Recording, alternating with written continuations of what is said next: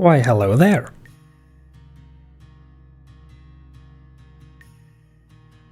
Well, come on in, everyone.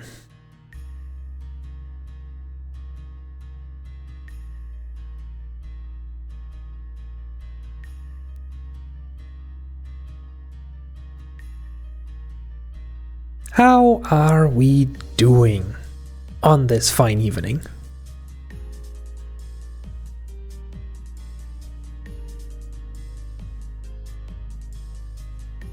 Also, I am trying out a new type of pop filter for my microphone, so if it sounds shit, just let me know right now.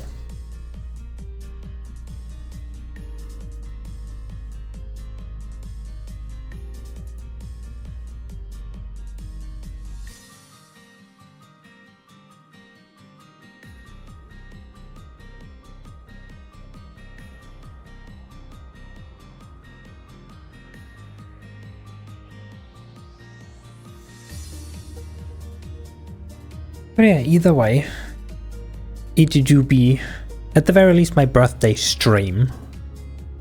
Technically, my actual birthday was yesterday. So this is the closest streaming day I have. And if anything would ever go according to schedule, I wouldn't even have had time to stream at my usual hours yesterday. Because I was expected to go to bed very early and get up very early, just to then, after getting up very early, being informed that the class was cancelled. So I got up for nothing.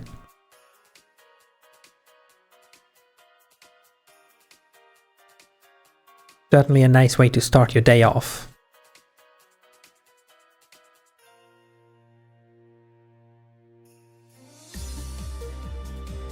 Though you might be questioning, since I have said nothing that contains any form of valuable information on the stream, what could we possibly be doing today on this fine, somewhat special day? Well, I had this funny idea.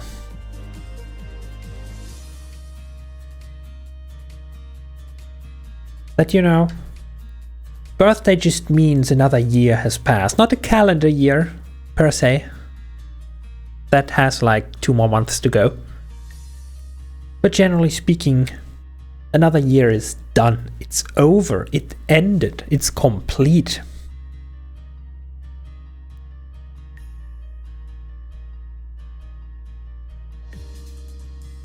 So I thought, wouldn't it be funny to take this concept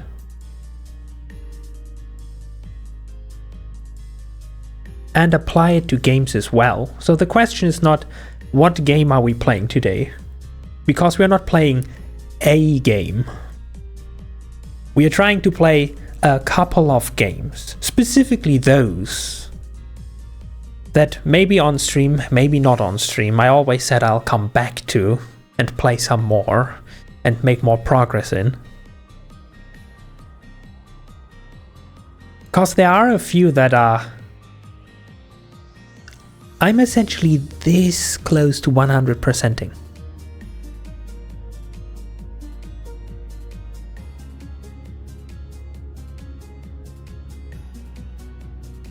When people ask, I always explain the 90% grinding curve, where the first 90% of a game usually take as much time and effort as completing the last 10%. And that's why I usually don't go for it. Especially if we take games like Ori and the Blind Forest, which we completed last week. If I wanted to 100% complete this, I would need about 2, maybe 3 more playthroughs.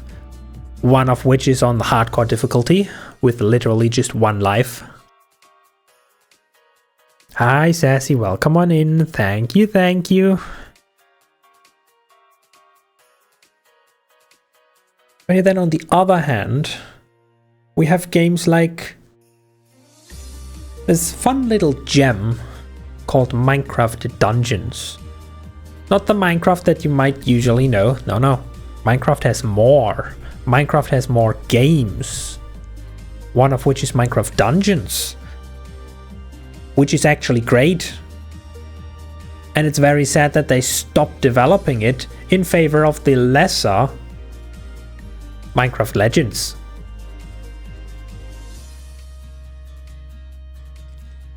And clocking in at about 125-ish hours, I am at 102 out of 104 achievements.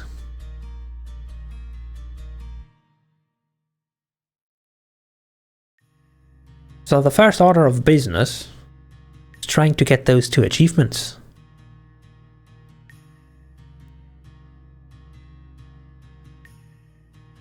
So that we not only can celebrate that I'm 1 year closer to rent. Yo, Tsuki! Thank you very much for the 5 gift subs! Let's go! Immediately kicked off a level 2 hype train. Or at least 50% to level 2. I never know how to read this. If it now is at level 2 or if that's the way to level 2. Anyway, that kicked off a hype train.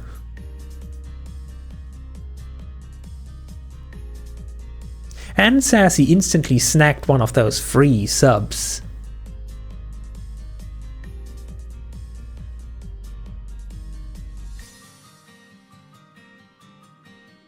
But yeah, as I was saying about not only celebrating that I'm 1 year closer to rent, which is the family-friendly way of saying 1 year closer to death. Let's see how many games I can complete,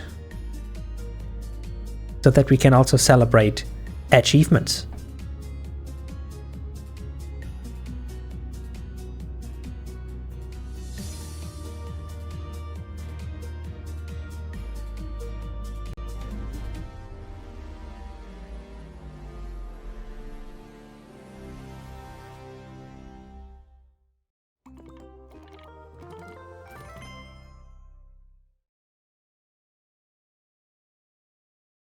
Do I want help with dungeons? It's not like you are not doing anything.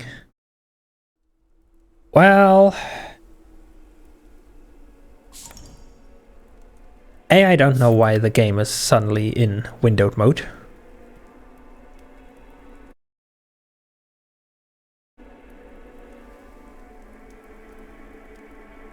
B, where we are going, I'm afraid that help is not gonna work that well. Now it's in full screen, apparently.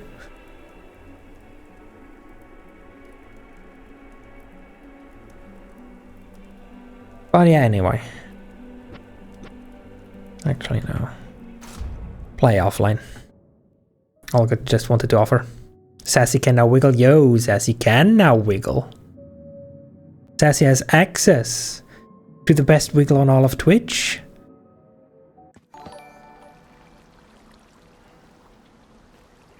And is only now following. Very fascinating, but still, thank you very much for the follow, Sassy. I appreciate it.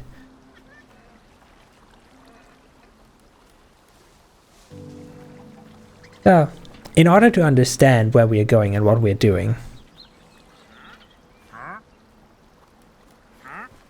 Minecraft Dungeons has season passes. You never followed before. Apparently you didn't. Now you do. Minecraft Dungeons has season passes, you know, the easy cash grab for any type of game. Except they did it before it became the bane of video games.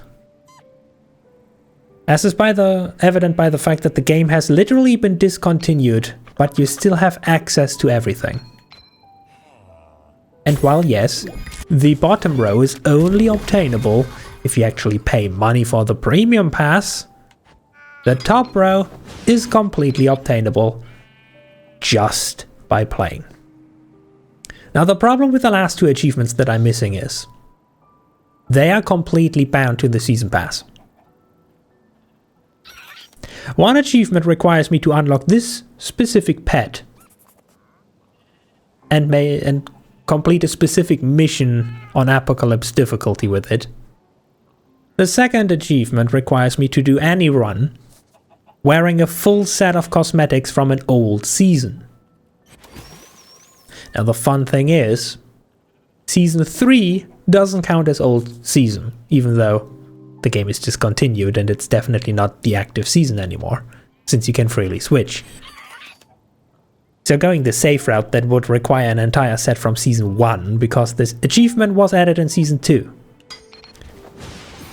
The only problem is you need to reach the highest rank of level 50 in the Season Pass to get a cape, which obviously contributes to wearing a cosmetic on every slot from a previous season.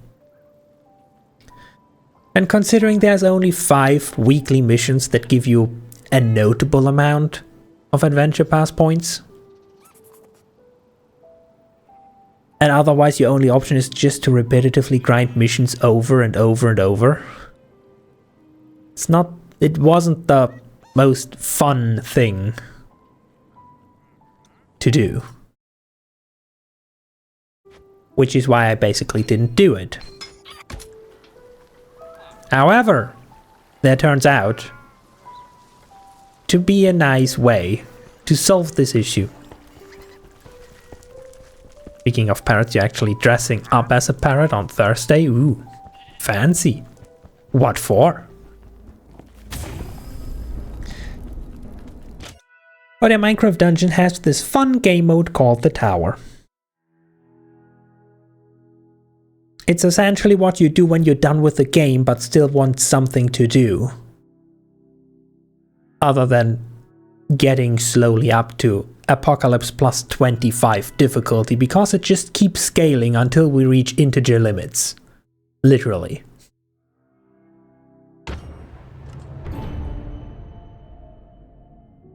Actually, are we on Apocalypse? Because we ideally needed to be on Apocalypse for this.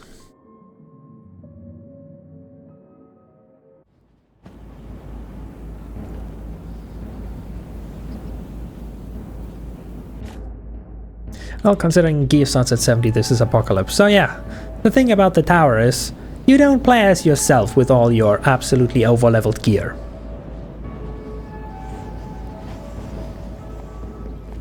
You go through the tower, which is on a weekly rotating basis, 30 random floors, and you always start with a essentially fresh character. And every floor you beat, you get to choose but a single item. Also, I'm pretty sure the game is a bit loud. Let me fix this.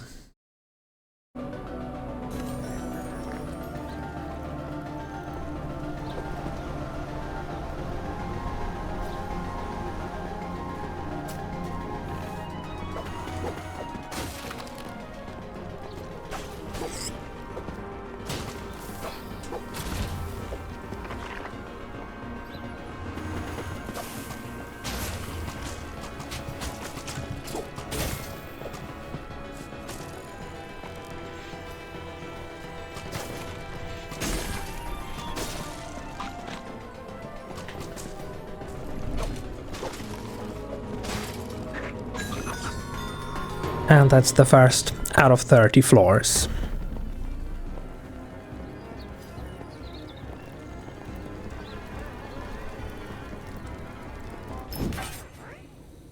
And now we get to choose exactly one item. Obviously everything scales up in difficulty, in level, in stats every floor.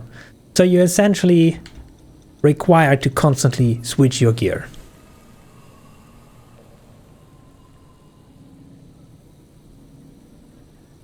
Are you dressing up as a parrot for Halloween? There's a bit of a joke behind it. You have a client named Polly and you're going to her house to clean on Halloween, so you thought you'd give her a little laugh. You came as a parrot, you know. Polly got a cracker. That is indeed a fun little idea.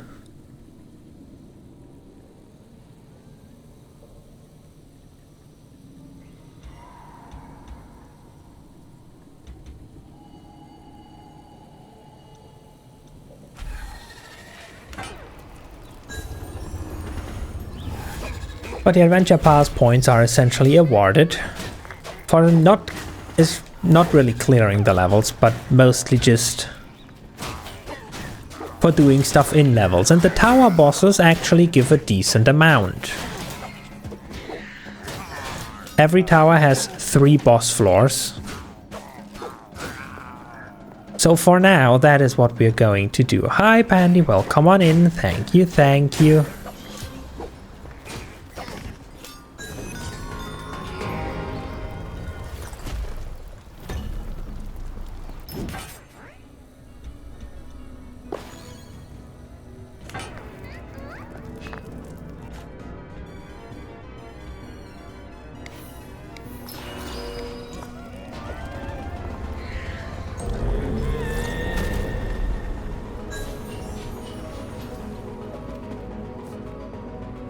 Ollie turned 100 years old last week. And she's still doing great. That's the best kind of life you can have. My grandma personally is about 90-ish. So she's also going towards the 100. Though sadly, I can't quite say the same for her.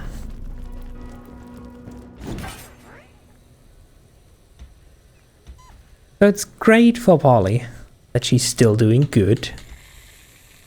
And everything's fine, and we hope it stays this way.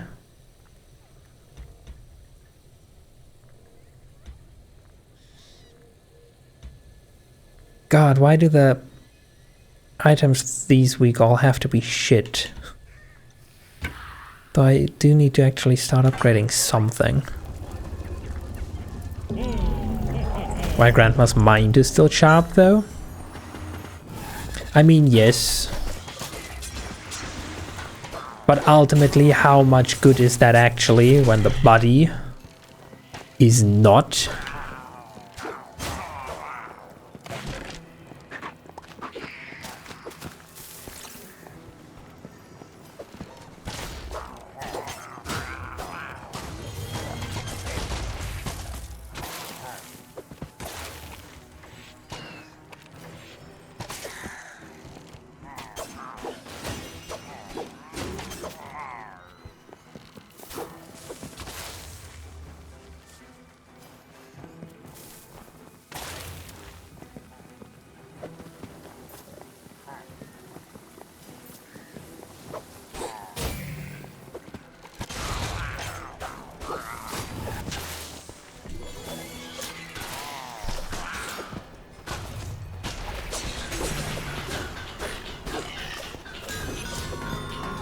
Usually the first floors will be comparatively slow before the game suddenly starts chugging every mob in your face at once.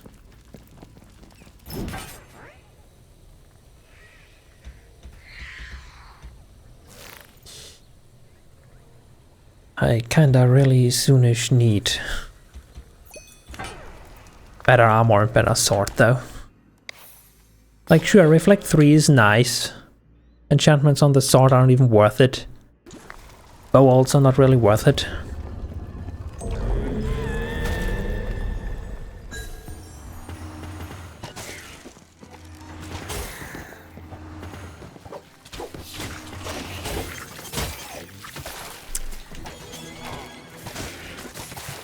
Yeah.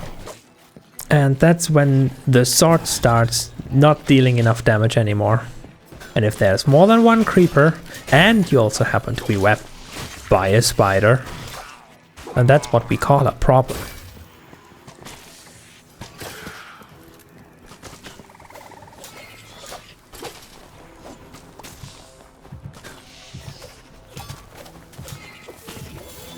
You're home right now because it was volunteered onto you to do overnights at work this week, so you'll be lurking when you take a nap at some point. Stinky work is being stinky again, I see. I hope they at least pay you handsomely for this. For your valiant sacrifice.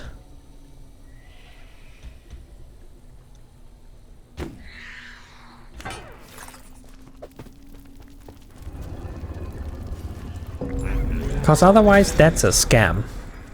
That's a prime grade A scam.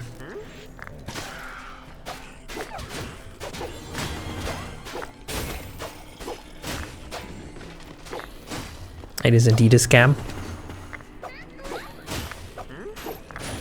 So what you're saying is you're not even paid handsomely for this. Not getting paid any more than usual. Wow. That is a scam.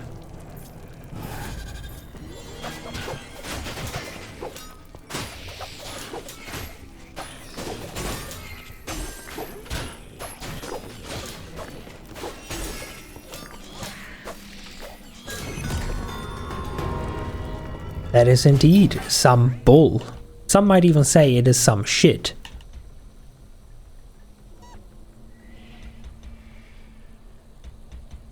Okay, I guess daggers it is. Daggers with just some straight damage upgrade. And bees. Lots of bees.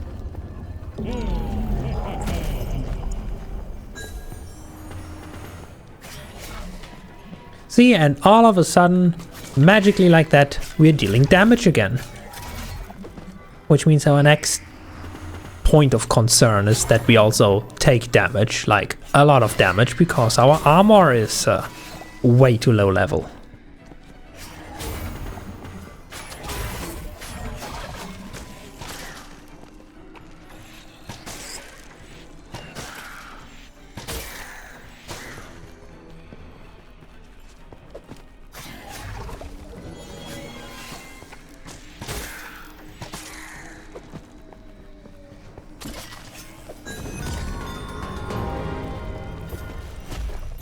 But your team lead, who is on it as well, is getting you pizza and Halloween candy at least.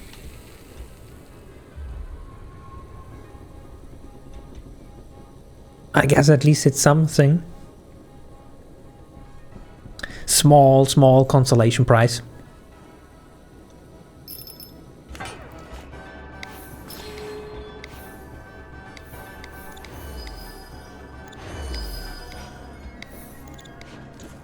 Okay, our weapon is dealing damage, our armor should be able to tank like a hit or two again. We now put down fire when we roll. Not the worst start. Except that creepers take basically only half-life from arrows now.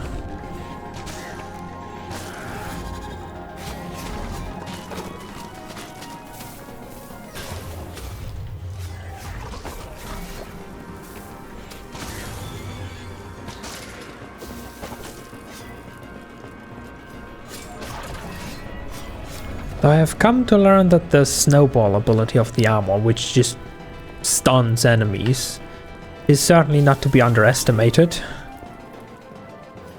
Cause at higher level it can stun lock about 2 enemies around you. Which when you're panicking is invaluable. Did I do anything fun for my birthday? Asterisk, yesterday. Yes, we went bowling, as is somewhat, one might say, partially tradition-ish.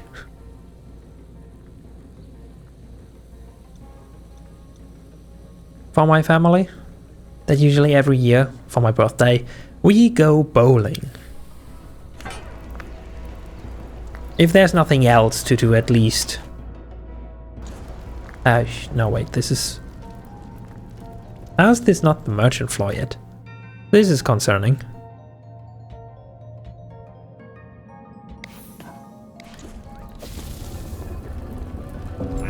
But yeah, I can at the very least confirm that indeed it was fun. Even though I actually did not win. Because for some reason, all of a sudden everyone else was also playing half decent.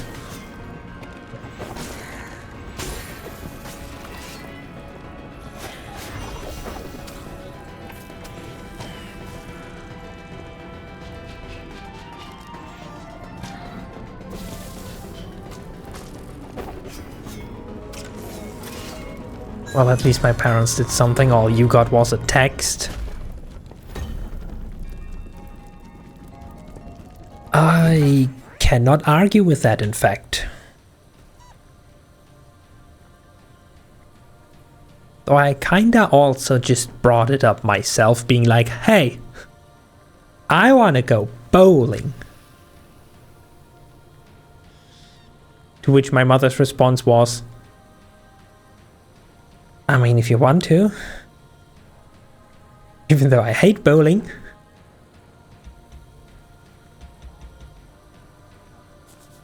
And then she actually played, like, better than she usually does.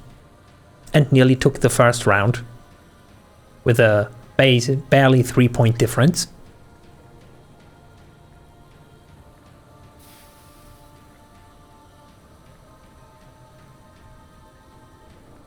But yeah, I'm sorry that you didn't get a well-deserved treatment yourself.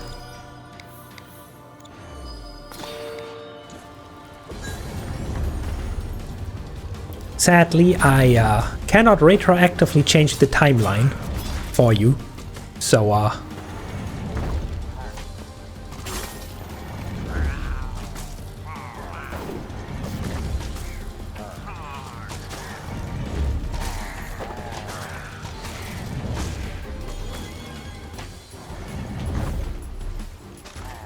oh yeah, they rotate.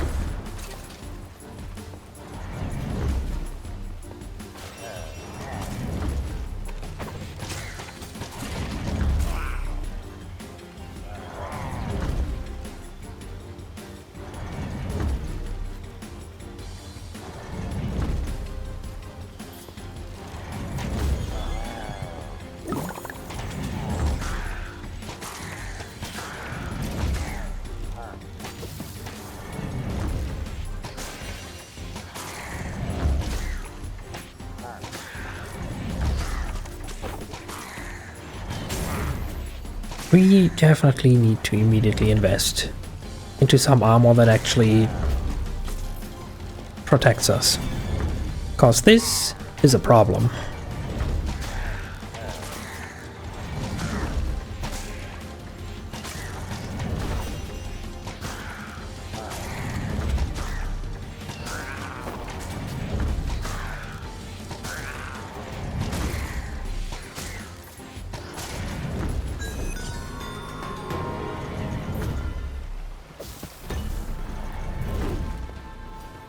Oh, and we have the funny wind. That's fine, let's just say you're not surprised by it.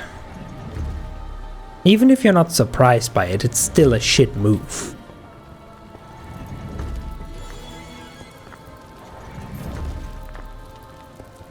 I mean, I personally am usually probably the person that is least excited about my own birthday. It isn't necessarily anything special to me. I'm just older by 1 year. Again, great. But even then, it's only once a year. It's your birthday only once a year. 1 day in 365 days. At least some form of appreciation. A small one, but some. Could at least be expected from the own family, you know? But that's just my hot take on this.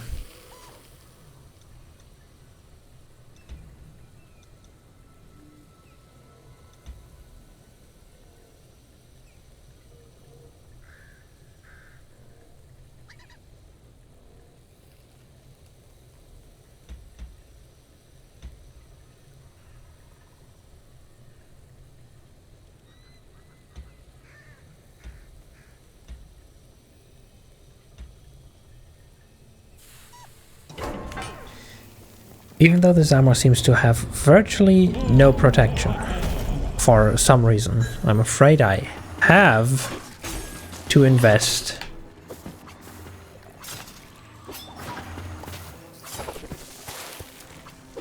into a bow. Because if we sit here again for like 10 minutes shooting things at a distance, we'll be here all day, and that's not ideal for the schedule, you know? A large wiggle for cheering up. Truly the best ways to cheer someone up. If that doesn't help, I'm afraid this is a lost cause.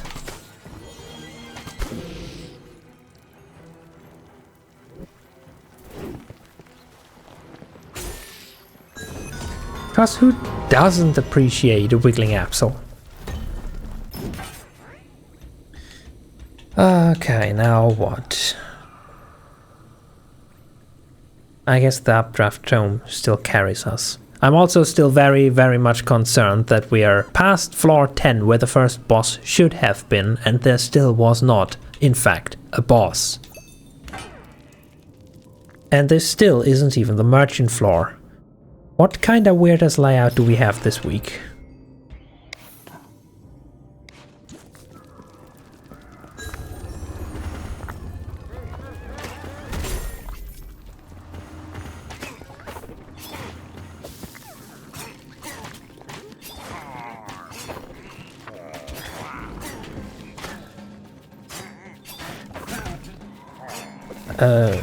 No, let's not do that.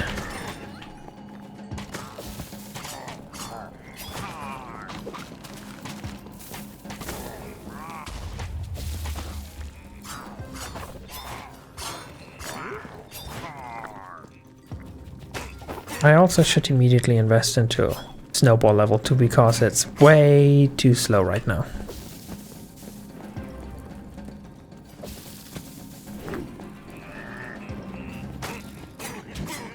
Rainbow literally saved your day today, again. You were staring at code all day. I mean, I do code a lot. It's kinda my thing, you know? Would be a problem if I couldn't solve some trivial issues, you know?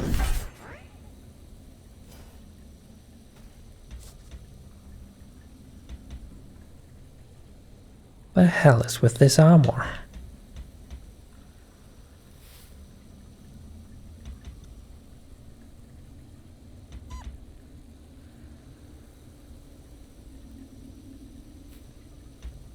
Now I need the snowball level 2. This crossbow should still be good enough. Especially if we have a gimmick level.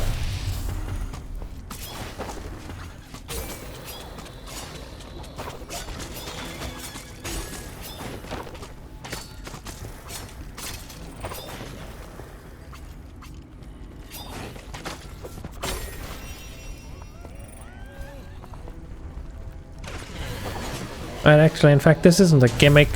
This is intentional. Ah, there's the minimap button.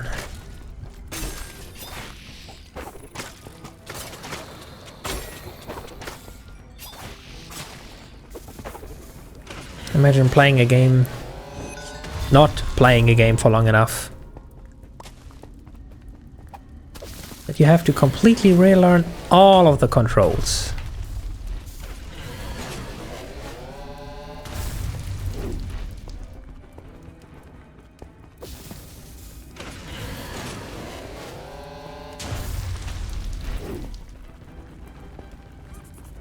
I still gotta say, game really chose the funkiest tower I have ever seen in my 125 hours of playtime, specifically for today. Not sure what to think of it. Under ideal circumstances, I would have preferred the easiest possible normal tower, because I'm just here to showcase something and prove a point. Not necessarily to work my ass off on the way. All of this is junk. Give me enchantment material.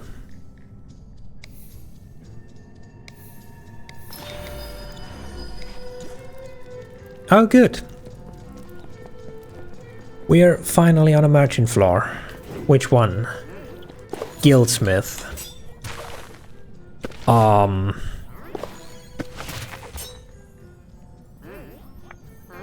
Between leeching and sharpness, I kinda wanna carry the katana through, not gonna lie. Even though we probably need the armor. But whatever. Give me a better katana which has... stuns mobs. Oh, that's perfect. Gilded enchantments are always random. So it could have completely screwed me over if it was the funkier enchantment that sacrifices my own health with each attack. Okay, which two do we get? An Enderman and a Wildfire.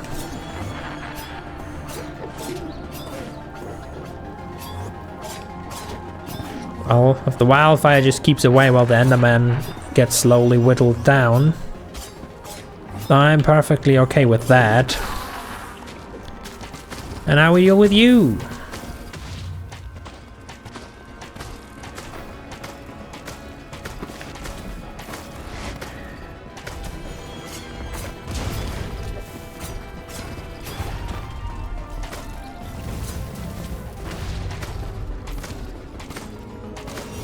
Can I please aim at the boss?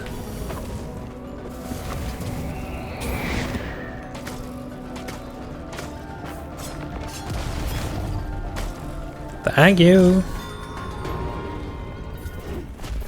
First boss on 15. Does that mean there's only 2 in this run?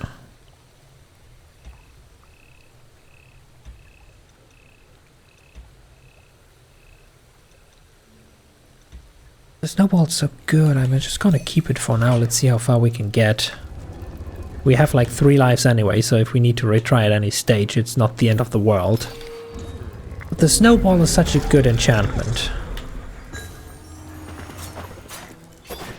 And the upgraded katana should do the trick for most parts. Emphasis on most. If we just get persistently overrun by a million baby zombies, which funnily enough are also the bane of everyone's existence in this game, then who knows?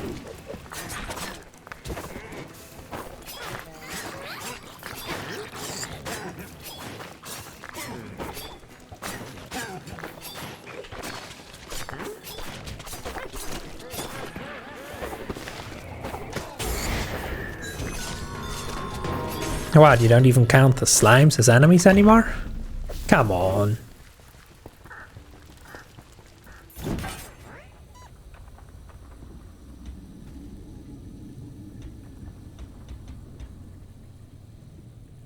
Okay, game, you can at any point that you choose, at any point, you are free to decide to give me better armor.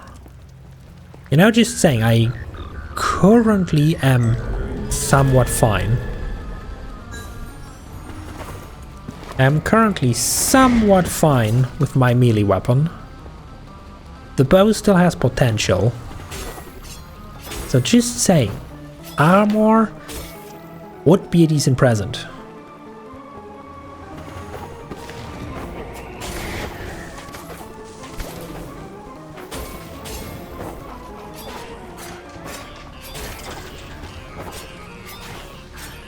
Like, look at that. Still easy as can be. Katana blazes through everything. That's even, funnily enough, one of the weeklies completed, even though I don't know how we did that.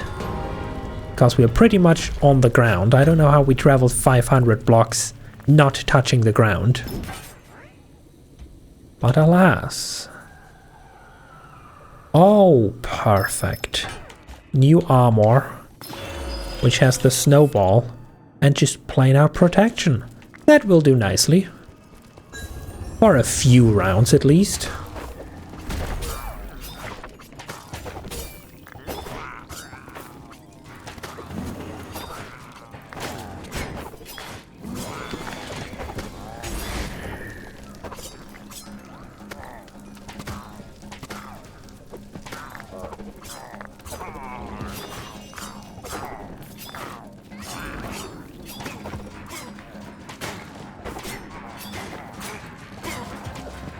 And that's why the snowball is so great. Big guy, just permanently stun locked. As long as we fight one-on-one, everything's a-okay.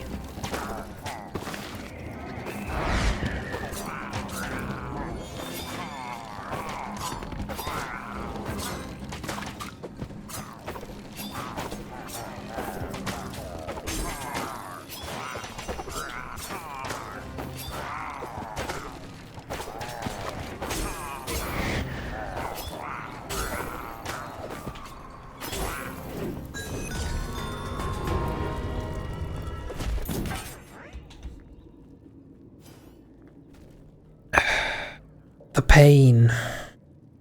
My definitely favorite armor in the entire game, because it's a dodge roll build.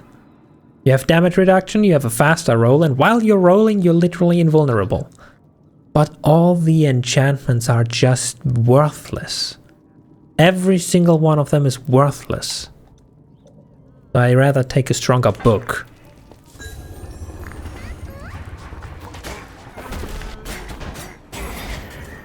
See, stronger book is strong.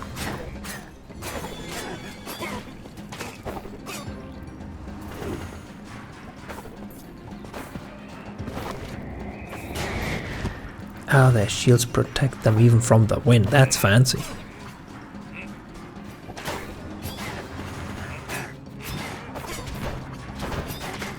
Now, don't you dare boost the strong guy. That's actually dangerous.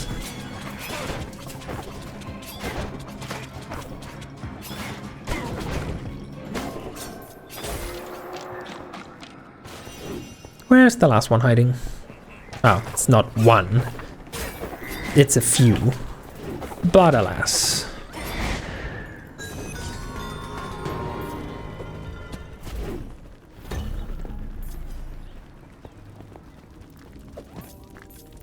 That's 2/3 already done. Give me the better speed boosts. And give me protection. Now it actually costs 3, right? It's a heavy enchantment. So that next round, give me better protection.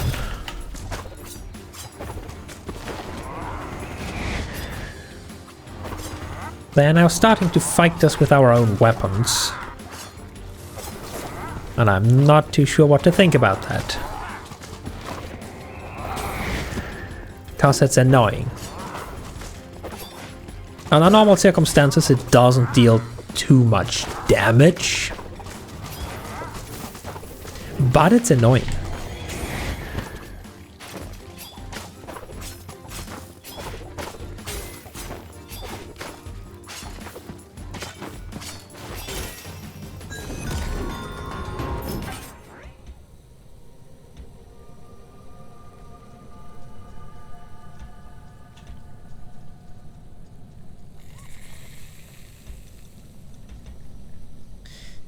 If this thing had protection on it, I would take it.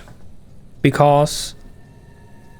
okay, maybe there won't actually be all 3 merchants then if there's only 2 boss floors.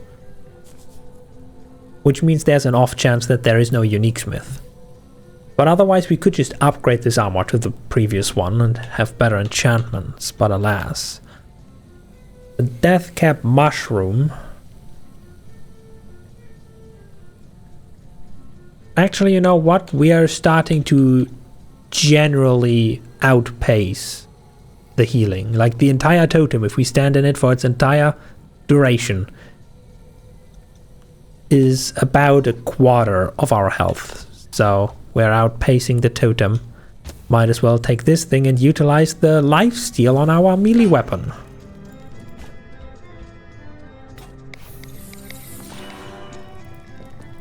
Oh no, actually there is the second merchant floor. And it's the power smith. We could have just upgraded... oh well, we could have just upgraded the healing totem if I would have known. However... better news about your overnight shifts is they had originally scheduled you for Thursday night as well, but you talked to your team lead and got him to let you have it off. Yo, let's go. Just browsing the internet and you just discovered that today is apparently National Chocolate Day. I need to find chocolate ASAP. Can't miss out on that. Anyway, the armor is good, but the katana is also good. And we need something to deal damage. It's currently our only source of healing. So, upgrade. 113 power. Thank you kindly. I have some look to my right. That's marzipan, not necessarily chocolate. And the boss floor. Here we go. Was it the right move to upgrade the katana? Tune in next time.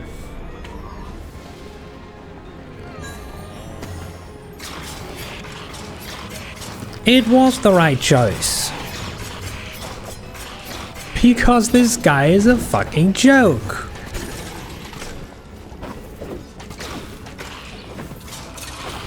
And now he's dead. And technically we didn't even take damage because we healed it all back. Nice, so there are still 3 floors. Unique bow.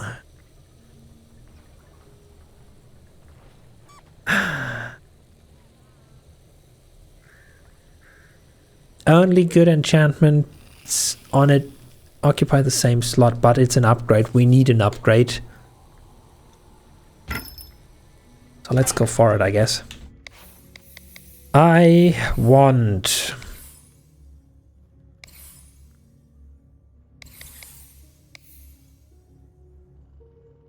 Nah, I probably want crits.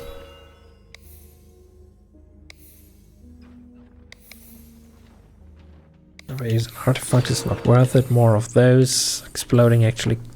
No, overcharge actually costs 2, so we need to wait for another level. Also, you're having some leftover chicken nuggets, yo. But then again, that raises the question, how can it be that there are some left over? Oh, we're just screwed. Now we escaped. Barely.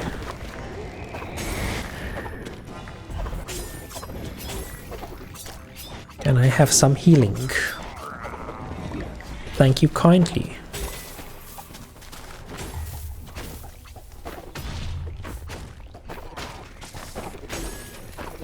You had nuggies last night? Everyone is having good food. Love to hear it. After you already made dinner. Hey, nuggets can count both as a meal and as a snack. So there's absolutely nothing wrong with it. It's just the weirdest dessert you ever had.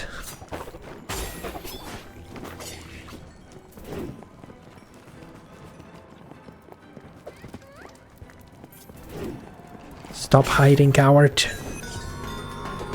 We need to go fast.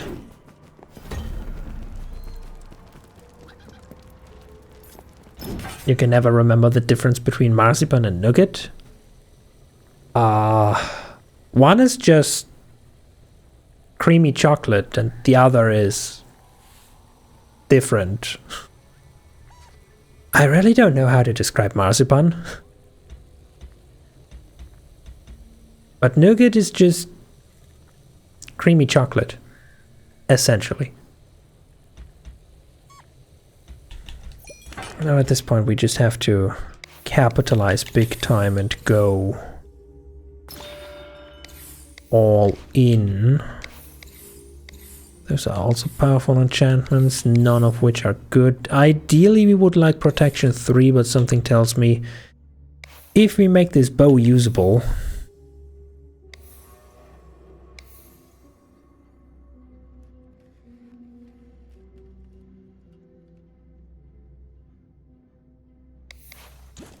we won't reach that anymore, necessarily.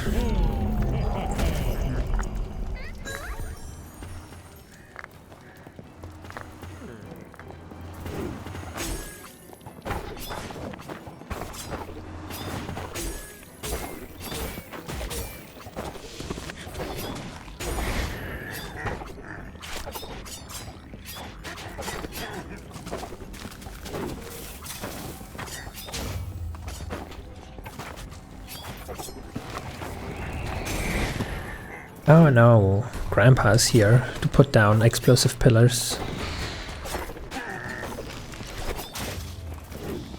And no, that's not a joke. Dudes basically look like grandpas. Don't know what their actual name is. Don't know if you ever learn what their actual name is, because these mobs just exist in Minecraft dungeons. So they're just called Grandpa. Where? The last enemy. Up. Found it.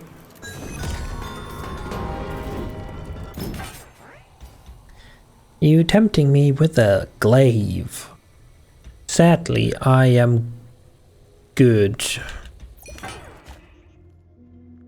Okay, if we save for one more floor, we can get protection 3, which means the armor is still viable.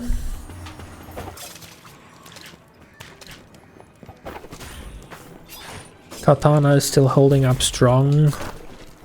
The bow is essentially just a gimmick bow to begin with. I guess if the crit procs and we overcharge, it deals decent amounts of damage. Usually, however, you need the bow in rapid succession to get rid of creeper charges.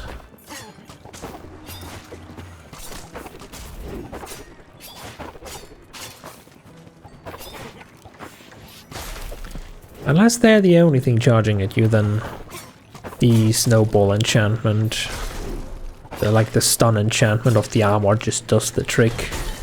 Yep, I see a creeper. Not that one.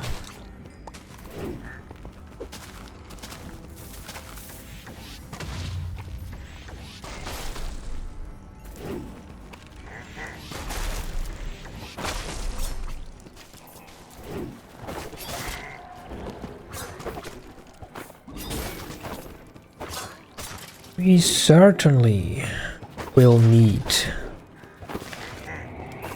protection 3 on the armor, because it's getting a critical point again.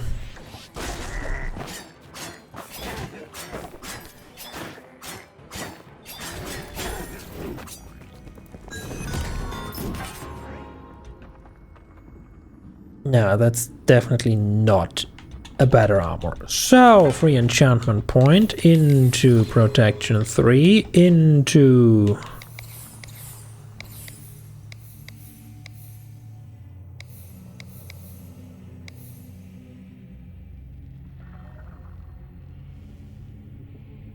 I guess the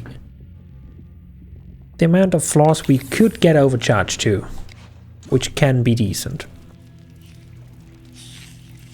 But yes, you would think the stuff beside me is covered in chocolate, otherwise it would be really hard to hold. I mean, yes, there is a very thin, subtle, almost optional layer of chocolate around it. Still not quite the first thing I would think about when looking for a chocolate snack. I'm pretty sure there are better alternatives in this house, somewhere.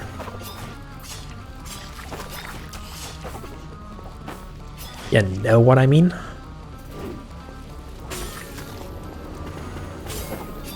Oh god, it's an entire creeper wave.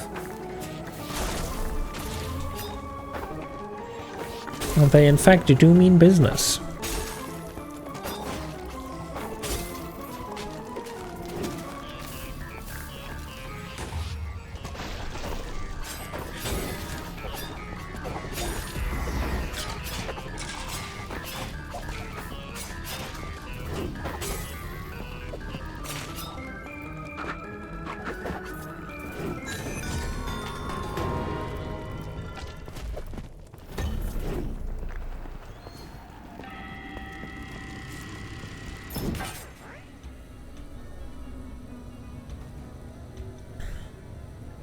That upgrade is really not worth it.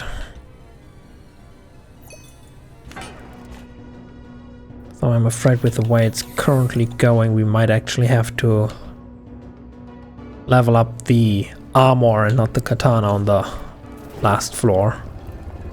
Like the last merchant floor. Unless, of course, we just get generously graced with...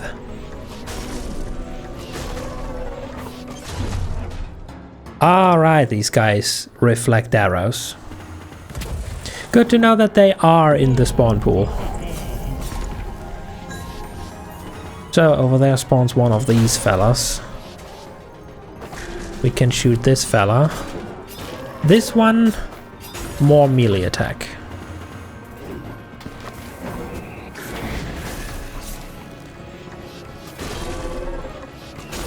It appears like double overcharge was a good decision.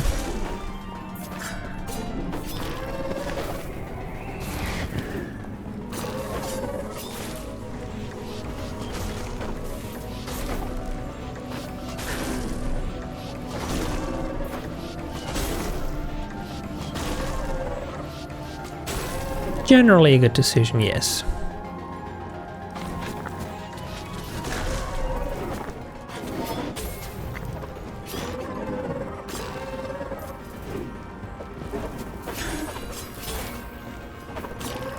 That was not the last one. Then where is the last one?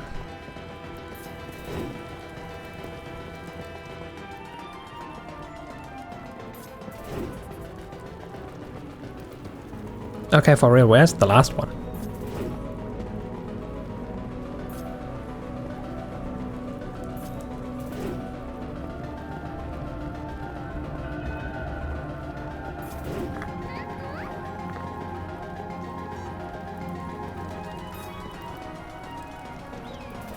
Huh?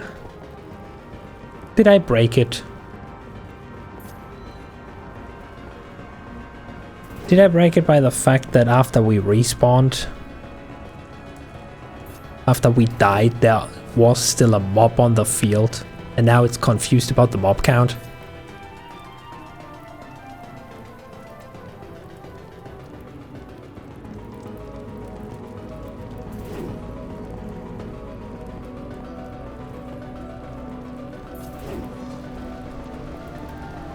Problem is, I don't even know how I would go about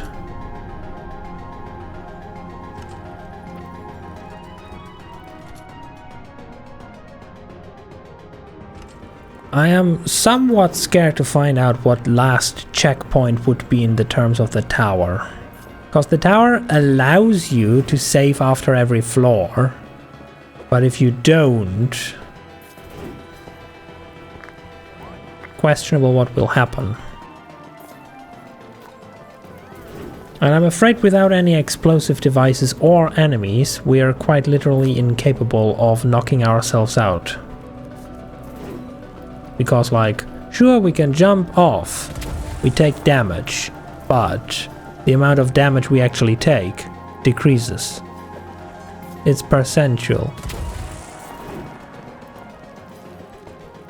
Or somewhat percentual, and I am not entirely sure if it can actually go to 0.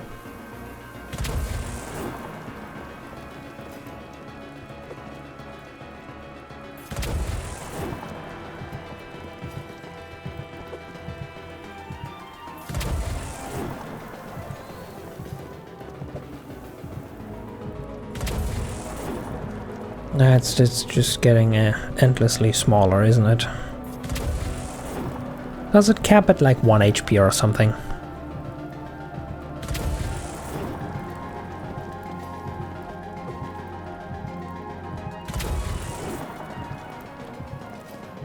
It probably caps at like 1 HP.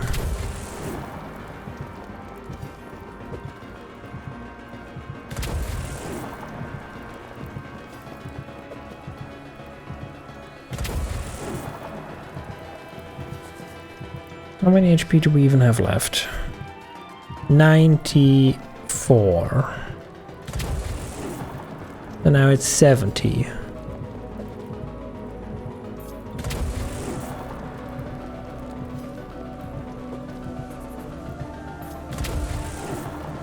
It's getting always smaller. You have acquired chocolate? Let's go. Do you cap at 1? That is the question. 22.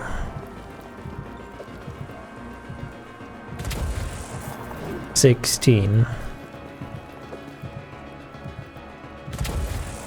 12. 9. 7. 5. 4. Now we're down to 1. 3. 2. 1. And the final question. Can you die from fall damage?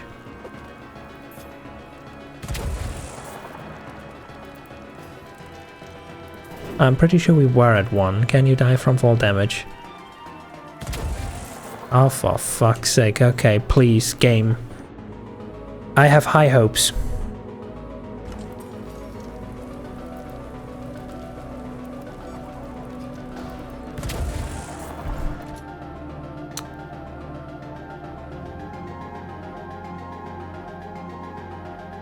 I had high hopes.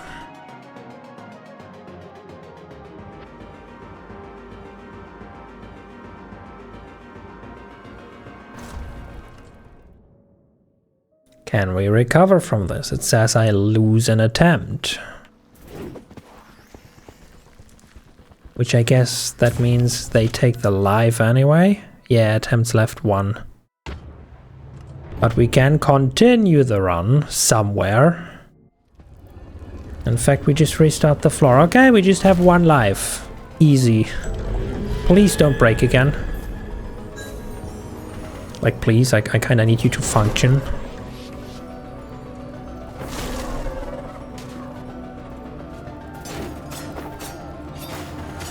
This guy's dangerous, but if I'm remembering correctly, he's the only one of his kind in this stage.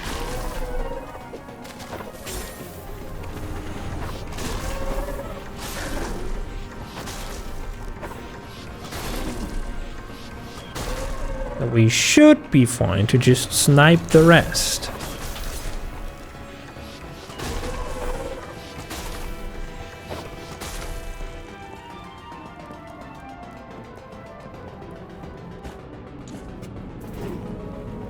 And now we go look for the rest and hope that the game this time acknowledges it's actually the rest. Because we didn't spawn into a rogue creeper that shouldn't be there. Ah, thank you.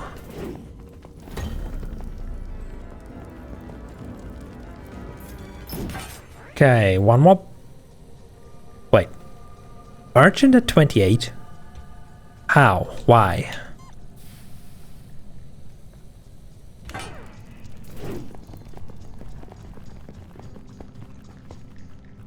Two merchant floors? What kind of... No, wait. This is the merchant floor. It doesn't say what the next one is. Anyway, unique smith. I mean, protection is nice. But I'm afraid at this point I need stronger armor. So you... gain speed after dodge. That's your ability. Nice. So now we're actually zoomies.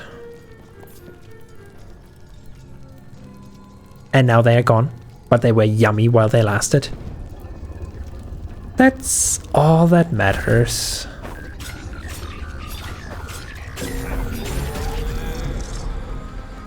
But could you imagine if food was infinite? Like you consume it and it just spawns back.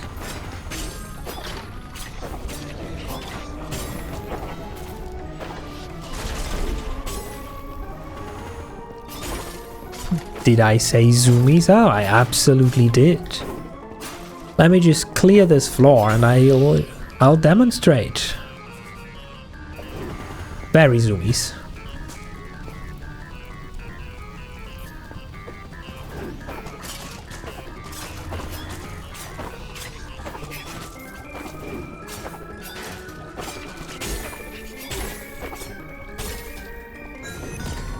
Depends on the food and if it would go off. No, it's like that fairy tale about the dude with the table that just spawns infinite food. It's always fresh, it's always tasty. But it's infinite. You think you would call that an eating disorder? Now that's what you develop with that much power, probably.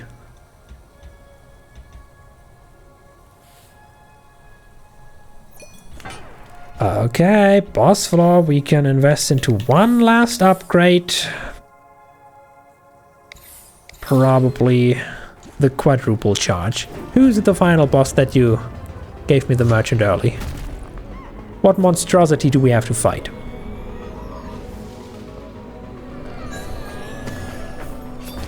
It's just wildfire.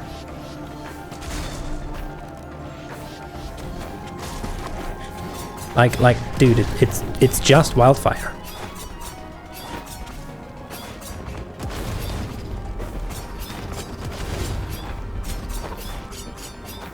It's just wildfire. Don't know what else to tell you. Okay, congratulations. We beat the tower. Now the fun part begins. 'Cause you know, this game has Minecraft in its name. And if there's one thing that Minecraft games are known for, it's how well developed they are. With no bugs or glitches or exploits whatsoever. So you see, we have fought 3 bosses. Correct? Like, we've beaten 3. Our reward for this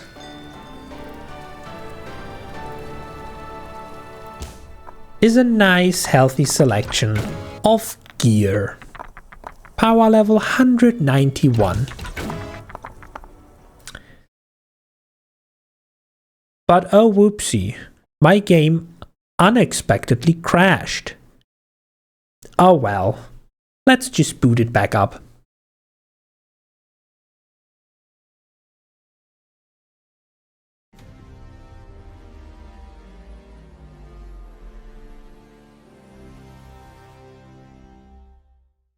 OBS whenever you want to recapture it. Thank you, thank you. Sadly, apparently you cannot skip the intro sequence. Once again, a sign for a good game. Anyway, let's take a quick peek. We are essentially at the end of stage 44 of the season pass. Like, we're basically level 45. Keep that in mind for later. Now we boot back in.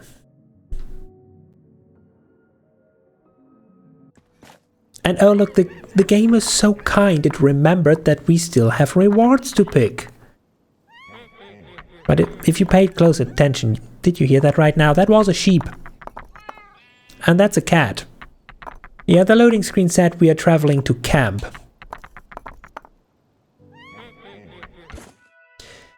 Which means we are not at the tower, as far as the game is concerned. Which means we can travel to the tower.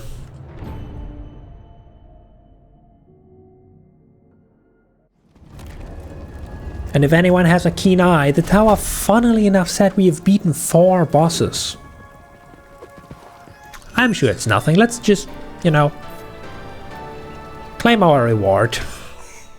Oh, funny. It's new stuff. And it's now up to power level 194. That's fascinating. As is it fascinating that my game mysteriously crashed again.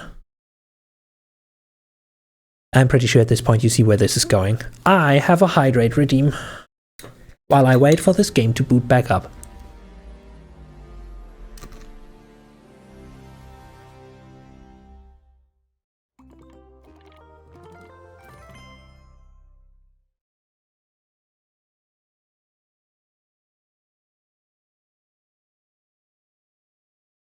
Does the food itself stay good? Like, can you put it in containers and it's fine?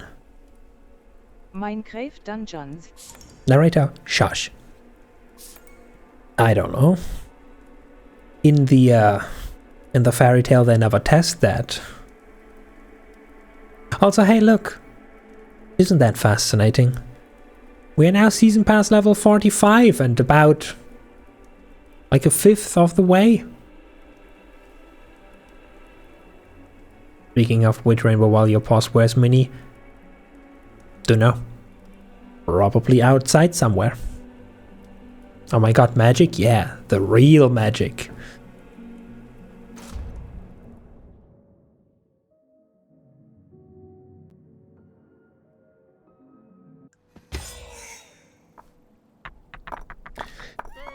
Anyway, for as long as the game thinks we're not at the tower, let's go to the tower. Where we now have officially beaten 5 bosses, because that's how math works.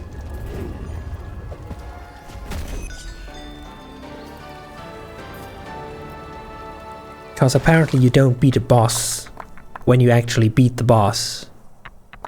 Apparently you beat the boss by walking through the victory door after the boss. At least for as far as the game seems to be concerned.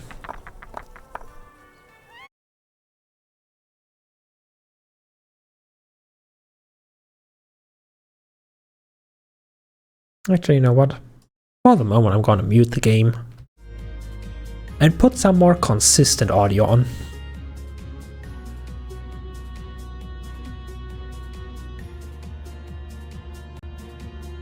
Also, while I wait for stuff, don't I have this thing?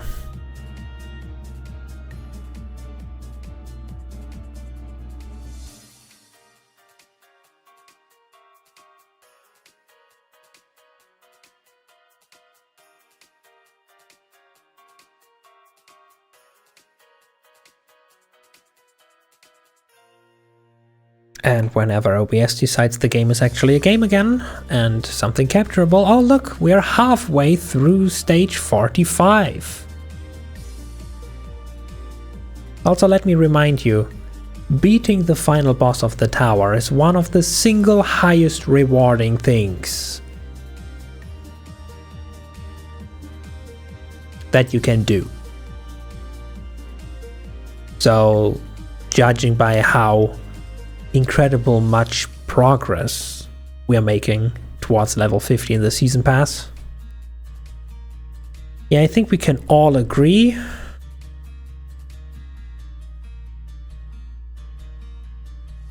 that doing it the definitely totally legitimate way is the best option.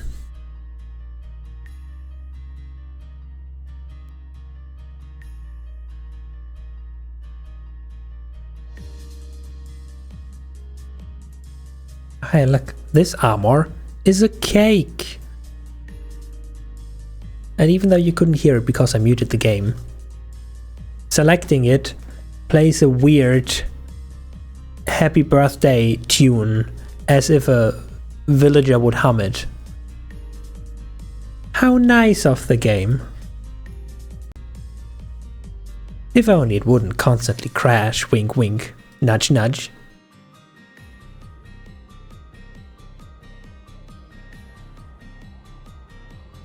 But if anyone ever decides to pick up Minecraft Dungeons, and in my personal, completely, fully unbiased opinion, I can heavily encourage you to do so, because it is overall a really great game. Like, it is a great game. But if you ever want to pick it up, and if you never ever don't feel like grinding, I just gave you a step-by-step instruction tutorial on how to get infinite level gear. All you have to do is clear the tower once. And then Task Manager crash your game on the victory screen.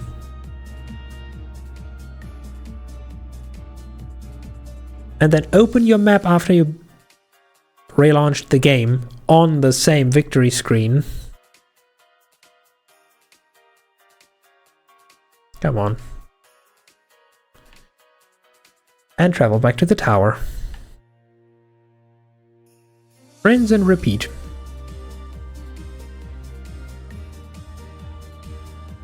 Because with every new boss beaten, with every new quote-unquote victory added to the tally, the power level of the gear that you're given as a reward goes up by 3.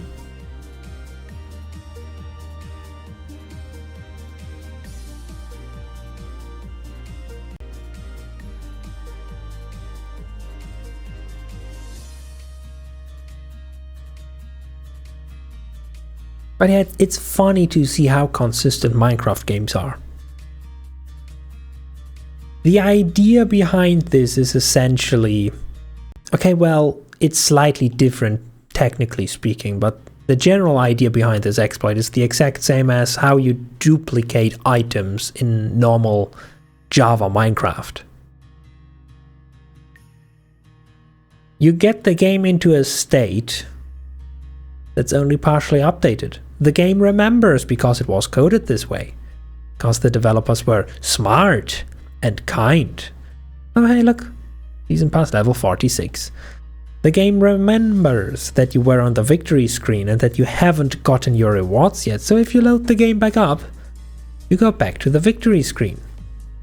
What they didn't account for is that the game still normally boots you as being in the camp, which allows you to travel to the tower.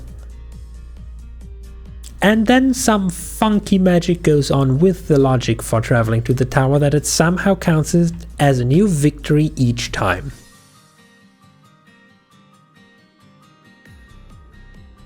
It's essentially the 3D Minecraft dungeon version of duplicating items in normal Java Edition, at least until recently, because they attempted to patch it. Now the way to pull it off is really funky in 1.21, but the concept in Java Minecraft was essentially the same. You place down a chest.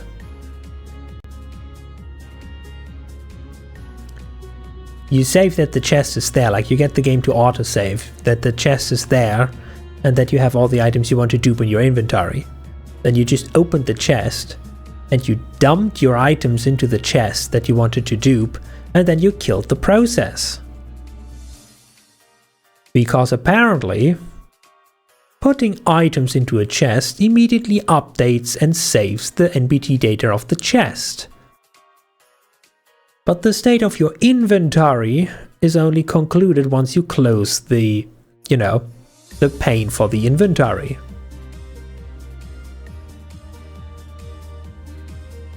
Probably some wacky-ass attempt to optimize that the player data isn't constantly overwritten and has to be resent over the network to every connected other player on a server, by instead just saving your inventory once when you close it, and all the changes can be saved simultaneously. Too bad that it can be exploited by updating the chest which says I am full of items, but crashing the process before it can ever save your inventory to say I don't have items anymore, so that if you load back in, the chest claims to have your items and your inventory also claims to have your items. Which, if anyone paid attention in first grade math, means you have twice the amount of items. Not that I know that because I ever did it myself. Ahem.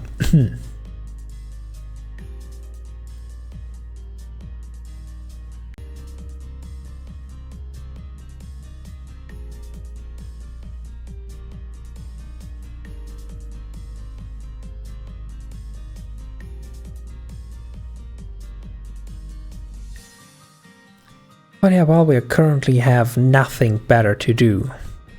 Otsutsuki, you have chocolate-covered cookies. Yo, that sounds tasty. But yeah, while we have nothing better to do than just watch the intro sequence of the game a million times more, let me just shamelessly steal your attention and redirect it at the Redeems menu.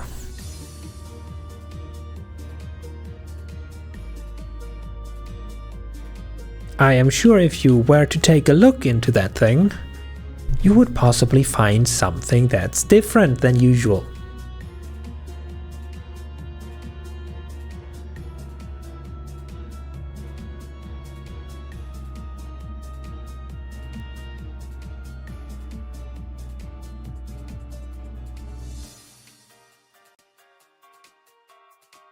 Can you spot the difference?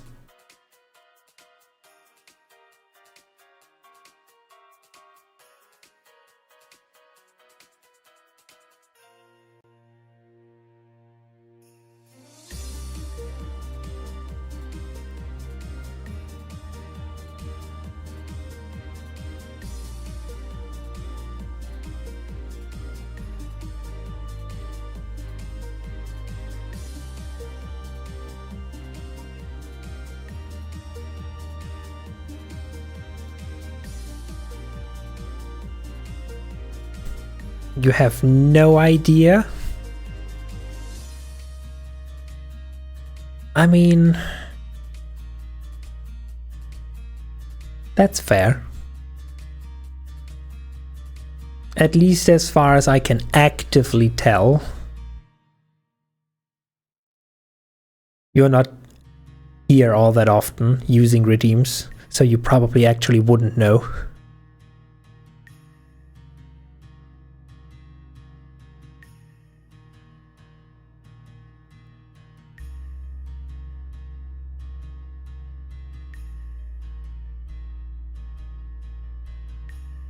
However, unless something went catastrophically wrong, or...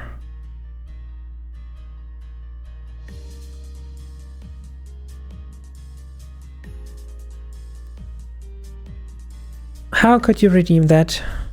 It exists, yes, but it was paused.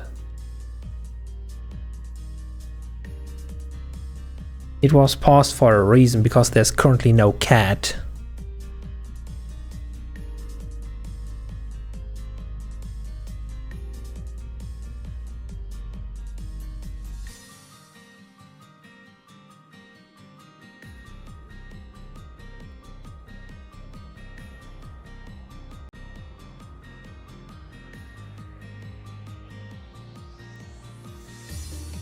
I assume you just unpaused it.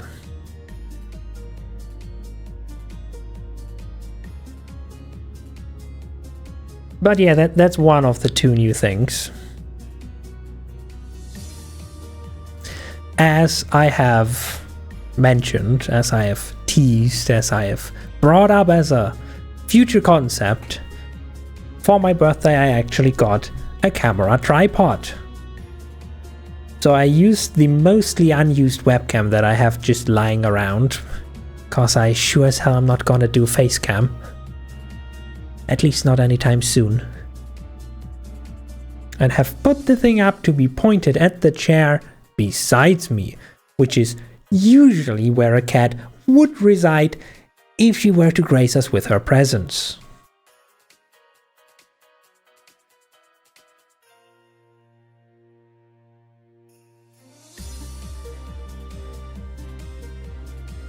You're gonna get a stuffed toy kitten from Minnie's place when she's not here. That's such a funny idea, I am on board with it. But yeah, just to check out of curiosity if things actually work as intended. There is a camera pointed at a currently empty chair. Here is proof that this is live.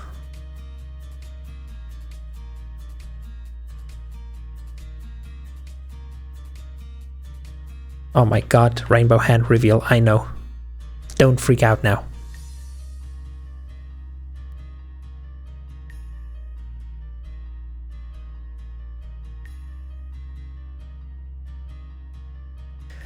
So if ever a kitten should appear, which I would hope she actually does, otherwise all this setup was for nothing.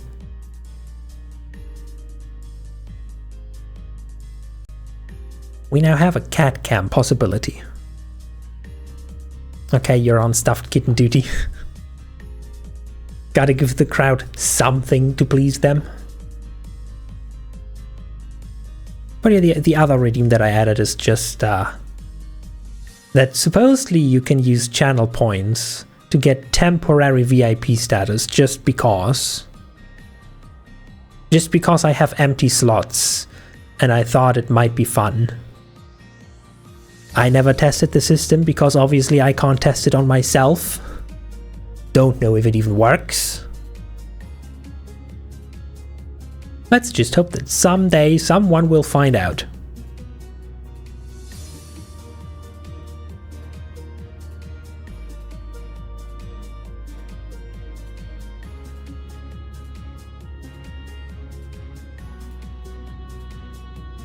We're also up to 13 very legitimate official boss kills now.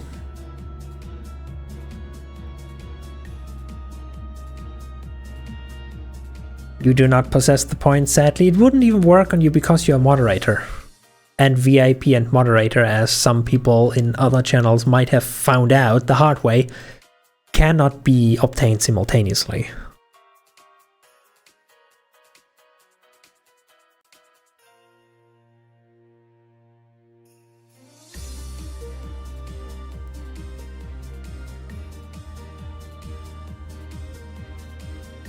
And the only other person here that I definitely know for a fact has enough points is already VIP. So,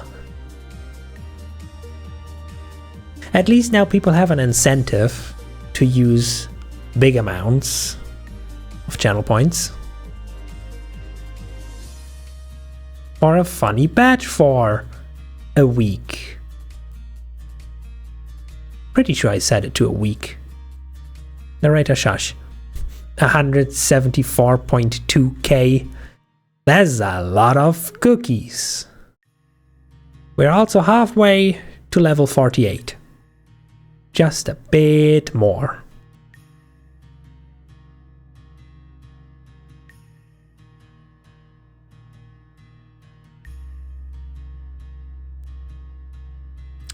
I just hope this didn't break it.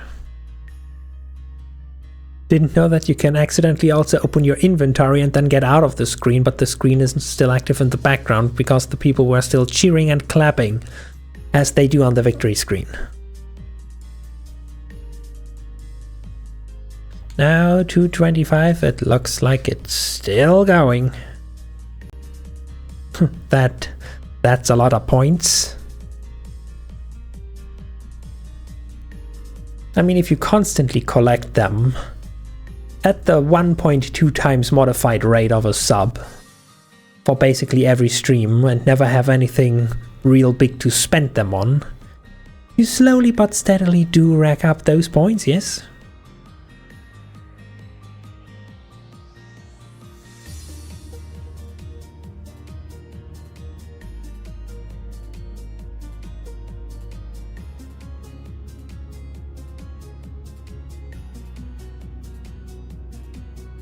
I guess one more round and then we are stage 48. 112 stream streak, by the way, yo.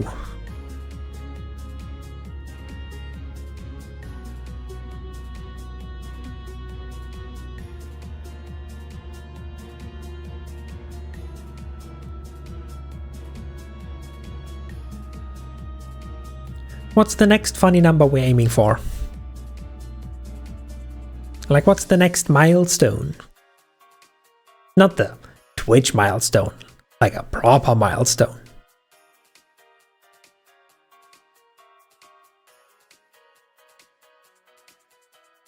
Holy shiitake mushrooms. What a creative way to get around saying holy shit.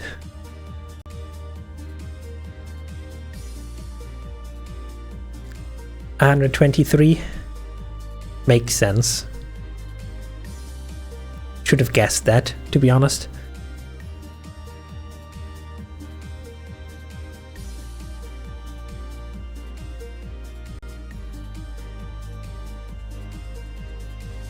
Which means that's 9 streams missing.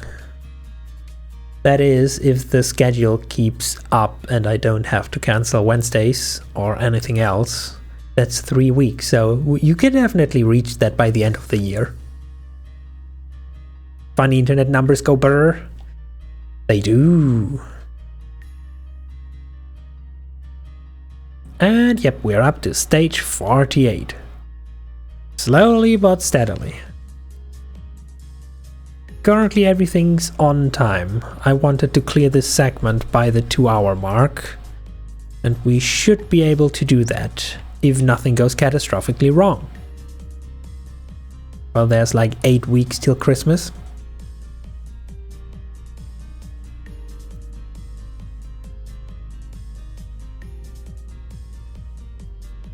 Then yes, she should definitely be able to reach the funny number.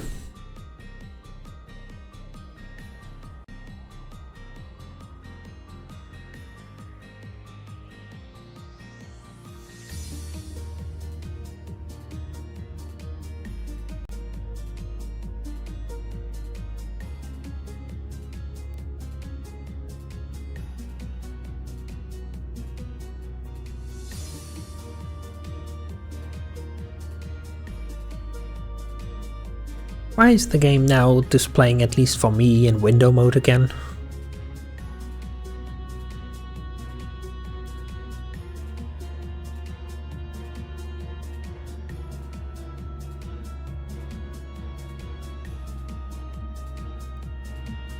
And Windows is thinking that I am currently focusing Steam. Don't know who's more drunk, Windows or Minecraft Dungeons? Both are legitimate answers, considering that it probably leaves lasting issues. You constantly boot up the game just to kill it again. But some sacrifices, I'm afraid, just have to be made for the greater good.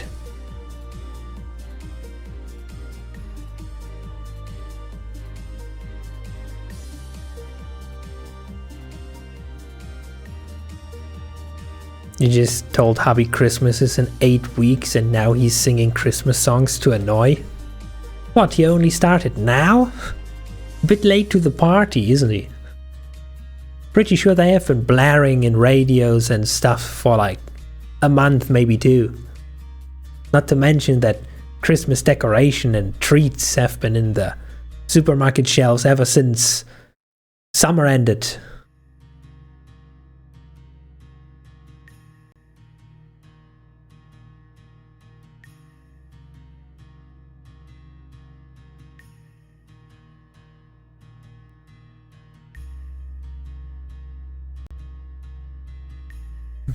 Gross. Christmas for you doesn't start until Thanksgiving Eve.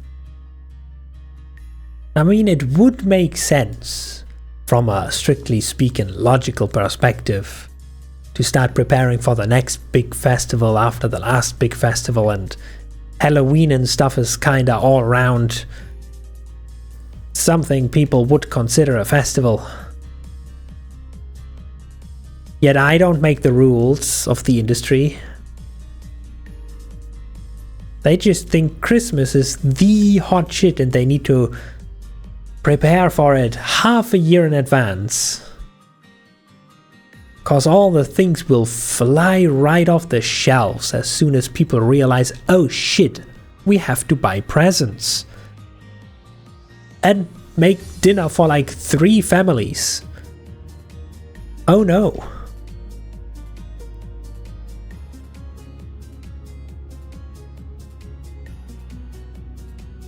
Also, Christmas is personally annoying cause your dad basically celebrates it all year round.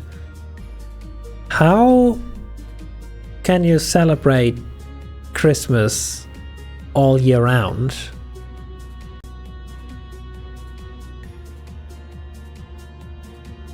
Like, I mean, hey, if that means you get presents all year round, I wouldn't complain, but I am pretty sure that's not the answer.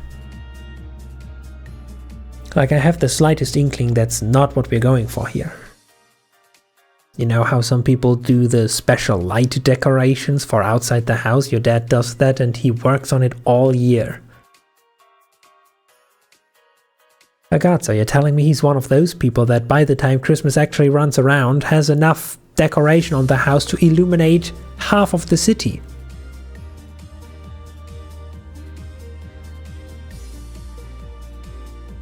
Speaking of, you want to know why you're working overnights this week?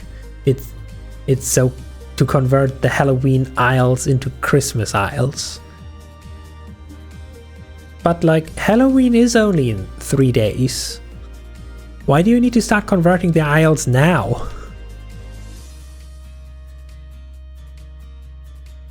and he adds more every single year.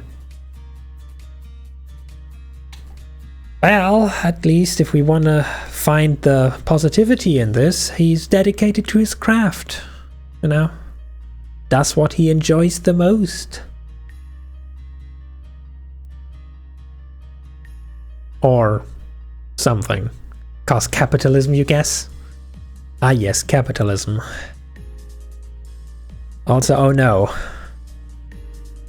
The game presented me with a tricky question.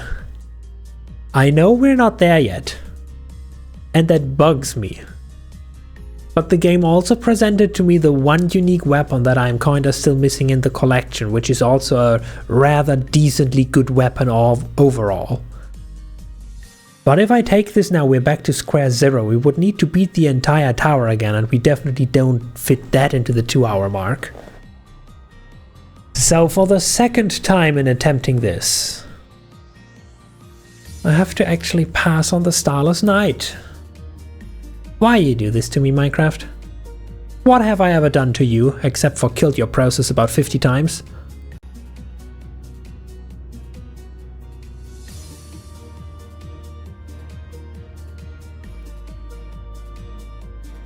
Yeah, it just gets really old hearing Grandma got ran over by a reindeer in June.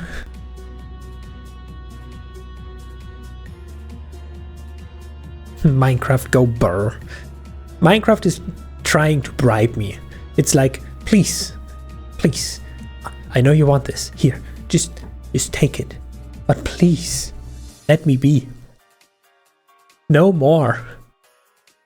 I can't do this no more.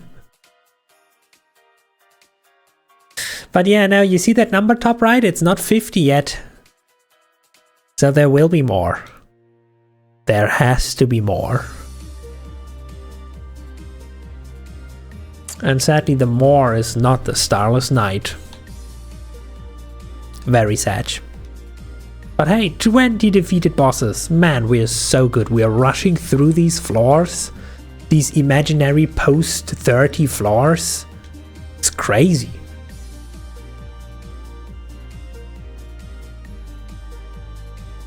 Oh, hey look, it's the Arctic Fox armor, which is a special event item, which I can't take because I need more season pass points.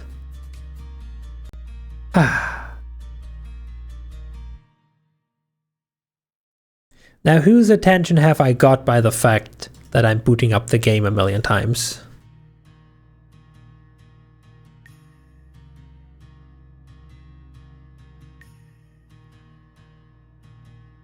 No, it's actually just a person wishing me a happy birthday. How nice.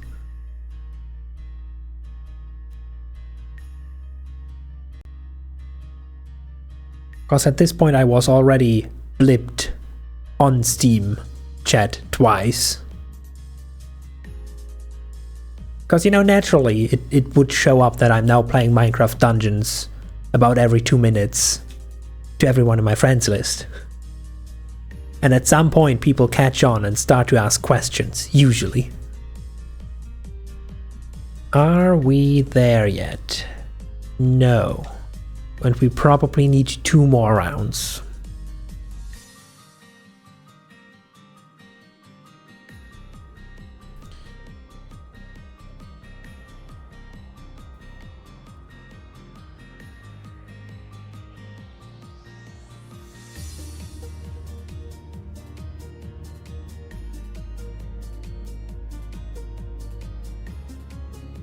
And what's in the loot pool that we can't get this time? Ah, junk, so I don't even have to feel bad about my decisions.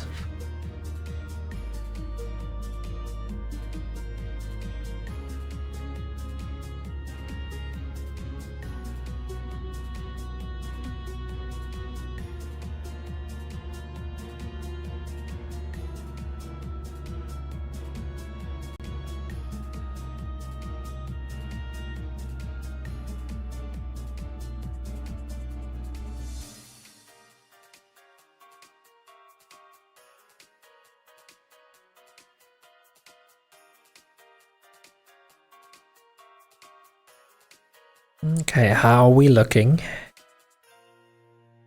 I want to see that bar almost full. Ah, shit. We might actually still need 2 times from now. Which means 2 more rounds of loot to look at that we could have gotten if we weren't on a secret mission.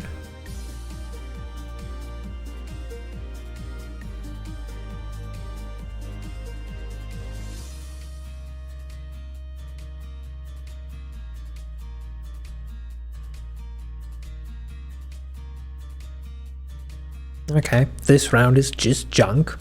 Not too bad. We can easily skip that and not feel bad about ourselves.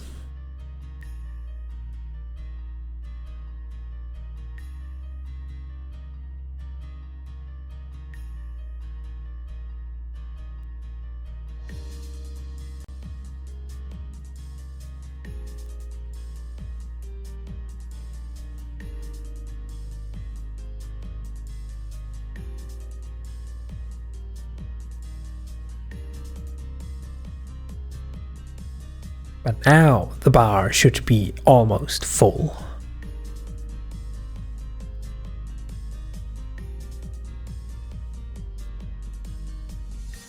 Oh no, actually it was enough. We're now on 50.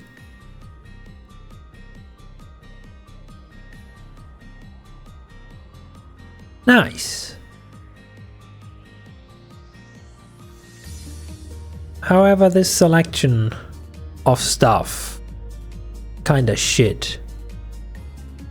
So considering we're already in the radio loop, I'm just gonna add 1 more layer. I don't need to crash the game again. We're done with that now. But I can use this setup to travel to the tower once more and reroll the items one last time. For us to get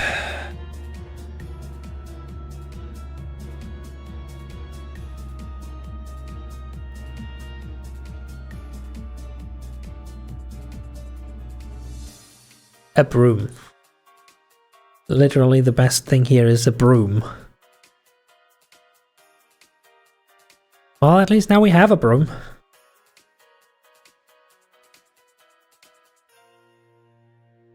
At a casual measly power level 253.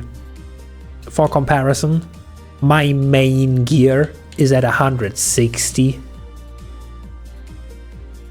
Like, these fists, okay, the fists are probably a bad example. Let's take the heavy hitting sword. It deals about 17,000 to 31,000 damage. Don't know if that accounts for the extra damage buff or not, but yeah, 17 to 31,000 at 161. The broom we just got deals a casual 622,000 to 912,000 damage. And needless to say, this should help one-shot most things for like the next 3 difficulties. Which is why I'm just gonna banish it into the timeout corner. Now, however, the important thing. We have a golden parrot.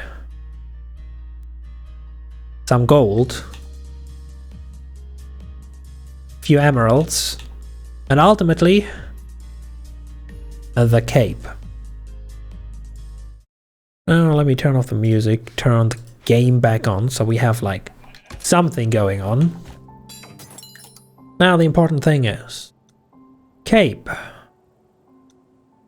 Obtained as a Cloudy Climb adventure reward. Pet, the golden parrot, Cloudy Climb. Emote, Cloudy Climb. Level up flare, Cloudy Climb.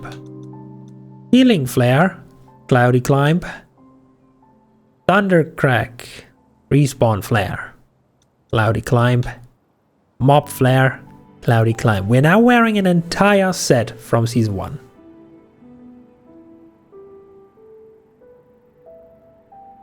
you come back from saying hi/bye to Remy and you get banished to the timeout corner. No, not you. The overpowered cheaty weapon that one-shots everything for 3 difficulties in advance. That thing gets banished into the timeout corner, not you. But yeah, now we have the golden parrot equipped. We also should have what counts as a cosmetic in every slot from a previous season. Now we need to do like...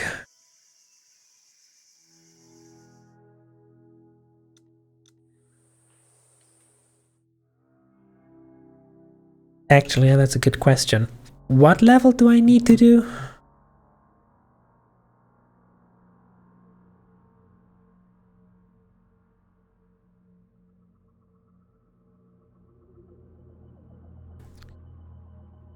What level is that? Minecraft Dungeons Golden Gauntlet. Give me the English name. Gauntlet of Gales. So like this thing. On Apocalypse difficulty. But no one said it has to be a high Apocalypse difficulty.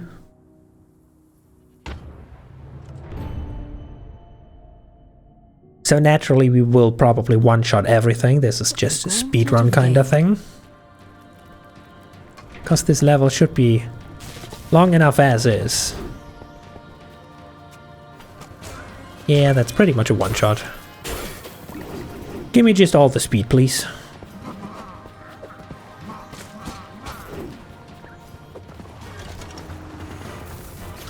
I'm afraid we have to actually clear this.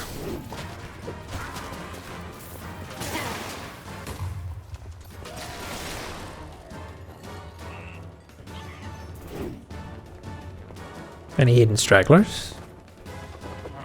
Oh, there is a hidden straggler.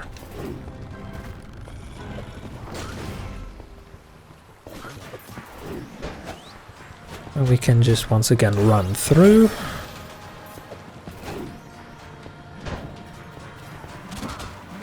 Until we get to the fun part of the level.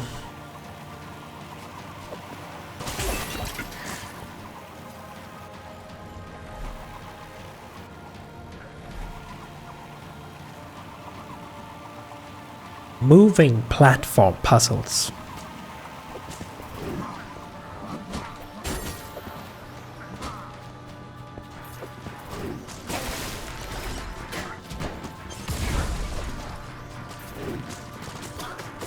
Can we run through? Apparently we can. The less doors are in our way, the better. Pass the test. Oh no, not this part.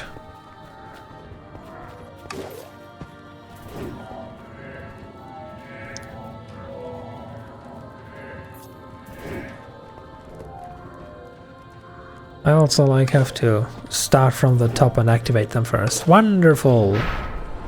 Thank you!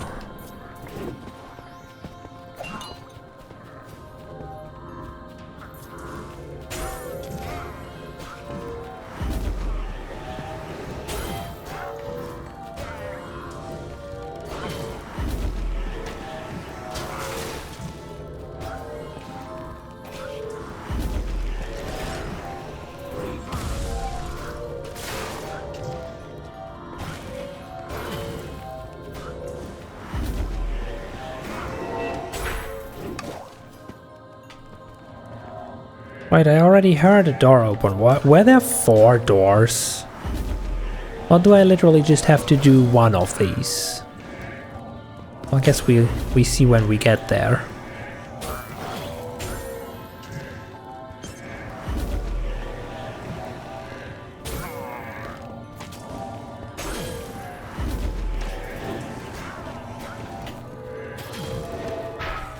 Now there are more doors that are opening. Yeah, there are a lot of doors that are opening.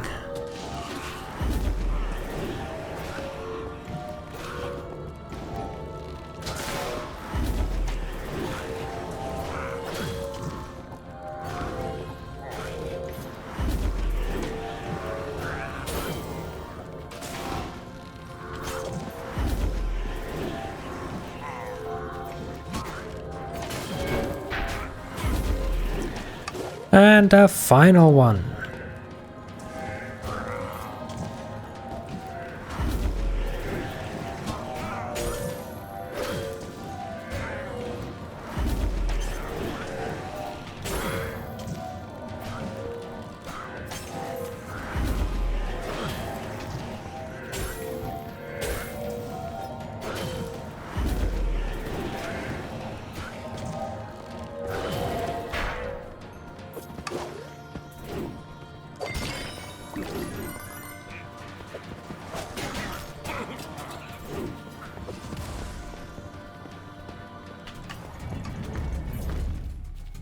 Ah, now we have an actual puzzle.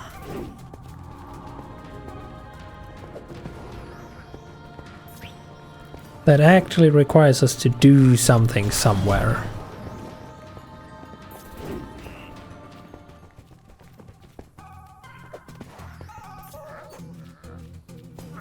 Or does it?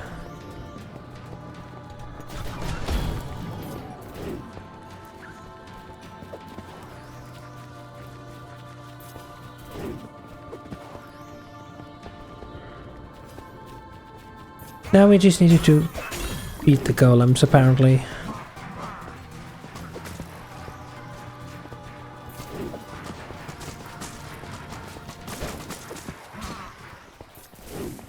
Hello, creepers. Goodbye, creepers.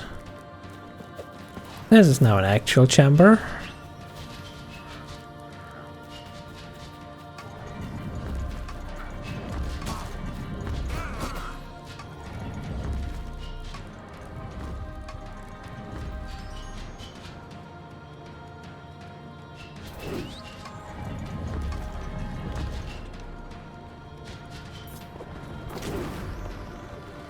As long as you count it as a puzzle that you just have to press every button exactly twice.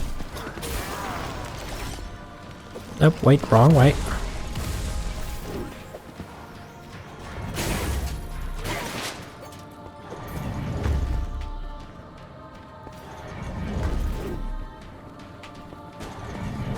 How are you going? You're turning in that direction. Okay, dokie.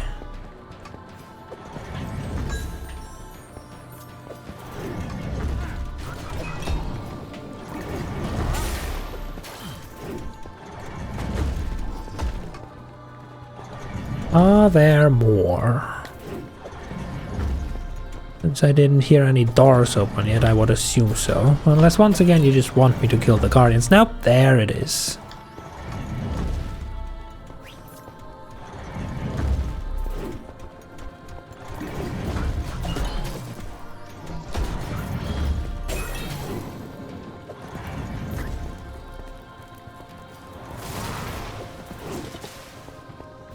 Finish the gauntlet. I would. Sadly, we are now locked into an arena of waves.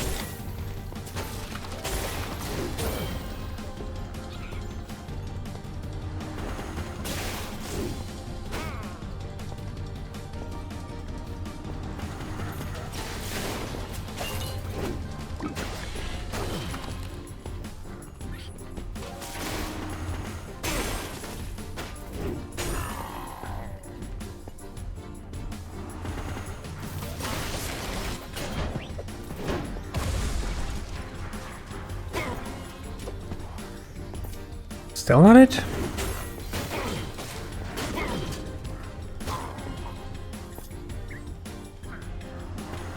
How many more waves are there? Usually there's like... there's a final quote-unquote boss. If we want to call it like that.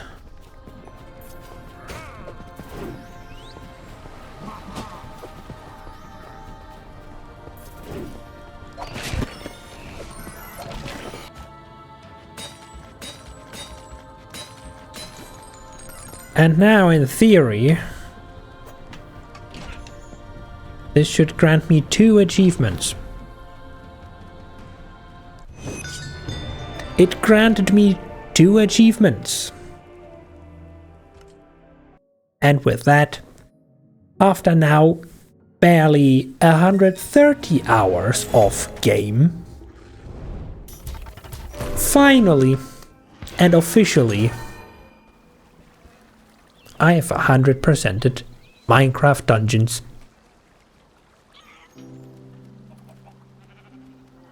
Never need to touch this game again. Except for fun, maybe.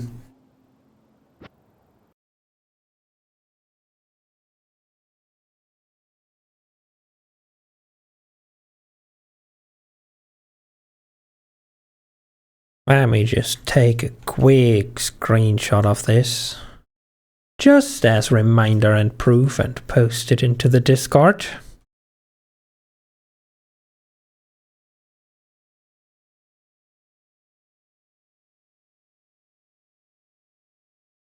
There we go.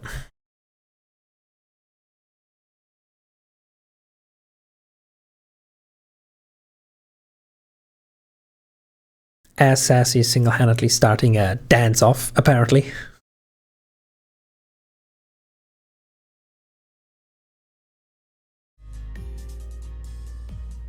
But yeah, I don't need this text now anymore because we are done legitimately grinding.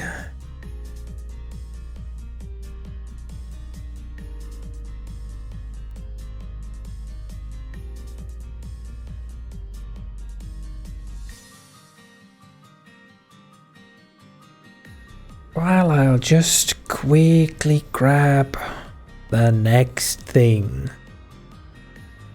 And also change the stream category.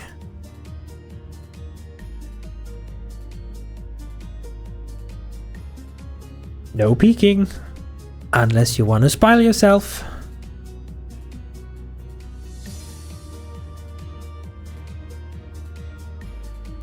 As for the next game,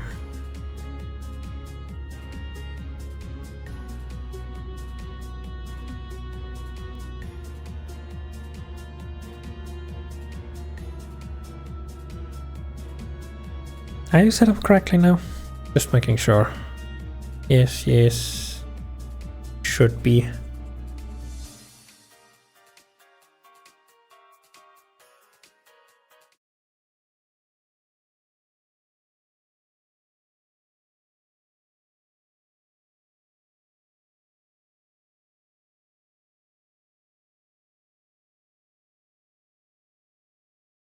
Oh god, you're absolutely not.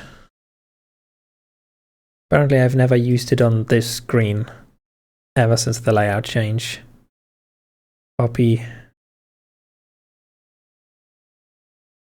Paste. There we go.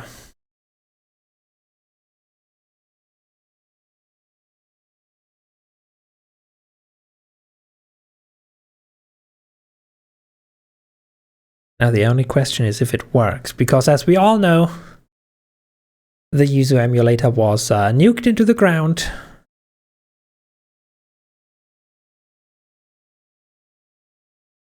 And hence discontinued. Also, this is like 400 versions, like 400 builds older, because that's the last build it worked on.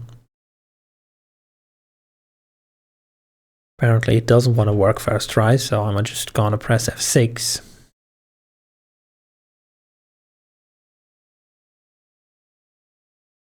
Try this again. I know that sometimes it works. Up, there we go.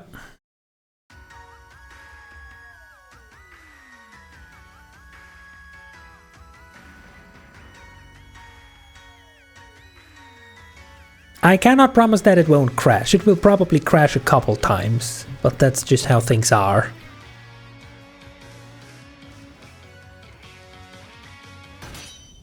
But yeah, for anyone that might not know, Pokemon Sword. It's actually the Pokemon game, the single Pokemon game that I ever played the most. Granted, Pokemon Reborn is getting close. I also probably need to adjust the in-game clock.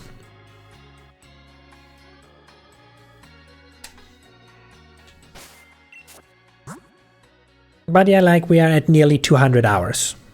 Nearly 200 hours of playtime. You don't know the last time you touched your copy of Shield? Oh, I know the last time I touched my copy of Shield. It's like a week ago, cause I needed to prepare some things for today. Cause you see, another funny thing. Hi Blue, welcome on in. Thank you very much. Dropping the obligatory hydrate, of course.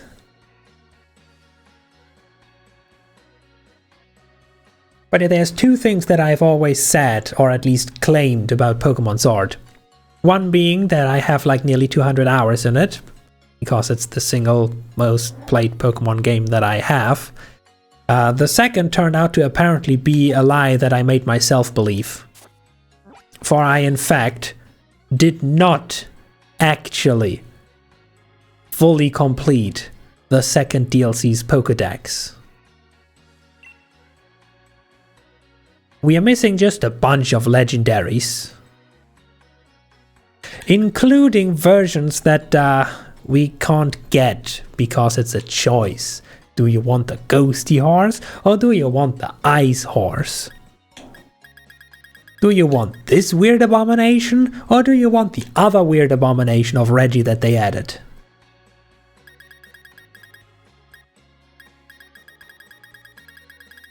And then also, for some reason, and I swear it's not on purpose,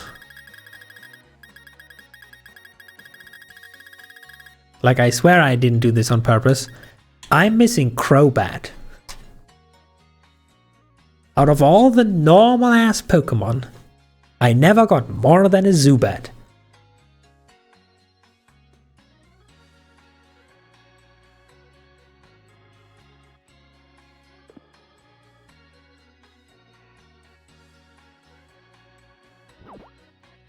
But yeah, thing is, how do I complete the Pokédex if there are choice legendaries of which you only get one per playthrough?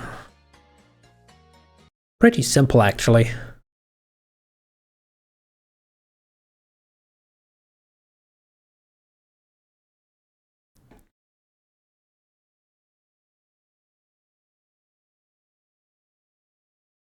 Cheating? Nah. This is the one Pokemon game I care enough about to not cheat. Instead, we're just gonna play Shield, get them here, and then trade them over to myself.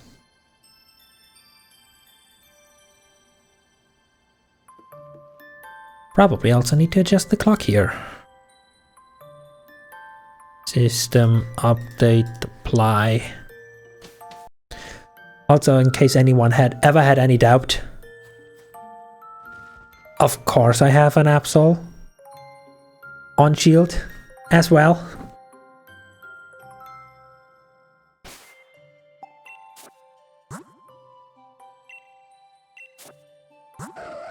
And of course it's caught in a Master Ball. Cause who needs a Master Ball to catch the puppy when you can just throw a quick ball and reset? Scarlet Violet is legit the first time you've actually finished the Pokédex. Oz actually helped you finish your Scarlet Violet dex last year. Yo, let's go.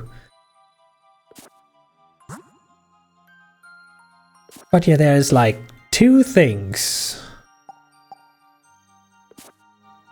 that we need from the Shield save file. We need the Ice Horse, and we need Regieleki, which is two of the main story quest lines.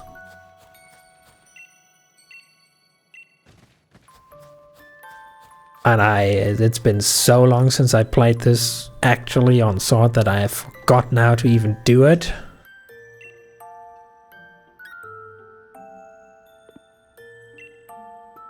What do I just need to interact? I just need to interact with this.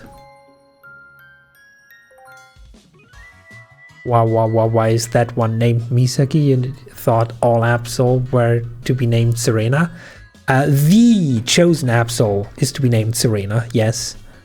If for some reason you ever need a male Absol, it's to be named Chuji. But this is Shield, this is like the parallel dimension, it's like the alternate universe. And we already have a Serena over in Sword, so this is her sister Misaki. Also, the protagonist here is named Choosy, so that name was also already taken. So that's an extra Absol. Yes, this is the Shield Absol. Obviously, I have Serena over in Sword as my absolute main Pokemon, maxed out.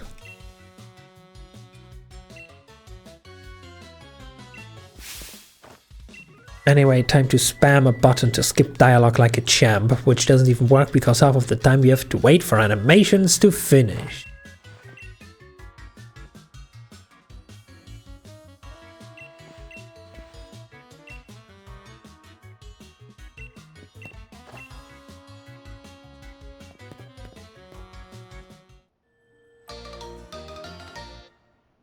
Cool, we obtained the quote-unquote pillow.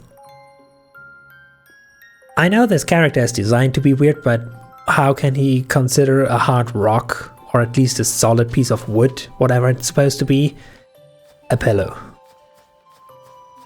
You forgot how over the top Peony was?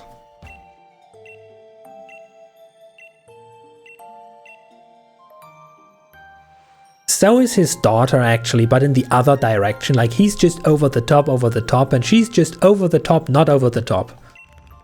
If that makes any sense.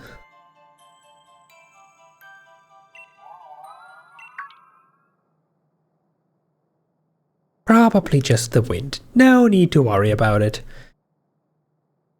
And that's just a hallucination because we drank too much.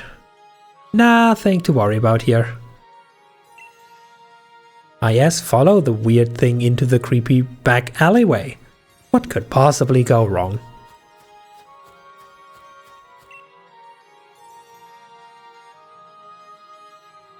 Peonia or Penny? I think her name is Peonia. I quite literally forgot because she only appears like 3 times after you're done with doing her duties that her dad made for her. She just chills out in the Dynamax Adventures, which I never got to play because the AI is so freaking ass. And if then on top you run the risk that the game just randomly crashes, it's just not fun. No, Penny in Scarlet Violet is also his daughter. Wait, for real? Canonically, he has another daughter over in Scarlet Violet?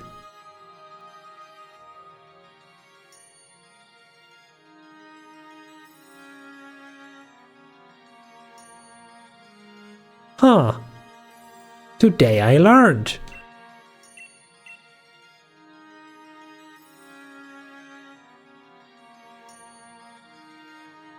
We want to ready a Pokeball Island. I'm pretty sure we don't get to catch it.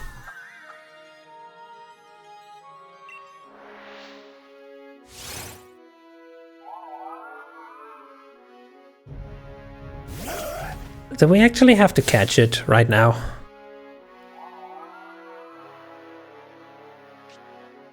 I'm pretty sure because it's just question mark, question mark, question mark, we don't. So,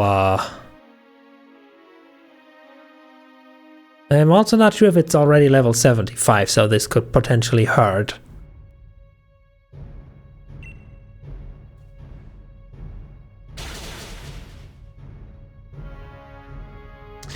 Yeah, that's gonna hurt.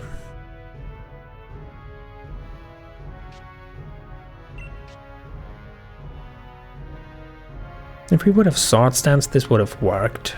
Now it's not gonna work anymore. I believe this is just a test of strength, so brutally murder. Gotcha. Sadly, a second Sucker Punch won't kill. Second Giga Drain, however, will.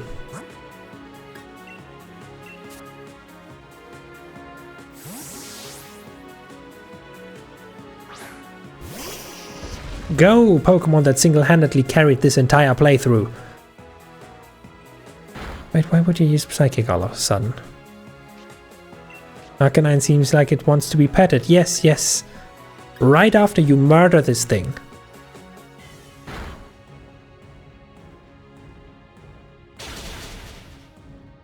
Ah, it lives on 1, really? Extreme Speed.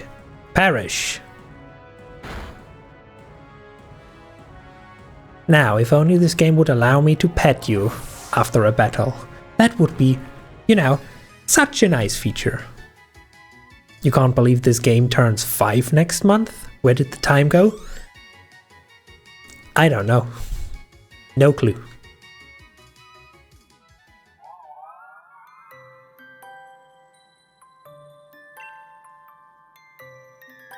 Did you have fun getting brutally murdered?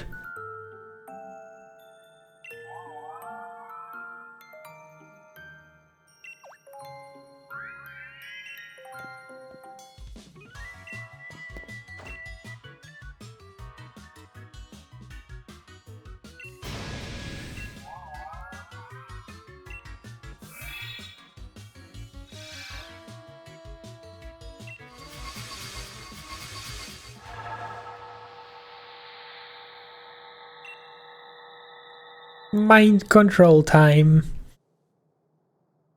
Definitely the better version of Peony.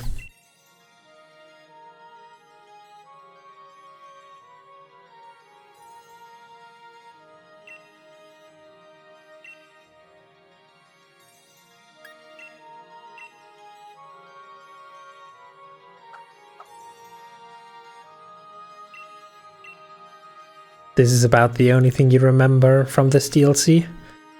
I mean, the rest isn't really all that memorable in the grand scheme of things. Like, this is the only properly fleshed out storyline with multiple steps.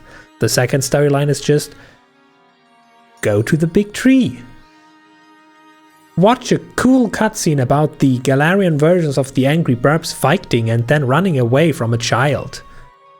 Now go to 3 specific locations at the farthest regions of the map of every DLC and go catch the burps. And the third questline is just catch every Reggie.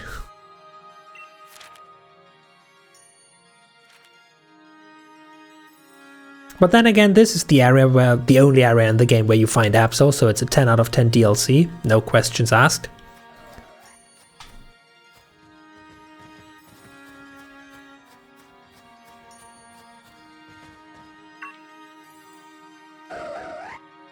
See? 10 out of 10. This was healing, right? Restore, yes.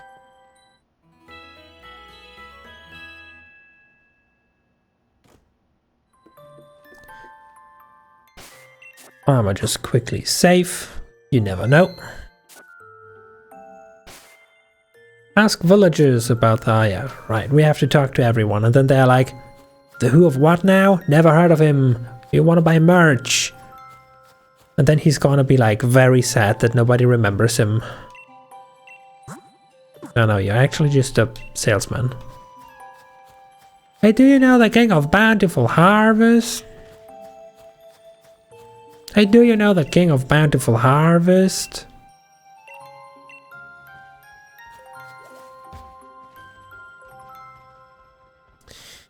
You really forced me to go the long way around for this stupid item. That's probably not even worth it. Yeah. Actually, wait. Are you even holding an item? I've been playing this entire time without giving you an item to hold to boost.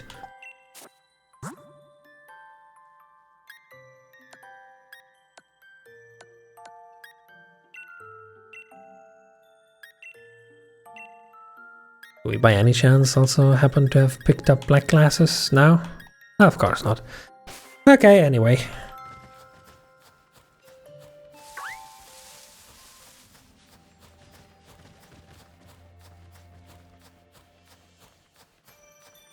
Hey, do you know the King of Bountiful Harvest? Also, burp. Very fluffy burp.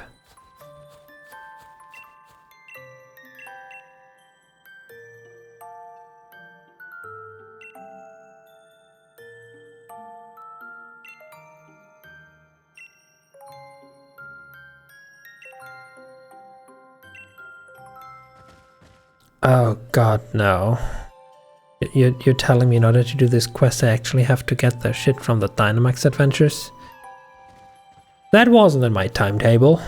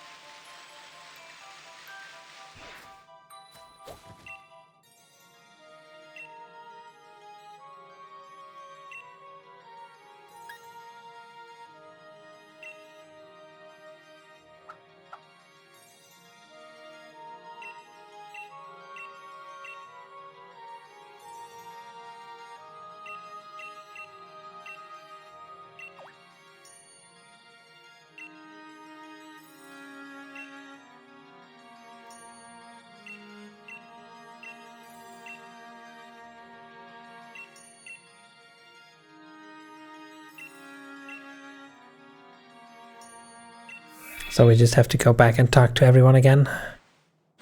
Also, you could have kept mind controlling Peony a bit longer, like for all I care.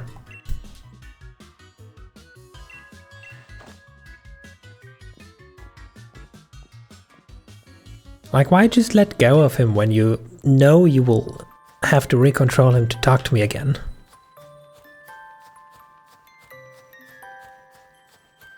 Anyway, whom do we talk to? Find Freezington's mayor.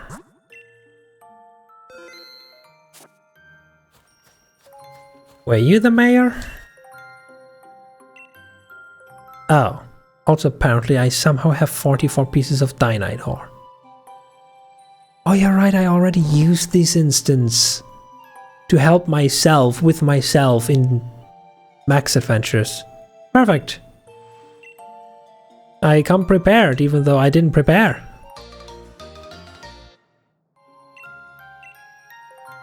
But then I would assume that you are indeed not the mayor.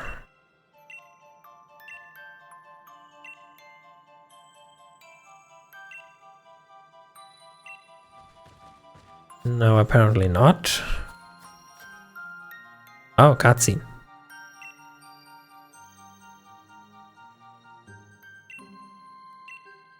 Convenient plot device that tells me where to find the first field.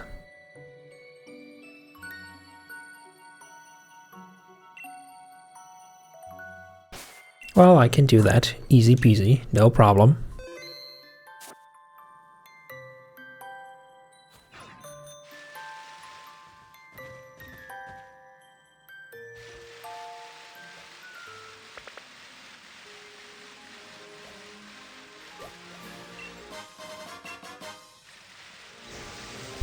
If only max revives were lying around this easily in Pokemon Reborn as well.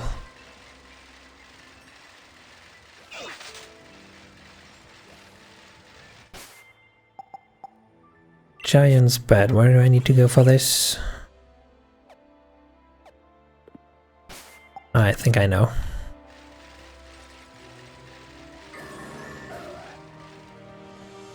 I know that cry. Hello there.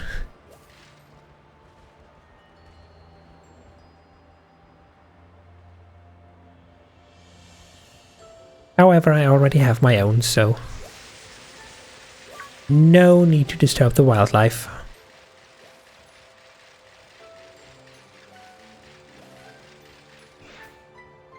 Hello, plot device.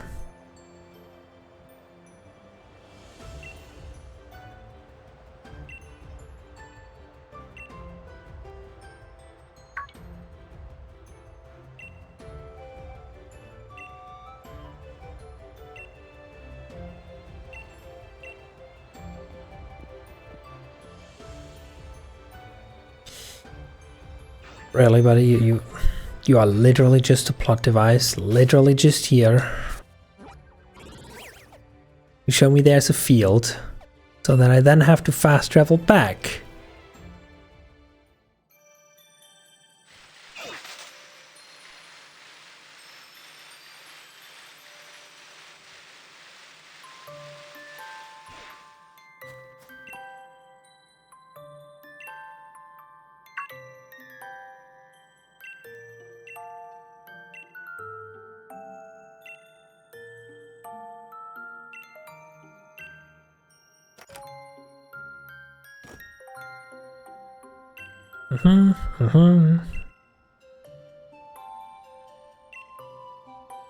Do I have to though? We know it's a carrot. We have the carrot. Oh, we actually have to.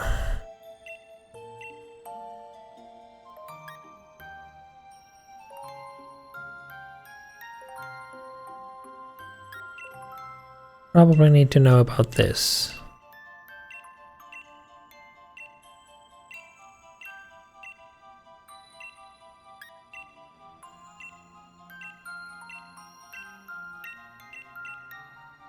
That teaches us about the 2, Ice and Ghost.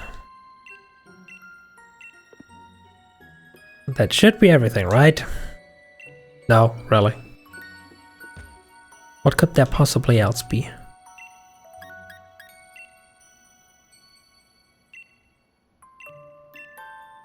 No, this actually is the second part that teaches us how to get the right horse. The rest is just advertisement, so this should be it, right?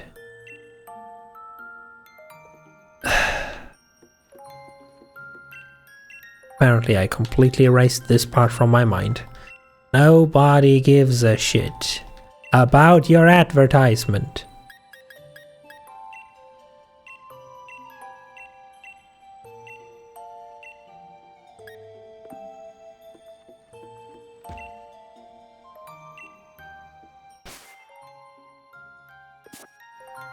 We don't talk to him.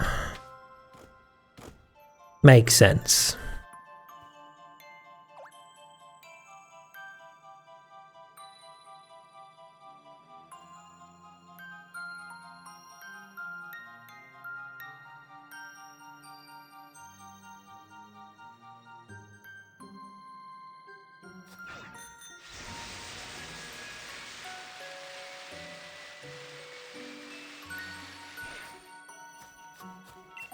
Now watch as Peony conveniently enters the scene, just to be mind controlled so he can speak to us.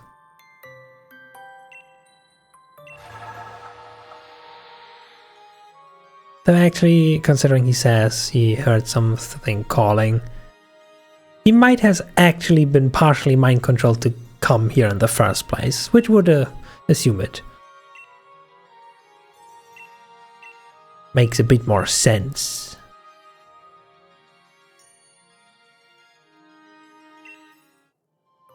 I should not skip with the B button.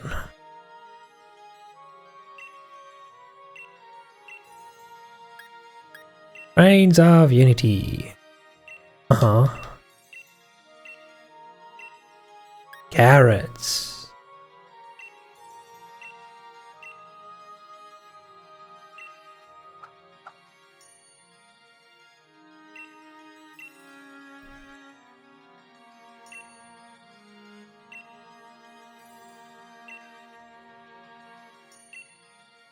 Yes, we already have the carrot seeds. Thanks for skipping this part of the quest.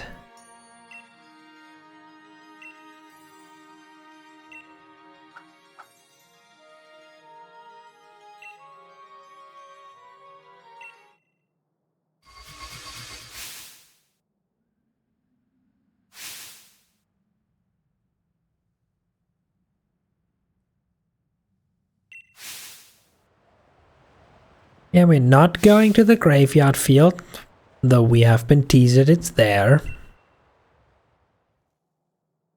Because we need the ice route or the ice horse, otherwise everything is pointless.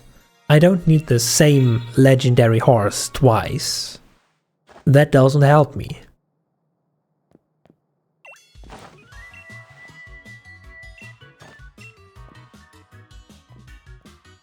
Bye, Peony.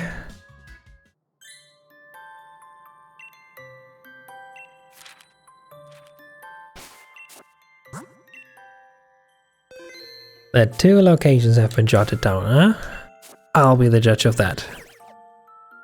Oh, actually, both have been jotted down. The hell do you mean I can't fly there yet? Even though Ghost Horse is way cooler? Why do you think I have it on my main save file?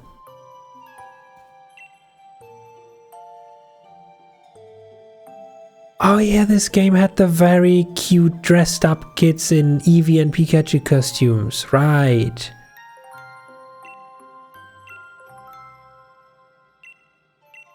Yes, game, thank you for kindly reminding me of what we just read 30 seconds ago, just in case we conveniently forgot.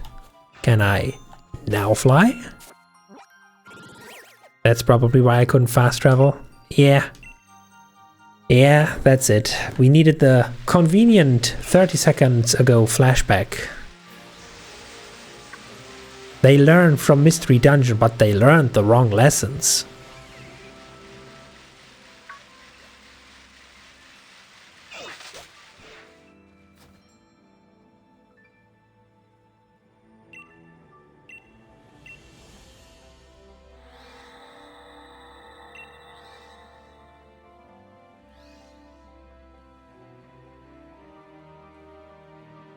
Yes, ice root carrots.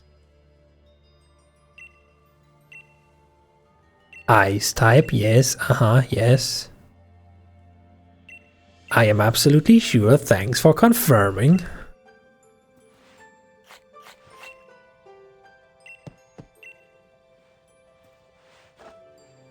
Now do your magic.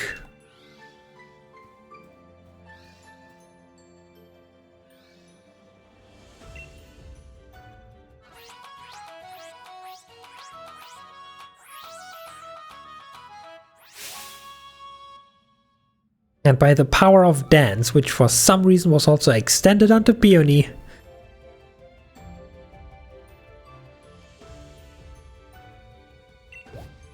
we have obtained a single carrot.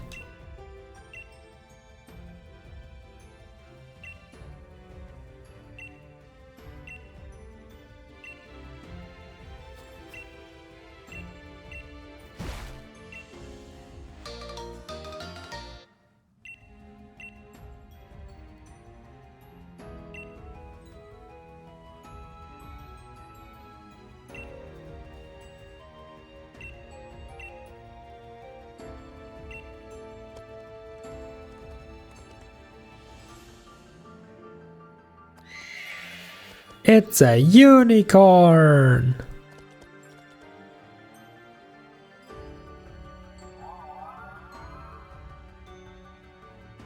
And that's why it's the lesser horse, because we already have a very cool unicorn in Gala. Galarian Ponyta. Who needs this thing?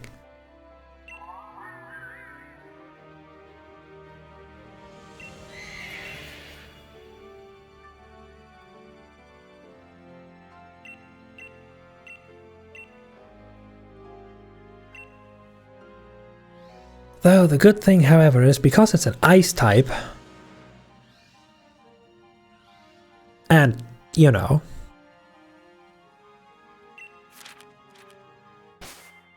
my strongest Pokemon just so happens to be a boosted fire type.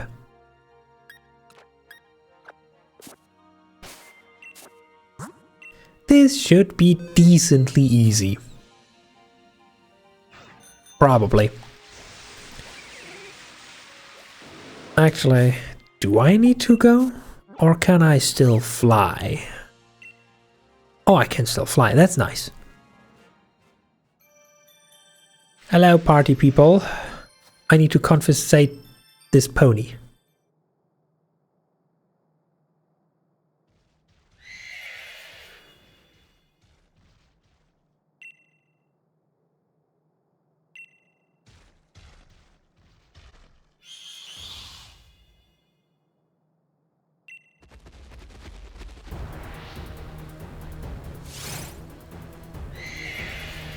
What epic battle music!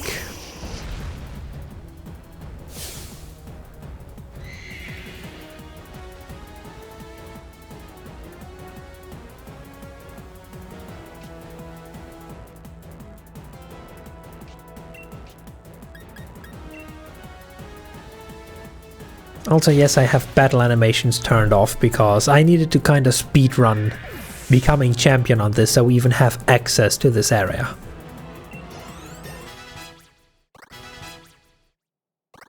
So, just in case anyone was curious, no, the game isn't this static. I just turned off the animations.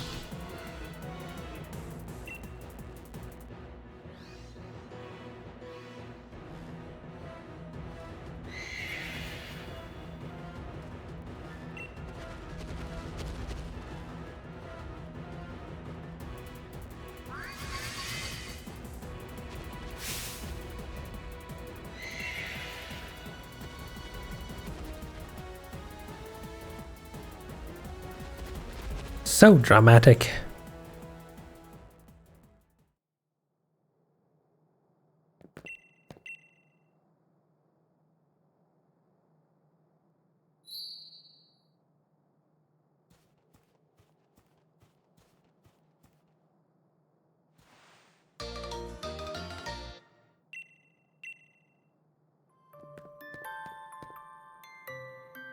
Are you the convenient plot device?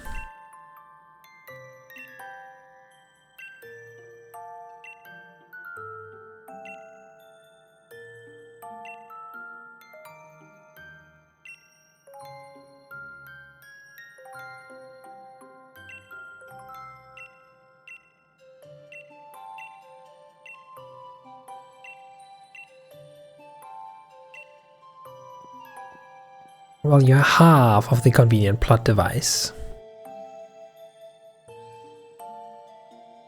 Pretty sure we now have to learn more about where to get that radiant blossom. And then it's probably even the old lady we saved that knows how to actually create the Reigns of Unity.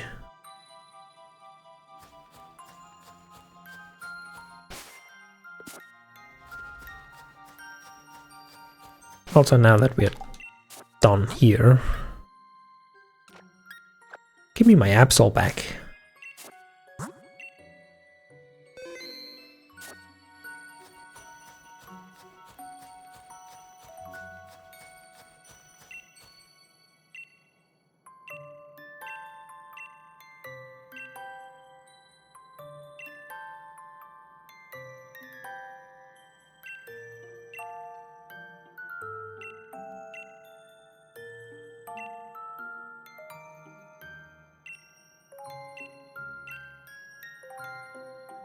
But for whatever reason, a fraction of my power seems to have returned to me just now. It's called a plot device.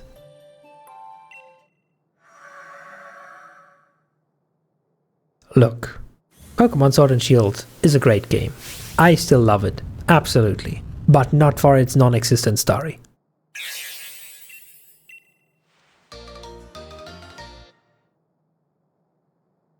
Just want to make that clear so that there is no confusion.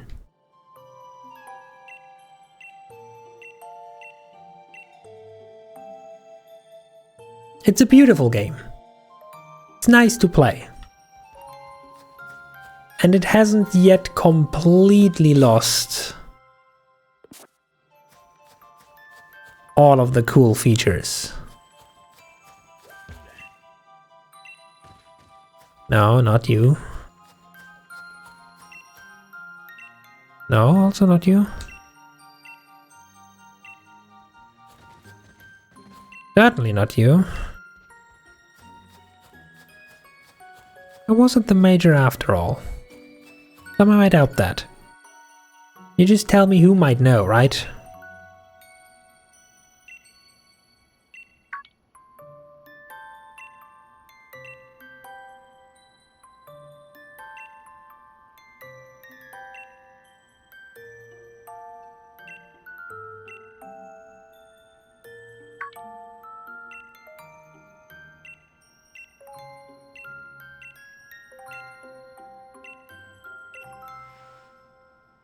Oh no. He actually is the one that does it, okay. Guess I'm mixing it up with the kind old lady that just gives us Cosmog.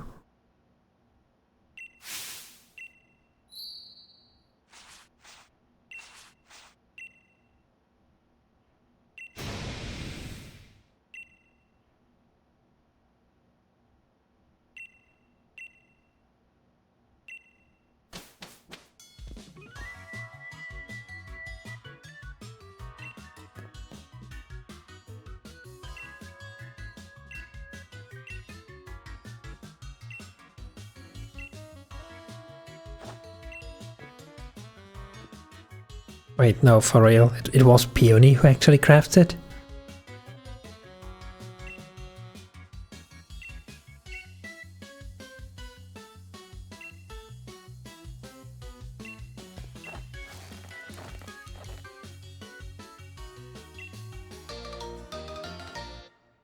Ah, yes. The power of comedy. But hey, at least, as long as it gets us where we need to be, I see no reason to complain.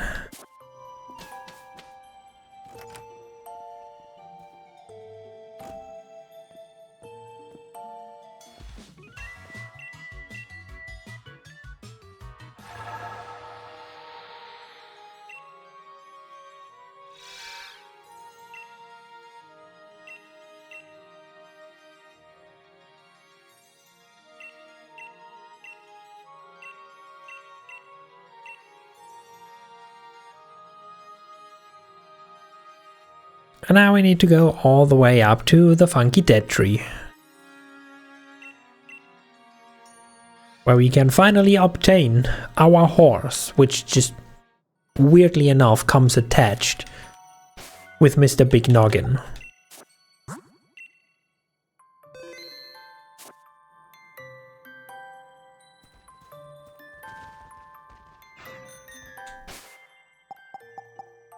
No, not camp.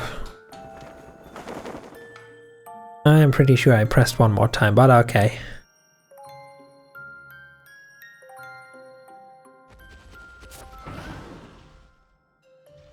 Yes, I can't use communication features when I am not connected to the interwebs.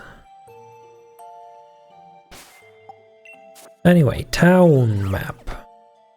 Farthest fast travel point I have, and then it's just a long way through the snowy mountains.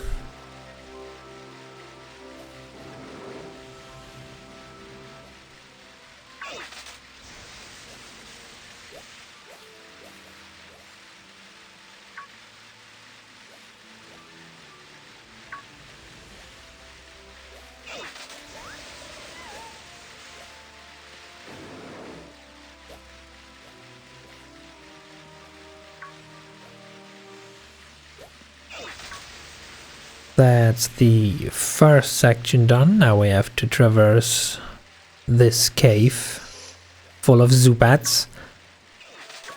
Man, I sure wonder where I got mine from back then.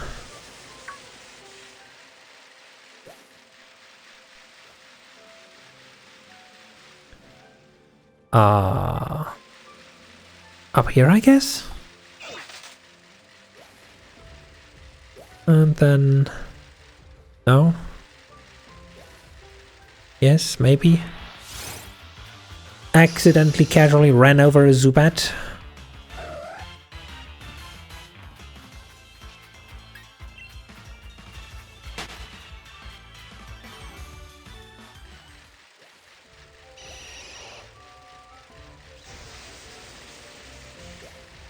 Well, this does look like the right path. Now the third area to traverse. Full of snoms and frost moths.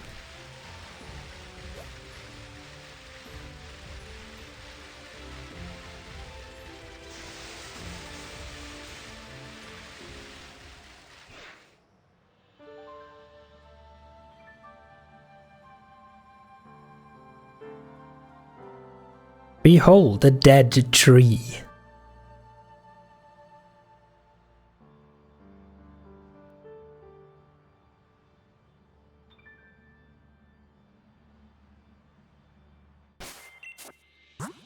Time to drop a save just in case, so we don't have to do the entire trek again.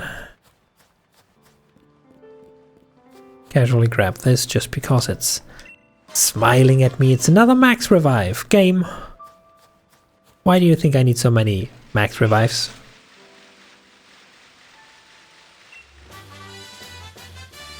How would you possibly assume that so many of my Pokemon are just gonna faint horribly mid-battle and I need to restore them to full condition to keep fighting?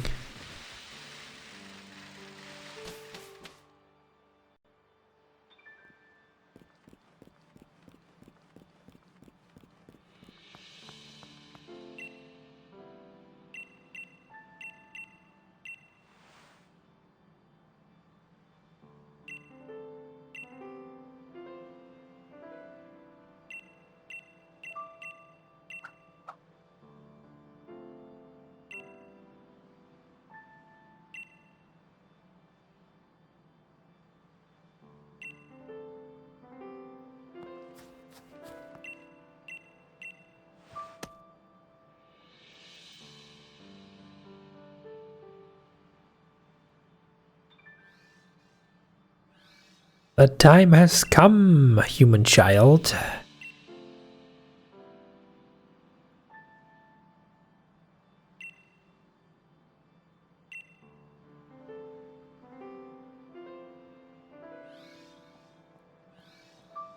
Has it really, though? Has the time actually come to finally catch you?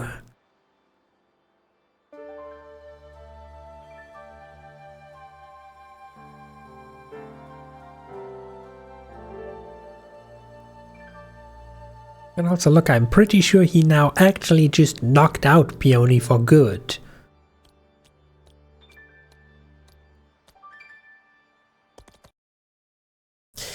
But that's what I was afraid of. That's why I constantly keep saving.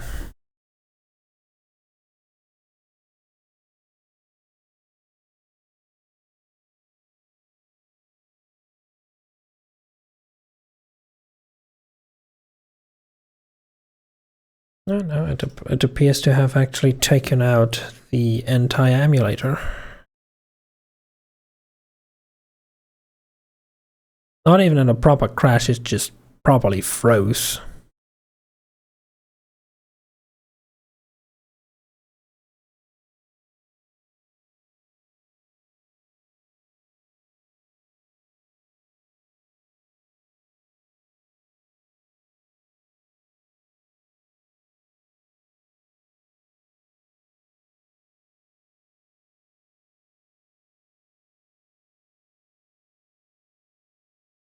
Let's just hope that it was a single instance and isn't caused by the cutscene.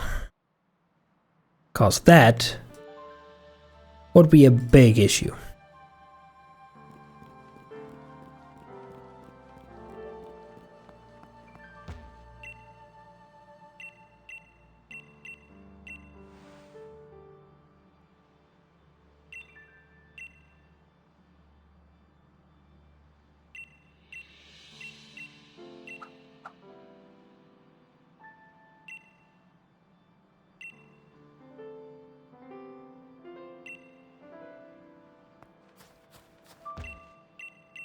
Skip all of this again.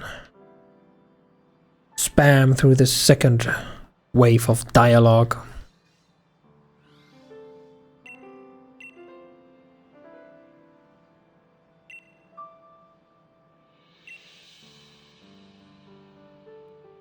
Now, considering that I had to find out the hard way again that you can literally not skip the credits of this game, something gives me little hope that you can skip any other cutscene. Yeah, no, none of these buttons do anything, so please don't be a recurring issue.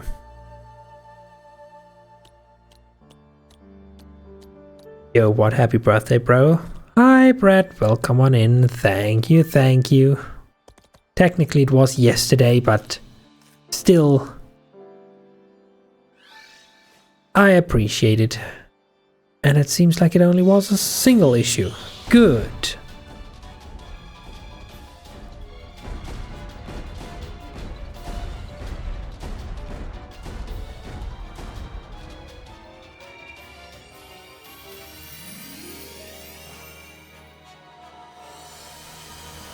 Imagine them going through all this trouble to animate this one singular cutscene that has so little meaning.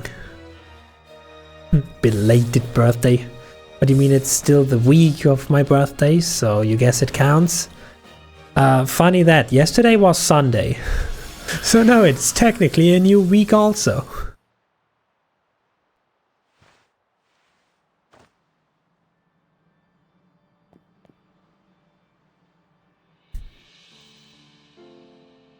Damn, yes, I'm right.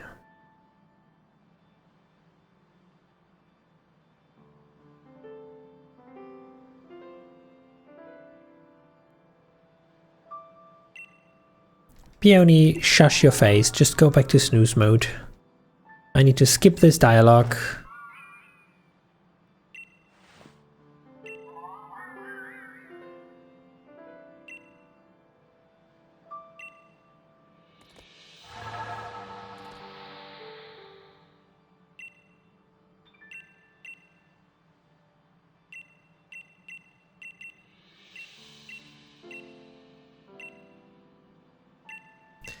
Once you've readied yourself. Good, so you give me a choice to save beforehand. That's actually kind. For how much sandbagging this game might be, it's actually nice that they give me a chance to save in case the second issue that is very common appears now.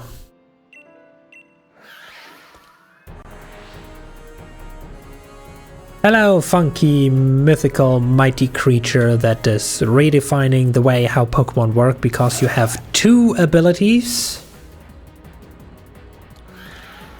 Epic showdown against a level 80 Calyrex. And now that's a fancy story.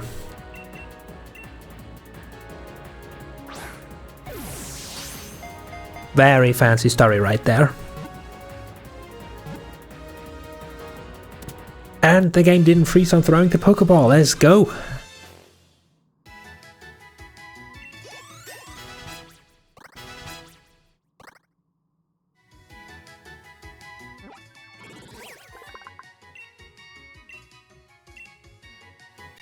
Your team is too nervous to eat berries. What? Yeah. One of the 2 Pokemon. I don't remember which one of the 2, but one of the 2 Pokemon has the ability Unnerve, which just means your team doesn't eat berries, which means if your Pokemon is holding a berry, it's not gonna use it mid-battle.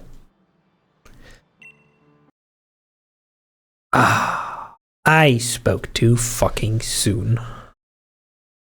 It crashed right after, before I was allowed to save. Are we doing 3-hour break times? I would assume so, yes.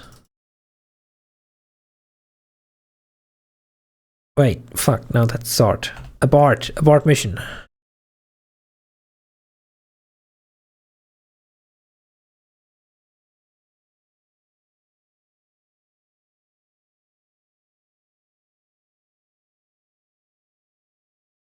I need shield. Sword comes afterwards.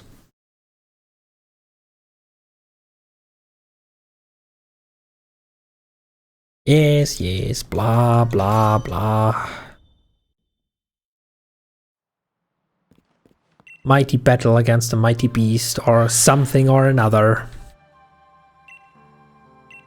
Ready my Pokeballs.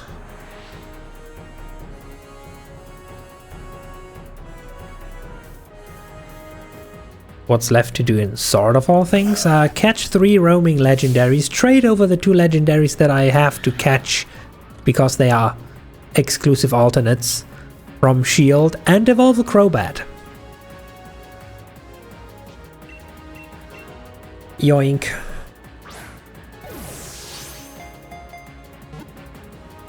Two, 3.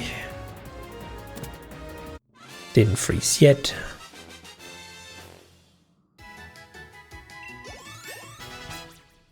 Please don't crash before I can save. What do I need? Like what rares? The 3 roaming beasts like Virizion, Terrakion, and whatever the third one was.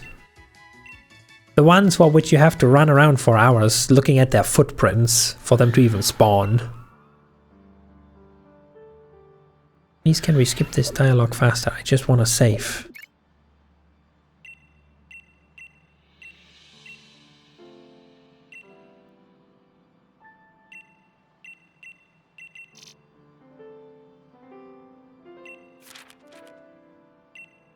Thank you.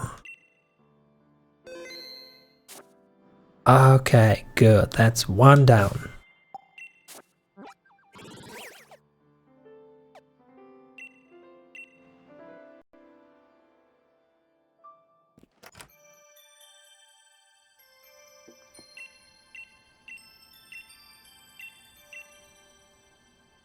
You think it's Cobalion or something? That does sound familiar, so it's probably that, yes.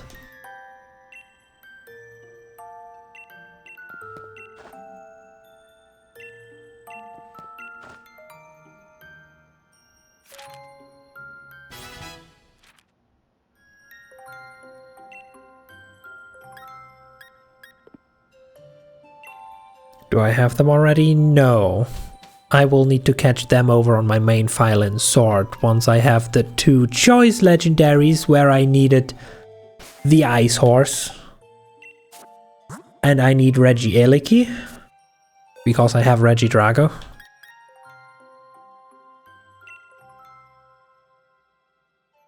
Also, how do you unsplice this thing again?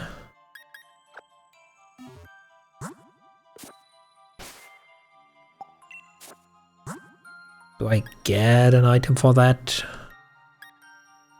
Other Reigns of Unity, I guess.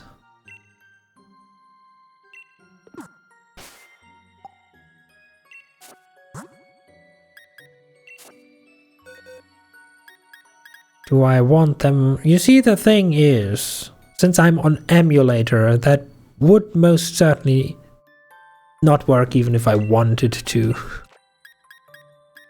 The only person I can trade with here is myself. So I will have to go through this journey either way. Anyway, why is the horse lower level?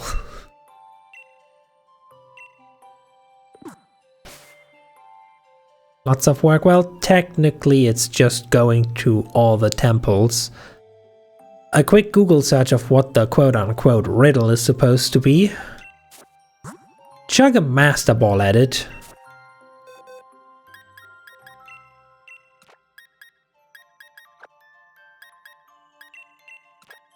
And that's about it. For the most part.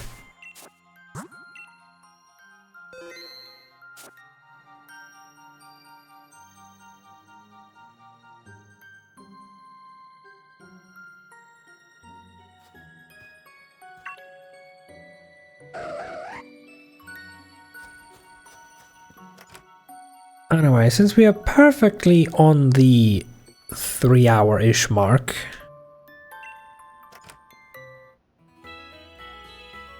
and we have done one of the 2 more work-intensive parts, I'd say, I'm now gonna take my midstream break here, and then in the second half we're gonna catch a lot of Regis. Just a few. Tiny handful.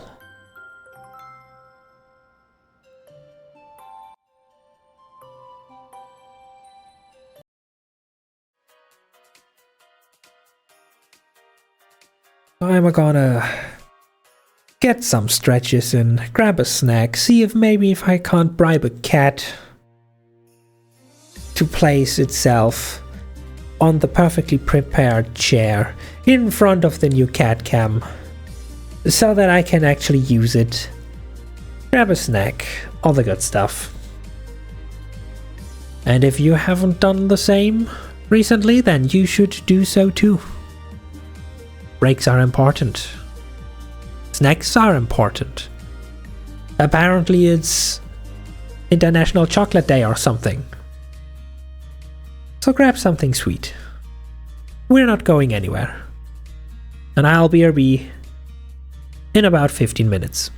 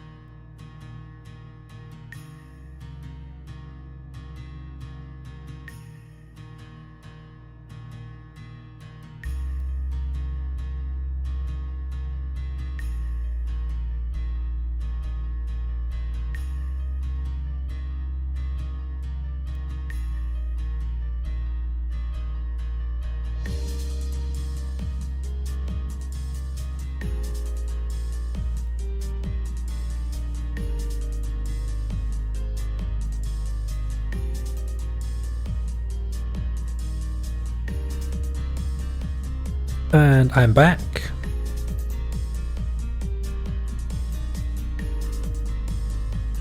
So should everybody else be, considering the ads are over?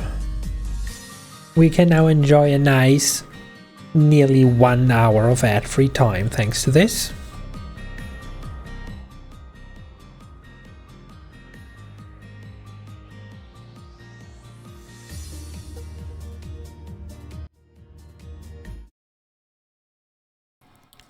Oh wait, wrong scene. There's the game. Even though I'm playing Pokemon, we're not on the Pokemon scene because this is Switch, which has a different aspect ratio. Now then.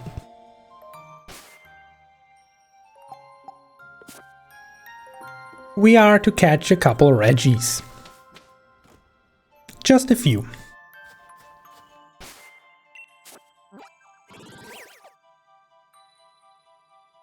A very small handful. No kitten, no. I'm afraid there is no kitten. I opened the window so potentially she could hear that I'm here and at some point decide to climb up to the window as per usual. But otherwise I'm afraid they are both outside. What impeccable timing.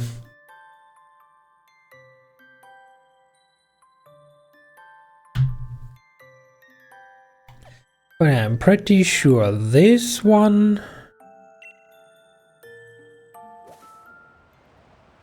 the last one. Oh no, actually might not be. Let's ring the piercing note that will wake the giant of steel.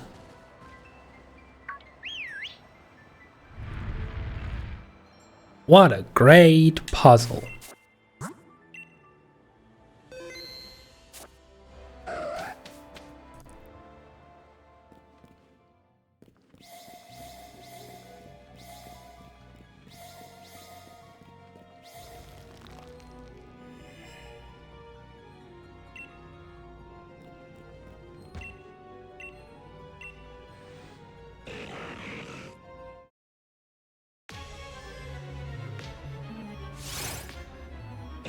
It is a Registeel. Which, why yes indeed, I'm going to steal.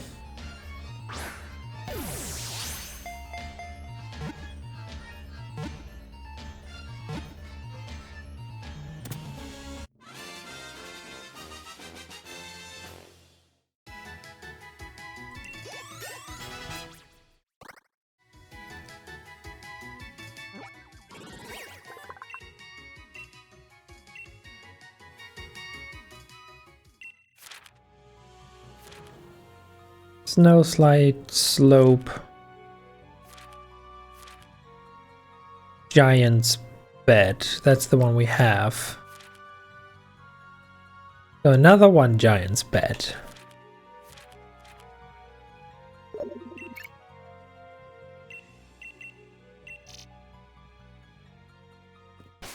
Anyway, before we do anything, let me save, just in case. We know how finicky it is. So you're saying there's a second one on Giant's Bed here. Oh yeah, down there.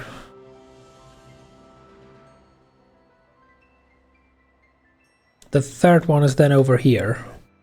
3-point pass. With the final one being there? Oh no, actually the final one would be there, the third one is here. But we will get by them either way. For now we just need to stop and say hi to the Absol.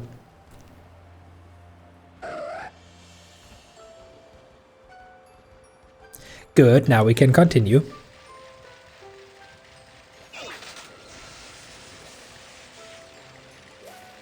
And actually we need to go downhill here. Pretty sure.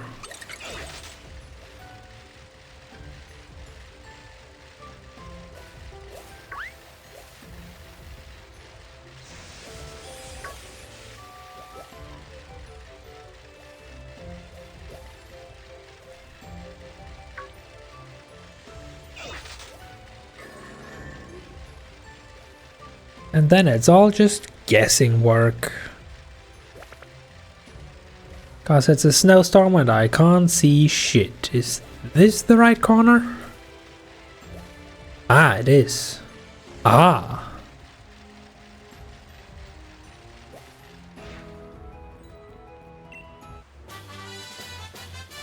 Grab a free TM, because why not? Just so we have it, not that we ever use it.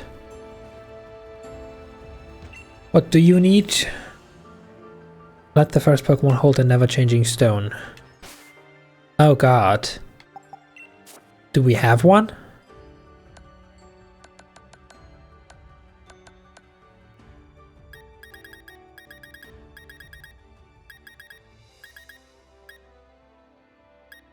Okay, shit, I did not in fact account for this. Where do you get an Everstone? In Pokemon Sword and Shield.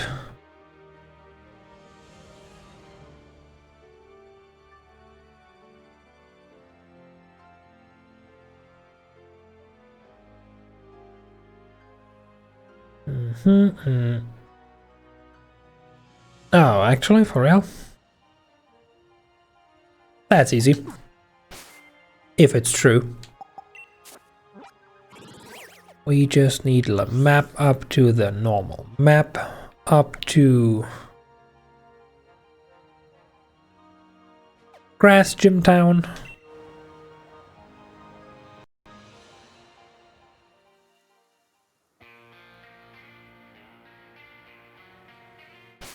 Attached to a Bulbasaur.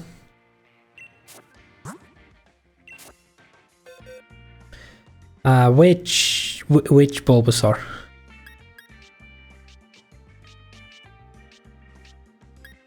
On my sword file that might be true. I'm afraid not here though.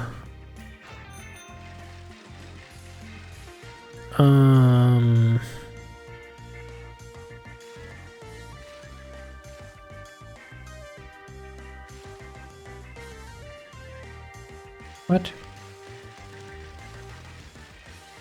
Oh, that's Route 5. Where's this supposed to be?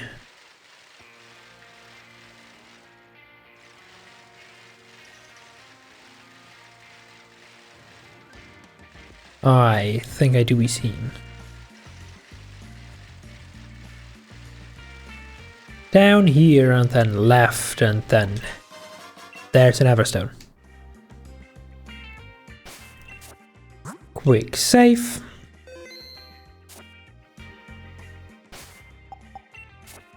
Quick fast travel.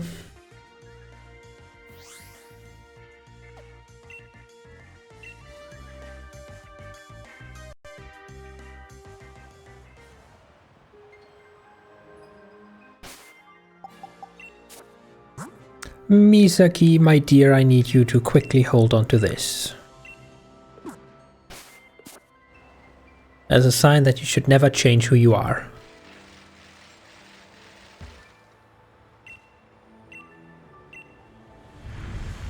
Magic.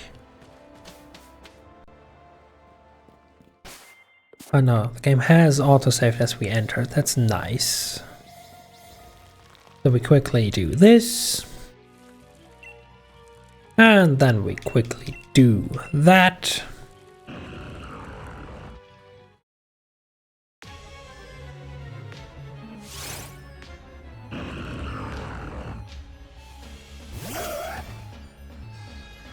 Hello, Reggie Rock. Have a ball.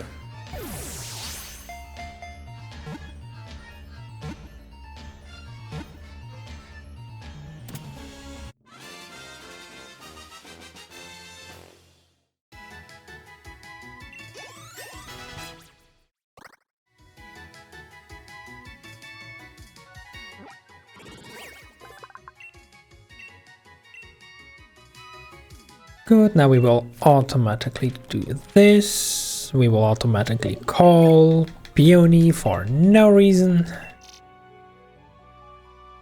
And then we're allowed to save.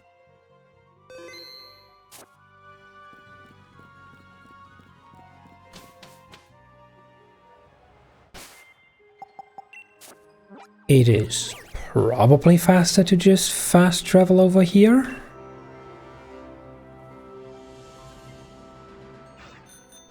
And then drive from here.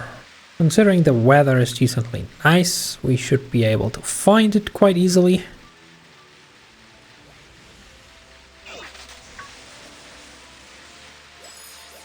Just a matter of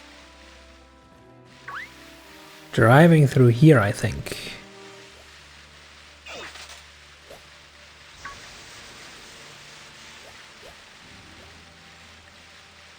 Yes, and then it looks like a dead end, but actually there's a super secret passageway this way.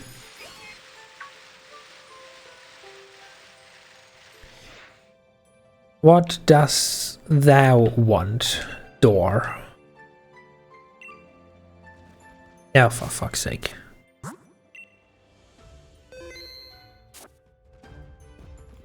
You kinda like want me to catch an actual Pokemon.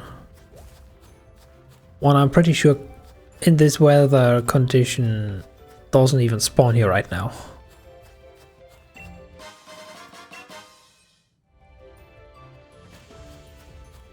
Okay. Well, we can fast travel here now, so we are essentially free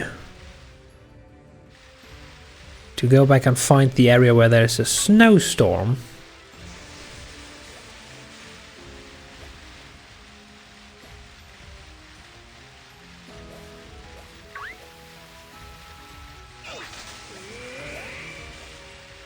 Which I think was just down here.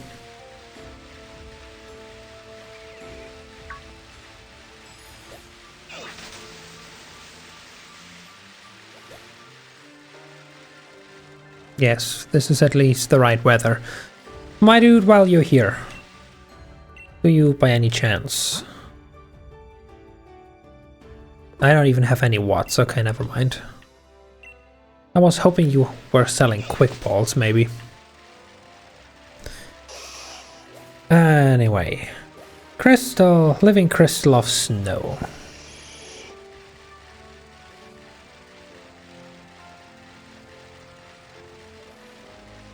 Living crystal of snow.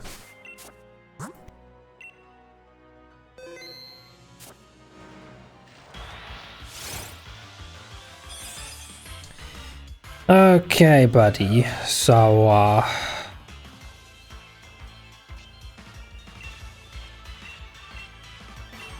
I have 42 quick balls, right? I already used this instance to catch other Pokemon before for the base game as well. Doesn't help though.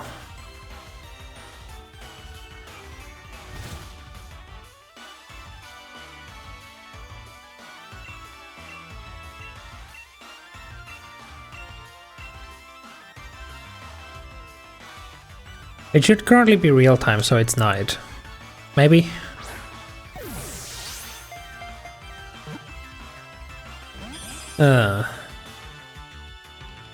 You are going to make this an issue, aren't you?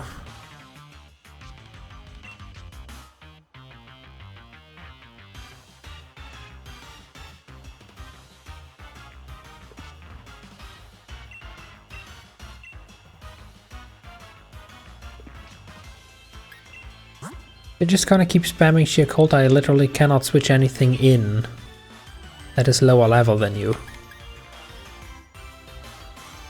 Again, if you just keep using sheer cold, I can switch anything that's higher level in free of charge.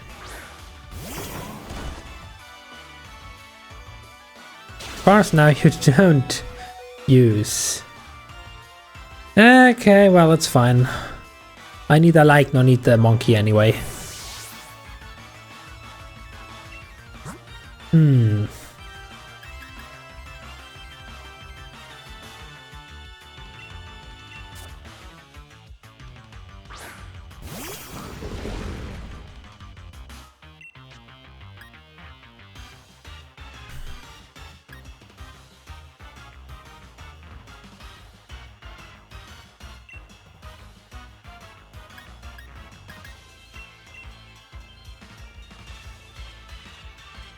Defense rose sharply. Oh, that's nice.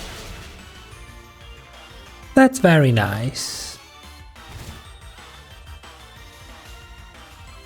Do you now want to stay in a dusk ball? Maybe? Just on the off chance. Okay. Your defense once again rose sharply, which means you should live another one now. Ah, that's a nice HP range. And you have Solar Beam. Well, time to gamble. You either now stay in the ball or this turtle is dead.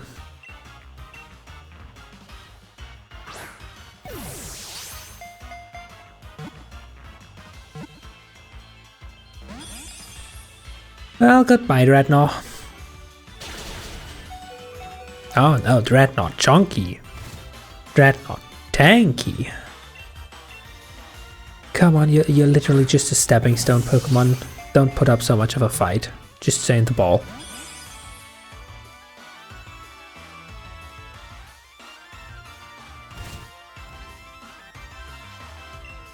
Like, just stay in the ball.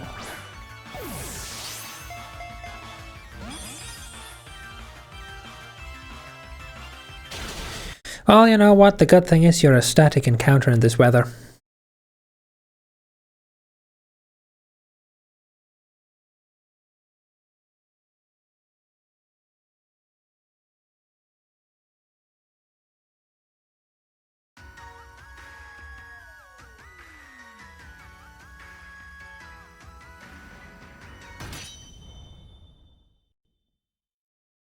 Or at least you should be.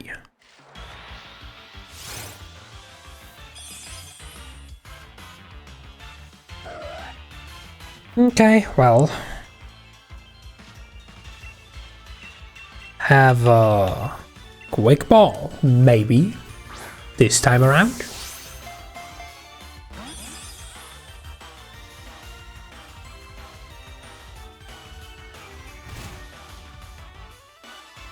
Your acid armor, does that mean you live a sucker punch?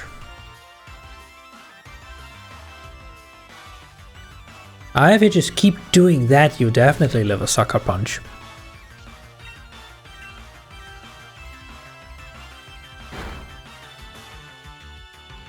Are you so absolutely live a sucker punch?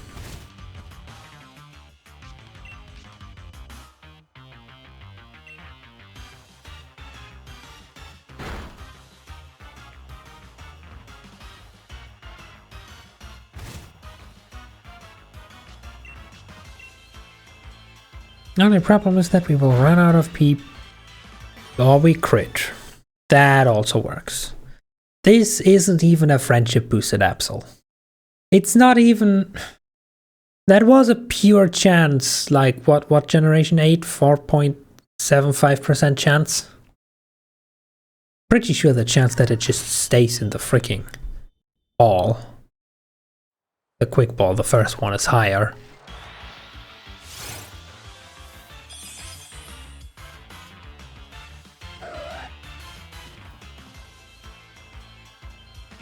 Like, come on, it's such a nice, comfy, quick ball. Perfect home.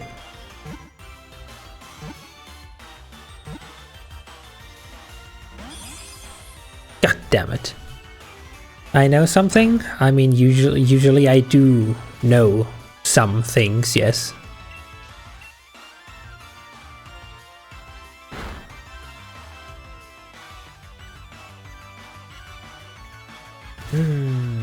Solar Beam, eh?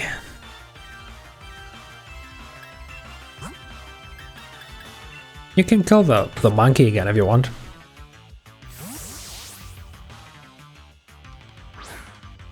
Why are all the women in this game addicted to him? You mean Yakuza?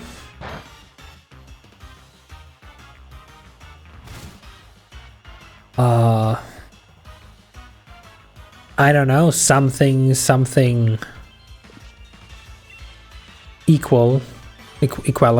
If all the men are literal mobsters, gangsters, and other criminal thugs, then all the women just have to be assholes. Otherwise, it wouldn't be fair. Which is to say, I don't know. I didn't make Yakuza. I don't know why they made all the women asshole.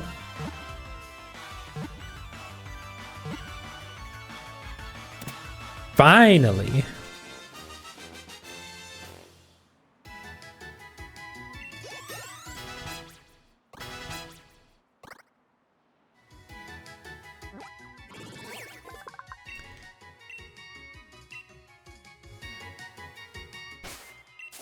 And quickly save.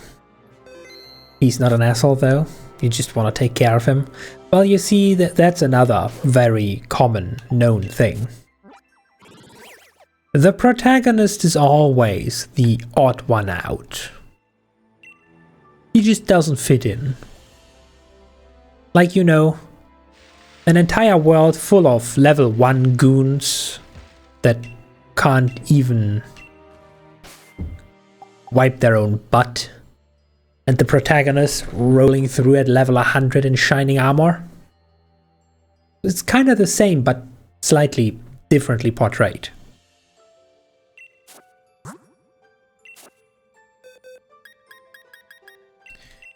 Anyway, snowflake for monkey. I probably need to have the snowflake out front.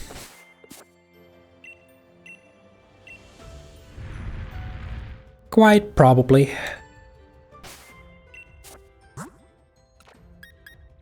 Now we swap back.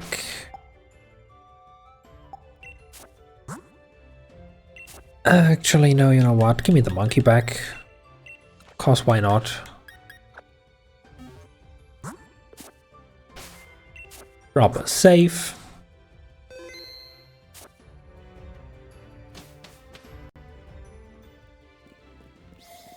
Walk all over the floor tiles.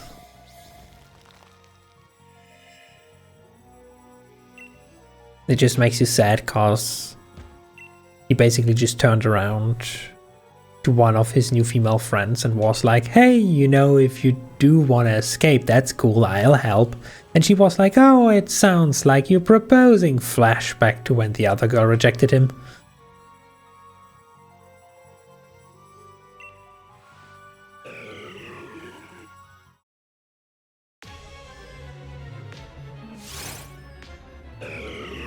Hello, Reggie Ice.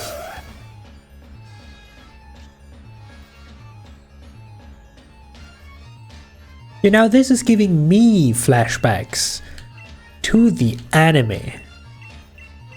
To what little of it I have seen. Which just brings me genuine question. Like, genuine question.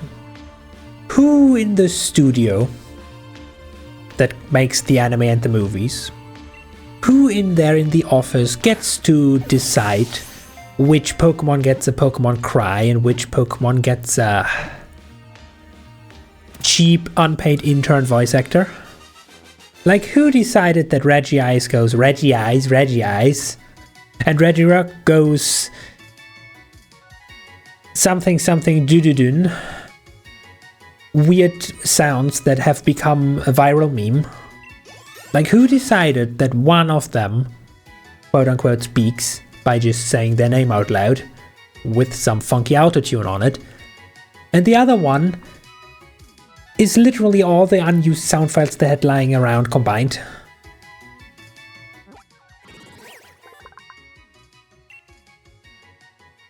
Who decides that Flygon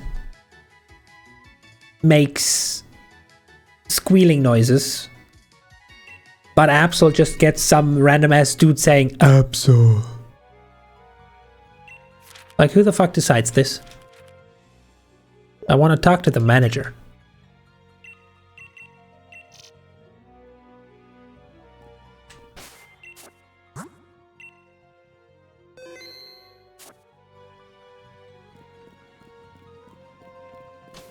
You ate all your pickups? Oh no. All of them? Like all of them?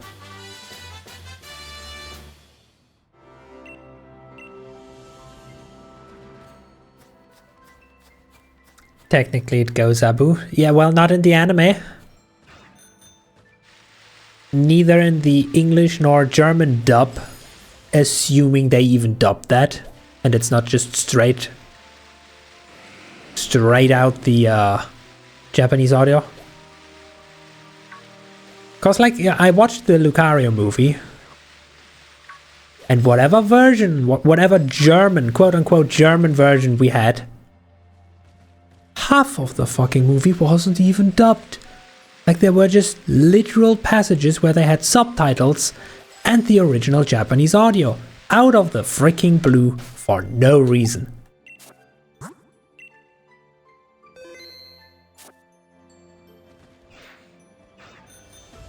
Which granted made it a slightly better experience. Except for this weird situation where, you know, everything's better in the original dub. Duh. But somehow they found a German voice actor for Lucario that's better than the Japanese one. At least more fittingly in line with what I would assume Lucario's character to be. Yep, good thing that I saved.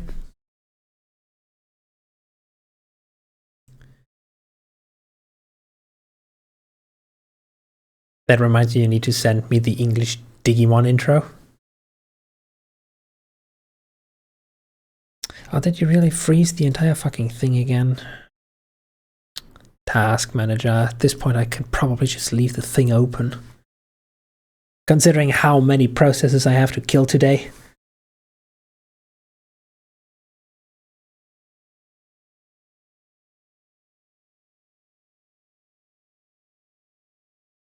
Oh yeah, that is exactly why I save every 5 steps-ish.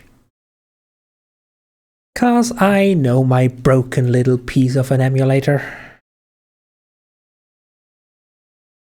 Struggling, trying to run one of my favorite Pokemon games. Configure, fix the clock.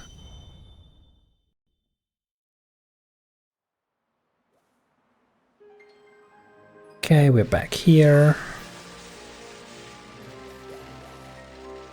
Luckily, I literally just saved so we didn't lose too much.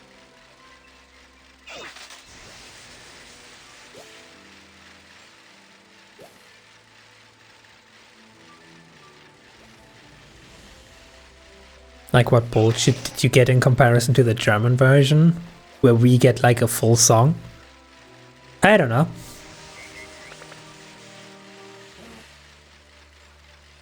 I can safely say that I have seen even less Digimon than I have seen...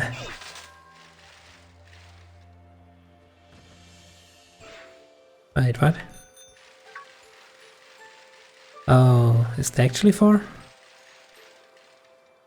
Or have I just circled around to where we were? I have freaking circled around to where we were.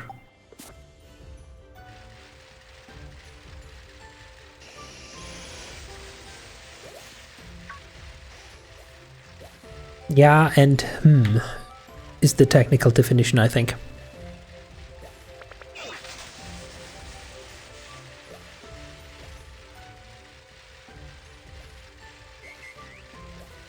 We try to navigate this hellscape of tiny spawning Pokemon that you barely even see and then run over on accident.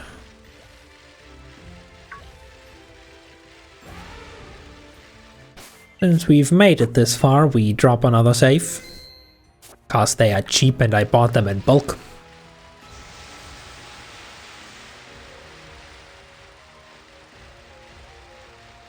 The OG Digimon, because it didn't outstay its welcome. It knew what story it wanted to tell and then got out.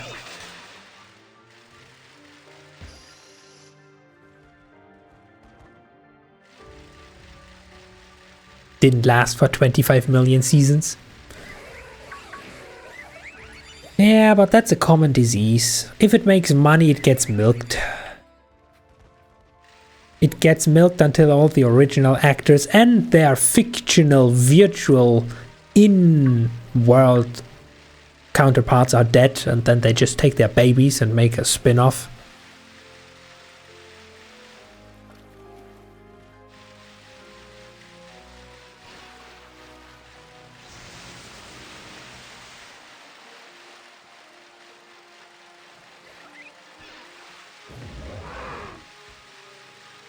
Is this by any chance where we need to be?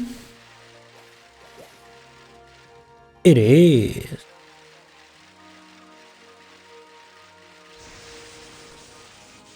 There was a reboot, but you haven't watched it. The graphics would probably be up my caliber.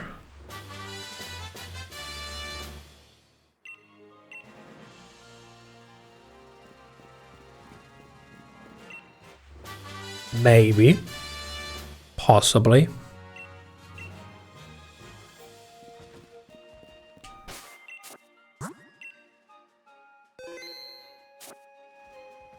Okay, door, will you just open because I have caught them? No, I actually have to bring them. Okay, very cool.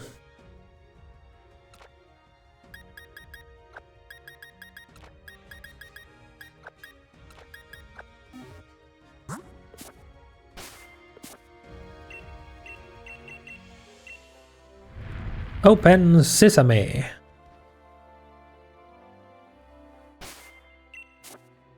Now give me back cool Pokemon.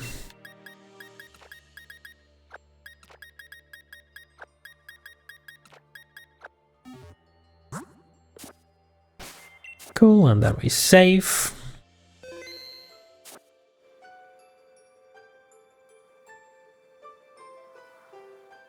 Bone. I need to remember the bone.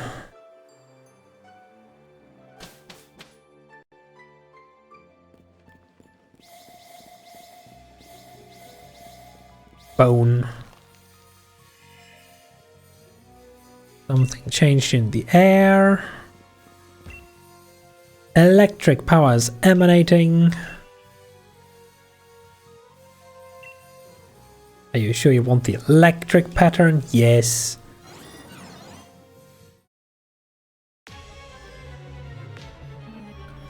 Hello, other weird abomination. Not really a pleasure meeting you, but alas, here we are.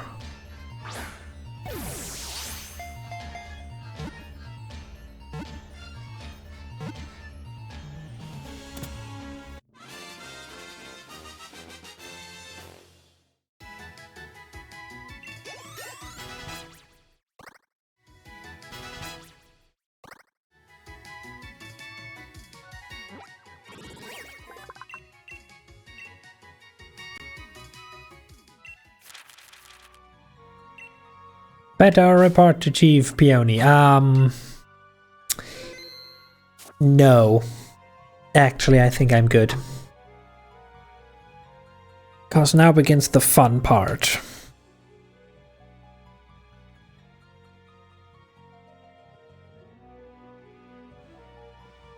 The funny McFun part.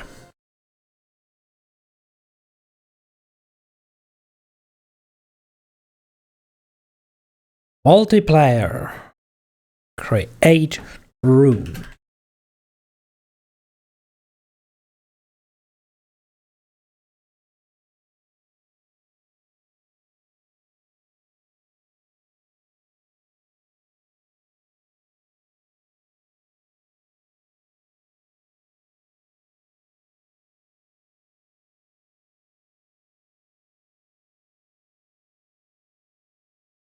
Let's put this over here.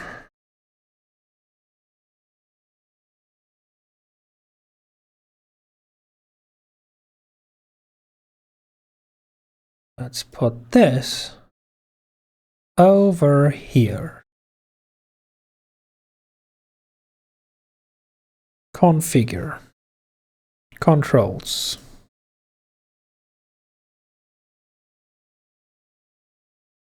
I'm just gonna assume the controllers go in order because I now have to assign one of each of my controllers to either of the instances.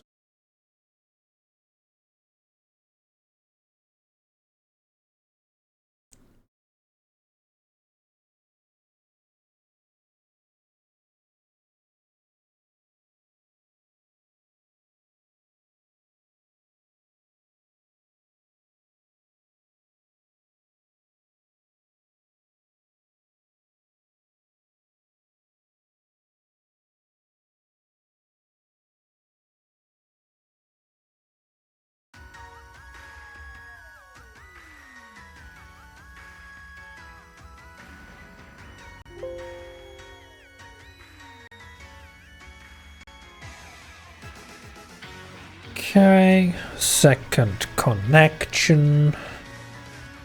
Let's see.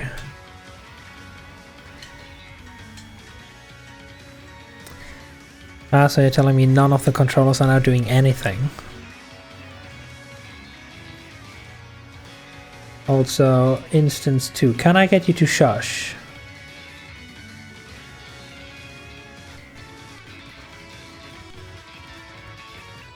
Thank you.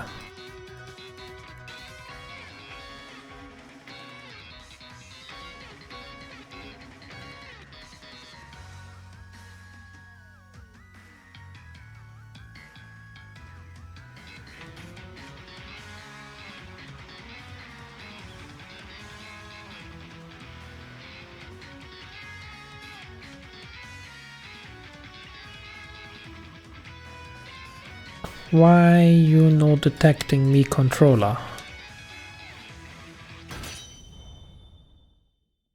Ah, shit. You be detecting my controller. Because I made changes, you swap profile. And now A is B and B is A because it's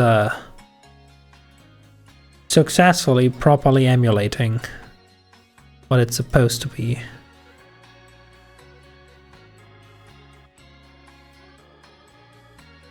Can I quickly change that?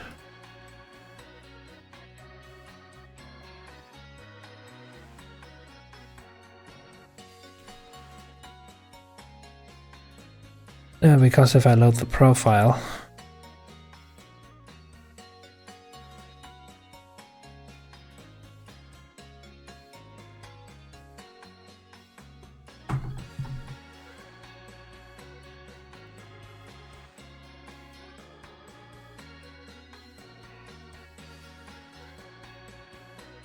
Okay, then we just do it this way.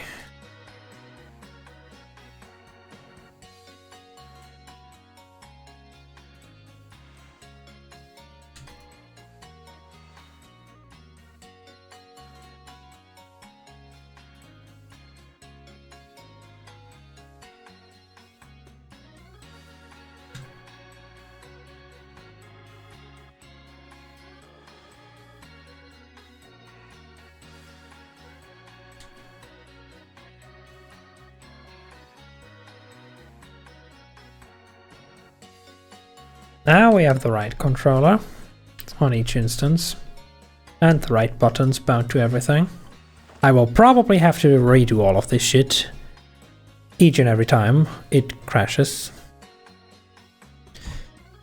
So let's ideally just hope it never does. Biggest problem about that is that I forgot one crucial core part. One very important thing. And that is that I actually need Pokemon that I can trade to begin with. Didn't quite think that through.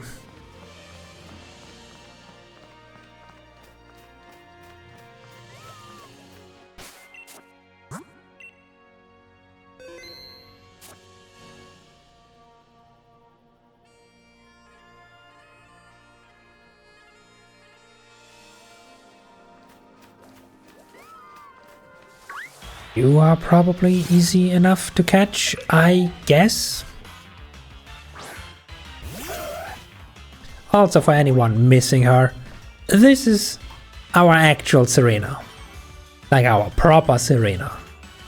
Like the real OG one.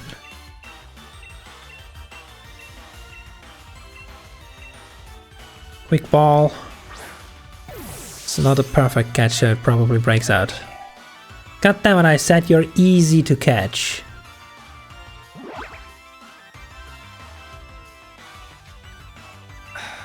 Dusk Ball.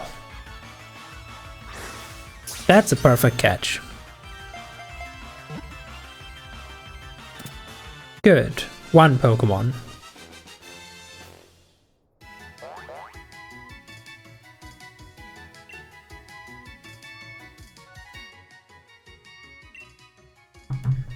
Welcome. Trade fodder 1.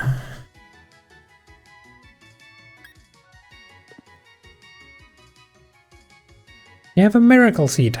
How nice. Give me that.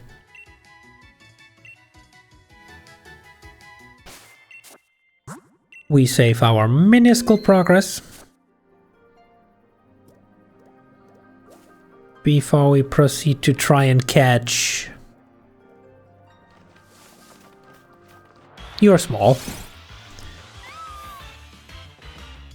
You're unevolved, but I don't think you count as a baby Pokemon, so it should be fine.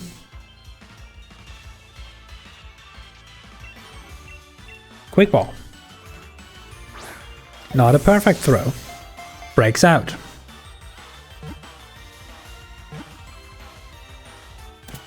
Or not. Even better.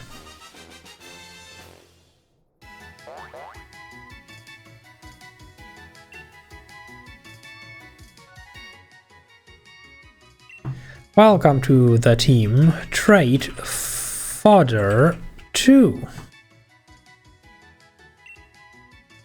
Not party, no. Bad. Box.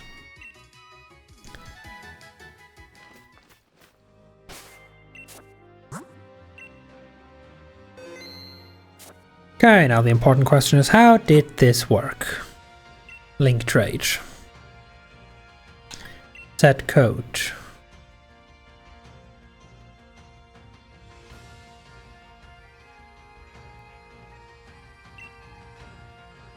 One, two, three, four, five, six, seven, 8.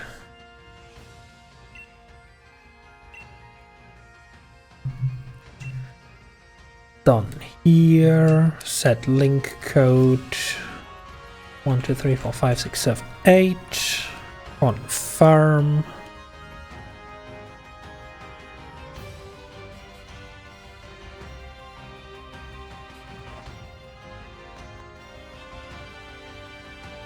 Uh-huh.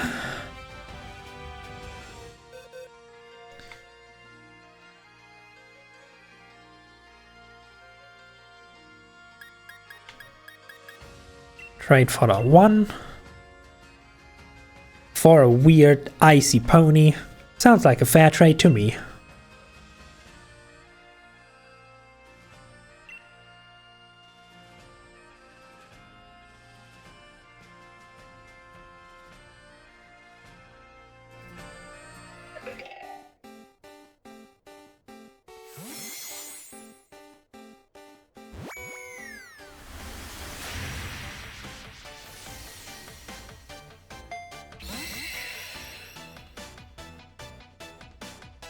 We have acquired the Ice Pony,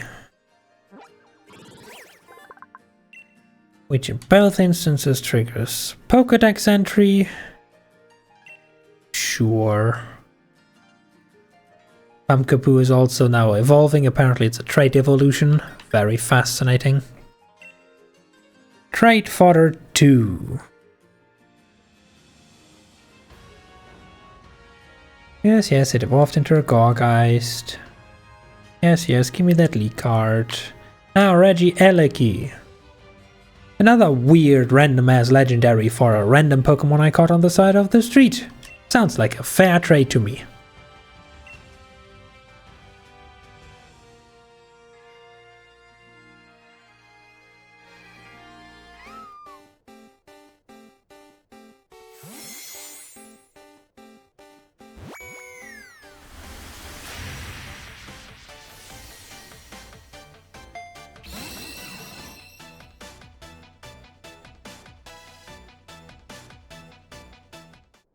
Okay.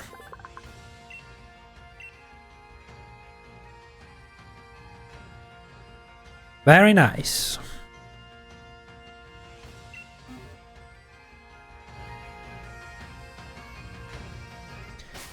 We immediately save on both instances, just to be sure.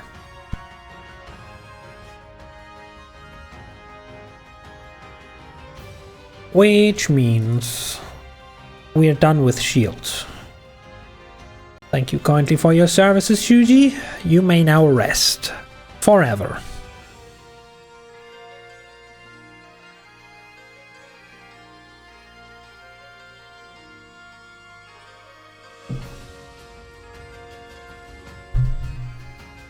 Put the second controller away. Emulation configure. Go back to my normal control scheme profile. Very nice.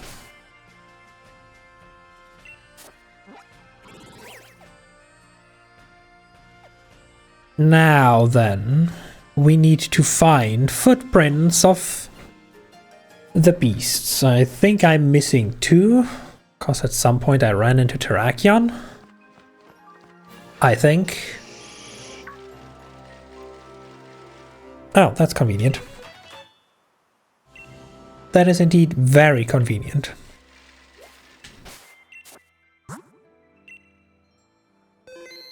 We are trading now. In fact, you missed it. We are done trading.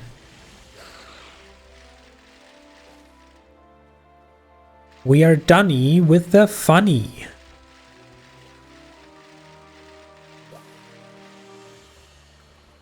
Where would I find the remaining missing footprints of the third Pokemon, though?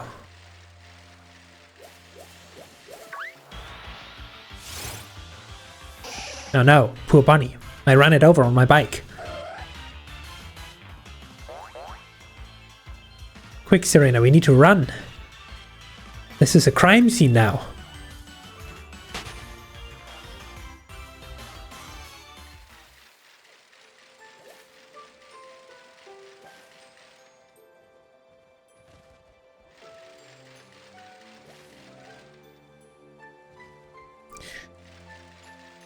But for real though, where would I need to look for the footprint of the third legendary Pokemon?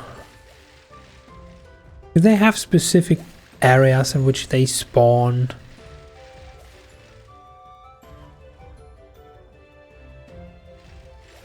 Possibly, maybe. I genuinely don't know.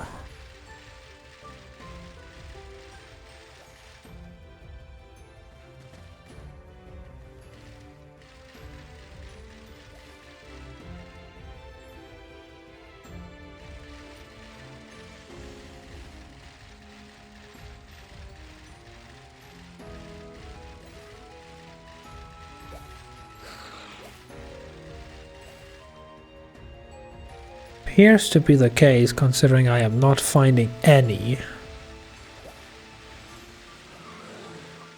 Because if they just randomly spawn somewhere, I should have run into at least one pair by now. You know?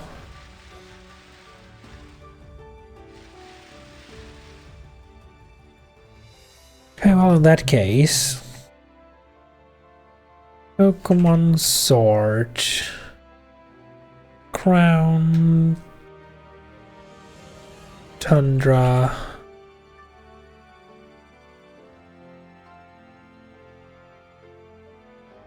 no, not Ultra Beasts.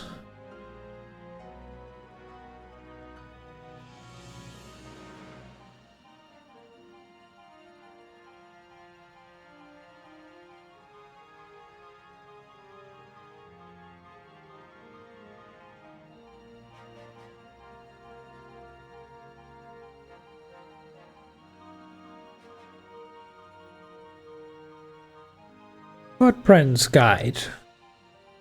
The actual guide to where I need to look.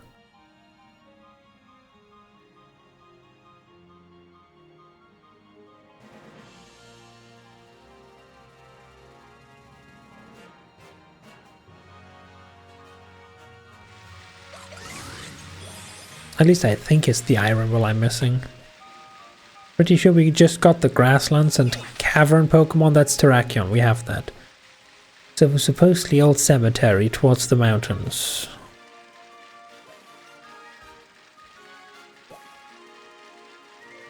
Old Cemetery and towards the mountains.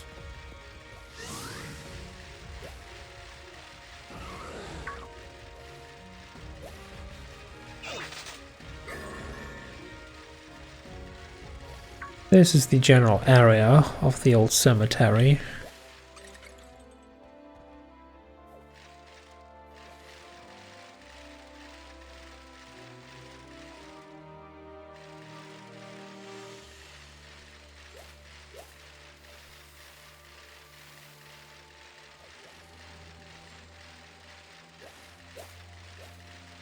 Or possibly you mean the actual cemetery.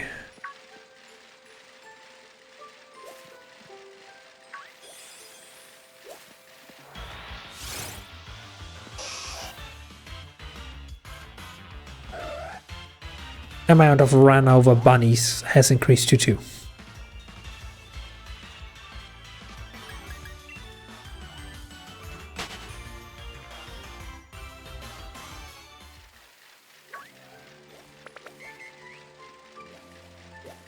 So you want me to go through here, yes?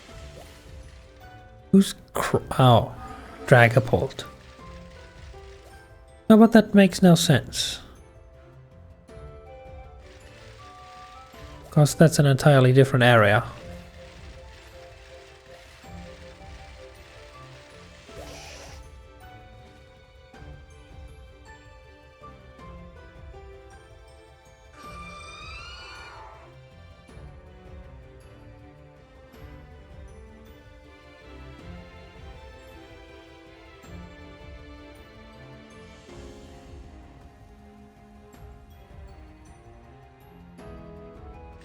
Right, continue around the rocket, you should see a body of water come into view.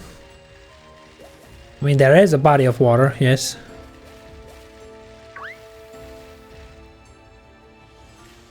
But it's possibly not what the guide is supposed to tell me.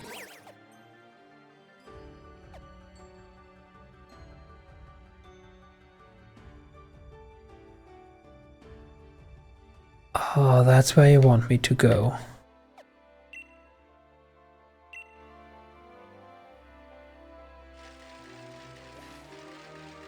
So we're going from here. I would suppose this is the arch. Yep.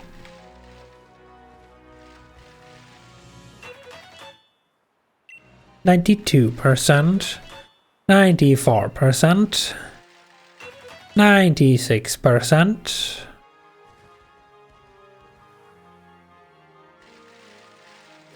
You want me to head this general direction, so up. No? No, that's actually just rocks. I was properly bamboozled.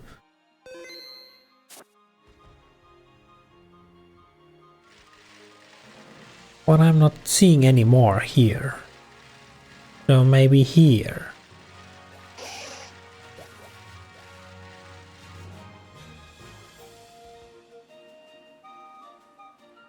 No?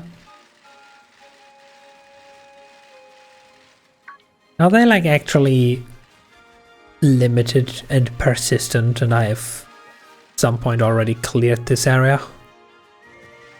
Guess it has to be. Well then let's follow the direction this guide is telling me to go. Which is through here. How the hell did I hit you?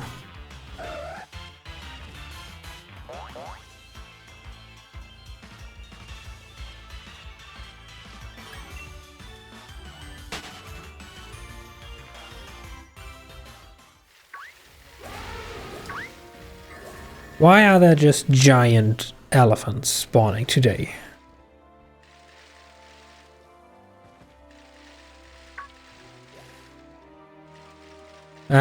This are actual footprints. Now we just need one more.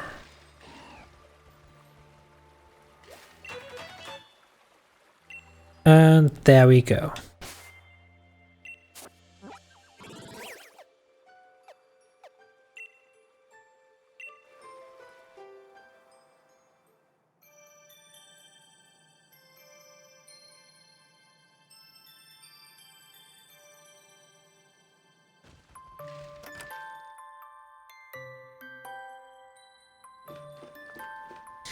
Now, where is Sonia?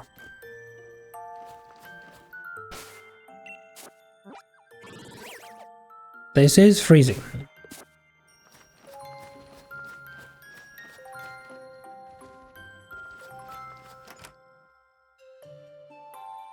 Oh, there's Sonia. Hi.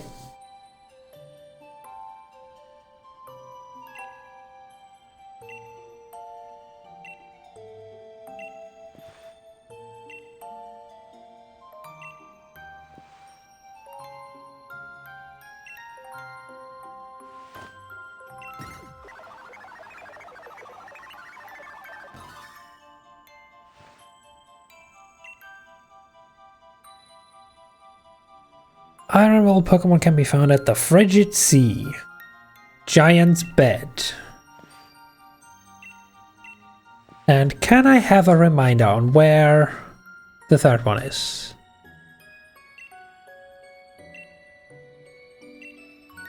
Yes. Frigid Sea, Lakeside Cave, Giant's Bed. Gotcha.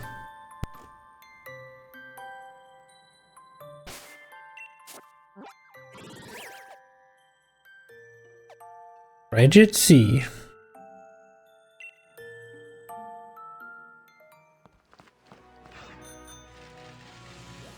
Has anyone seen a roaming legendary?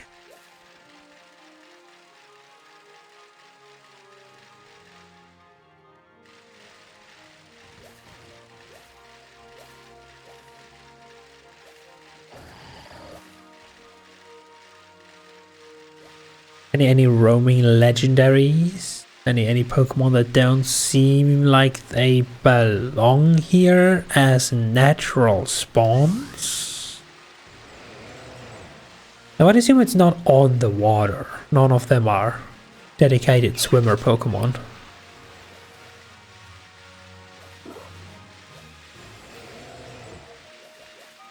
Oh, hi.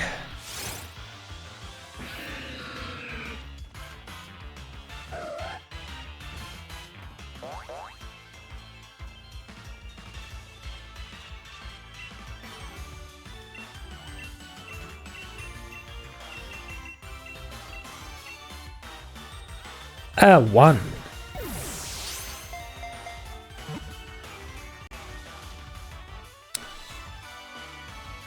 To be expected. Well, at least now I know where you are and I can beeline exactly for that location. Not too big of a deal.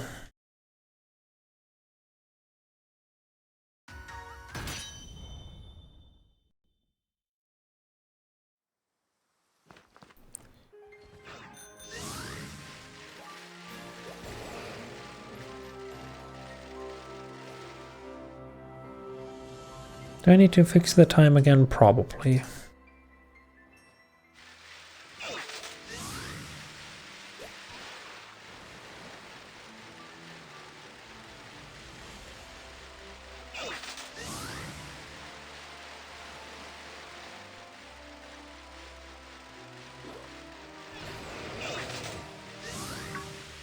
Hi Dragomir, welcome on in. This time let's save. Just in case.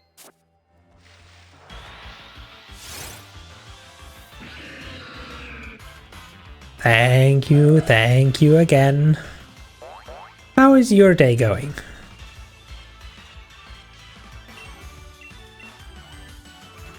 Don't freeze.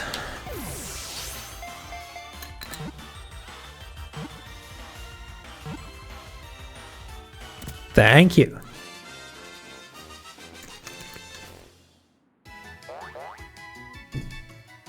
It's going alright. How about mine? My day is going good. I am falling behind intended schedule, but we're making progress. Then again, I clearly don't have any idea what I was scheduling to begin with, considering I honestly thought Minecraft Dungeons would only take like, what, an hour? Yeah, about that.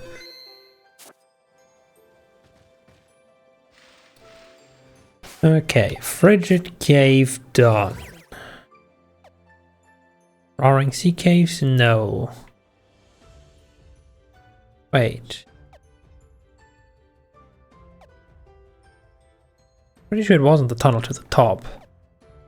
Oh, Lakeside Cave. Right, that's what it was.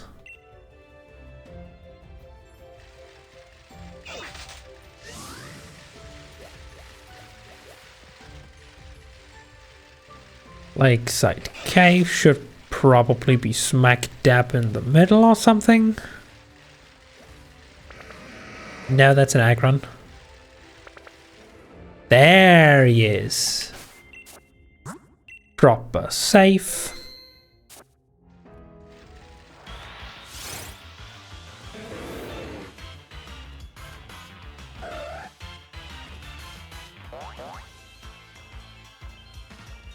Why you looking so grumpy, huh?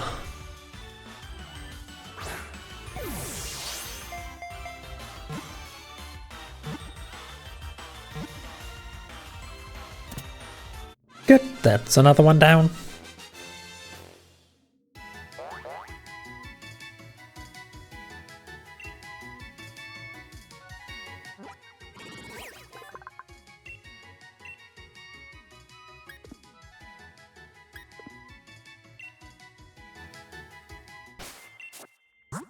Immediately safe. So we don't have to redo this. And now, finally, Giant's Bed. Essentially, this entire area. Somewhere there. We don't have any further instructions, so we just gotta keep our beepers peeled. Look out for anything that looks out of place, and I mean more out of place than walking stones.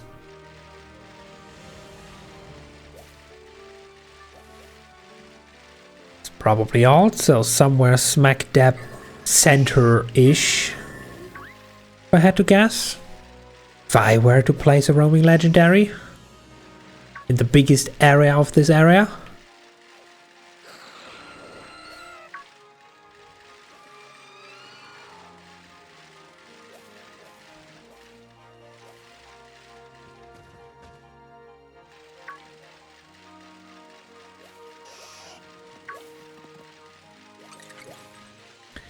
Well, it's not down here.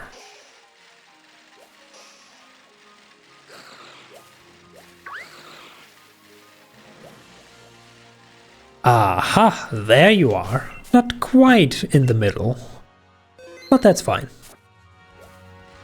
Knock knock.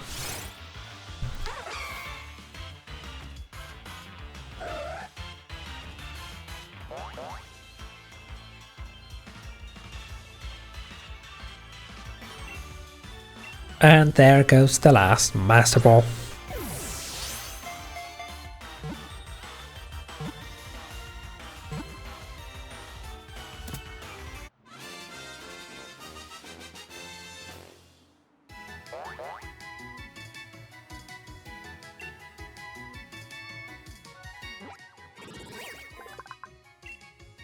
Oh, Codex entry obtained. No, I don't want to nickname. Into the box you go.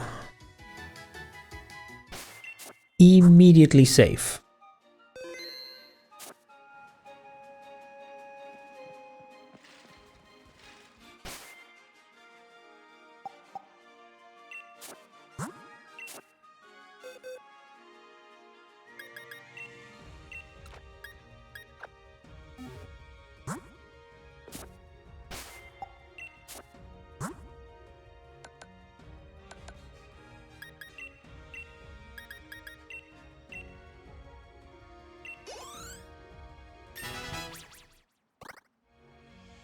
Evolve the Zubat into a Golbat.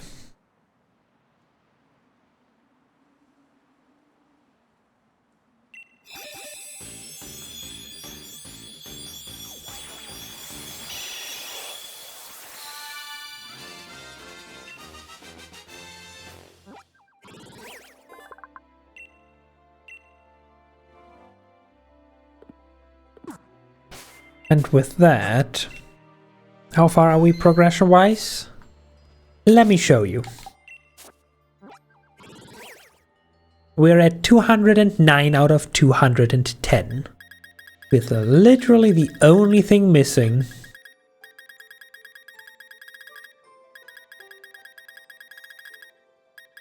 being Crobat. Which is a friendship evolution.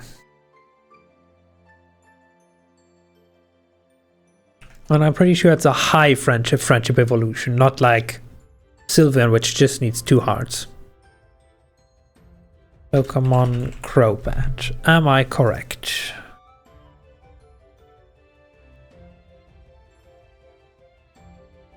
You evolve on...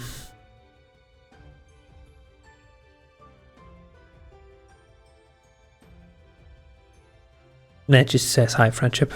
I'm just gonna assume 5 hearts.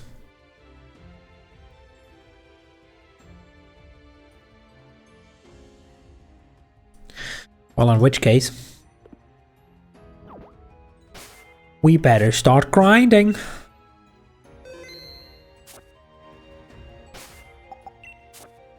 Bag, I'm pretty sure somewhere around here I should have...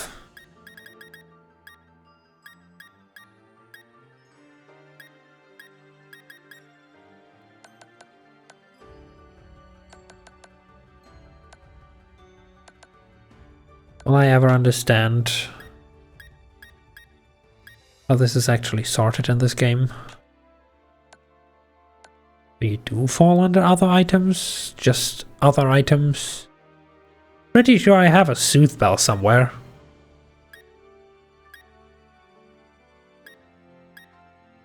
Pretty sure I have a Sooth Bell somewhere.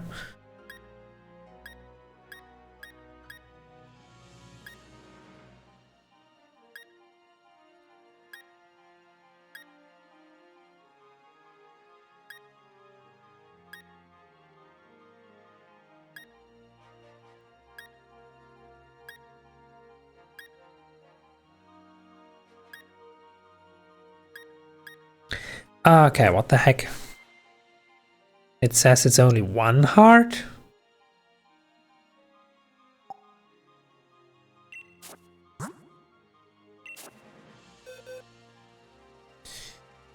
Okay, guys. Who has stolen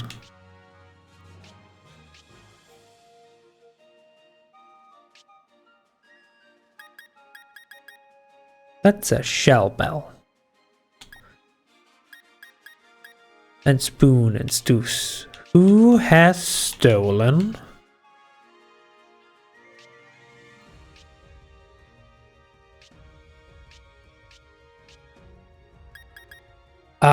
Yeah, okay, that makes sense. Another friendship evolution. Just don't question the name. Move on to you. Good.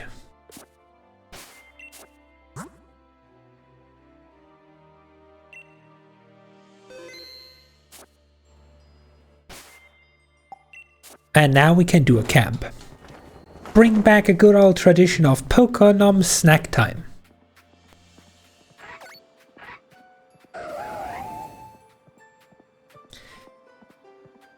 The Foxo is asleep, that seems pretty accurate. I'm pretty sure Tsuki has gone take a nap for her overnight shift. I see nothing wrong.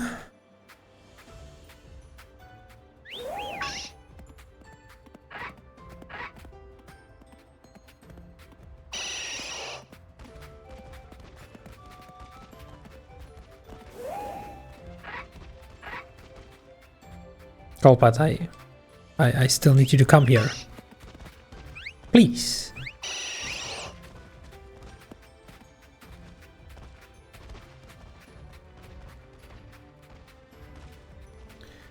Golbat is very confused by the sleeping Foxo.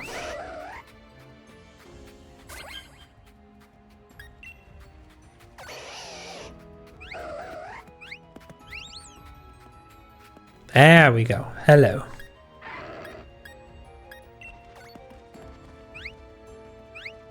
Wants to play a lot, haha. Can do.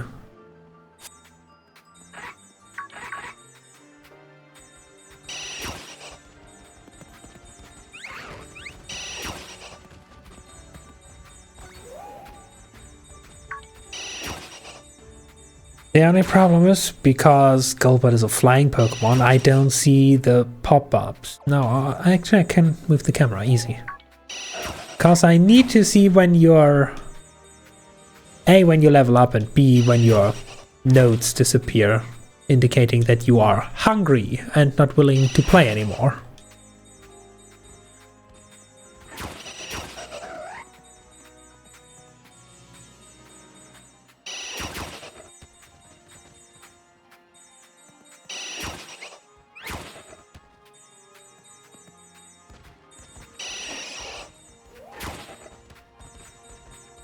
A very confused Golbat is very confused.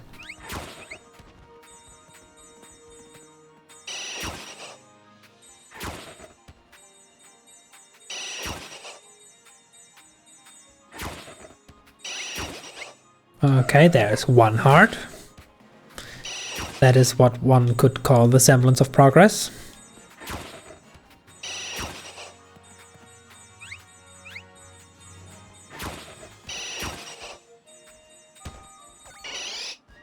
Okay, you're done.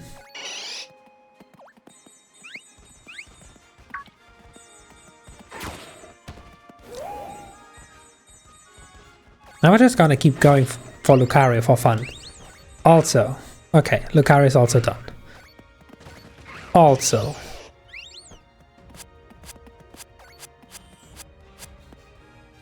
a cat has in fact appeared at my window. Give me 1 second.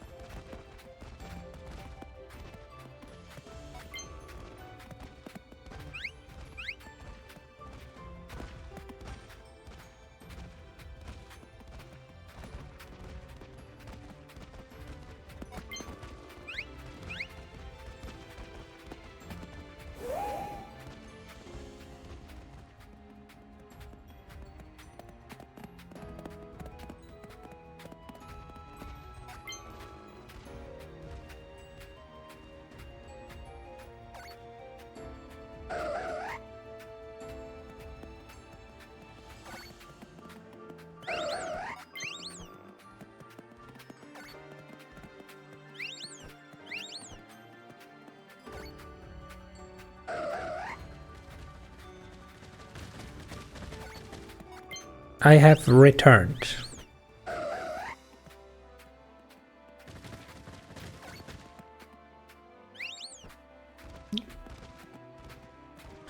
The cat has yet to take her rightful place, though.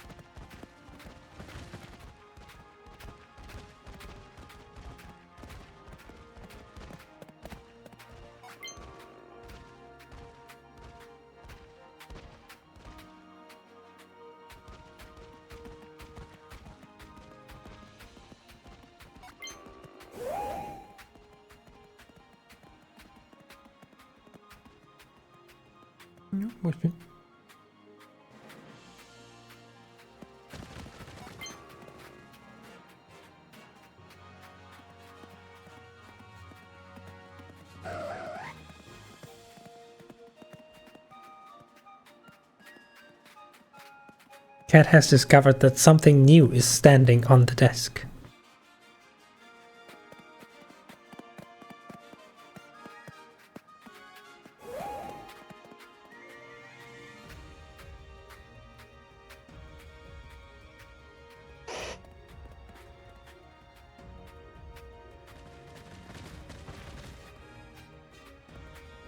Now Cat is more interested in the door.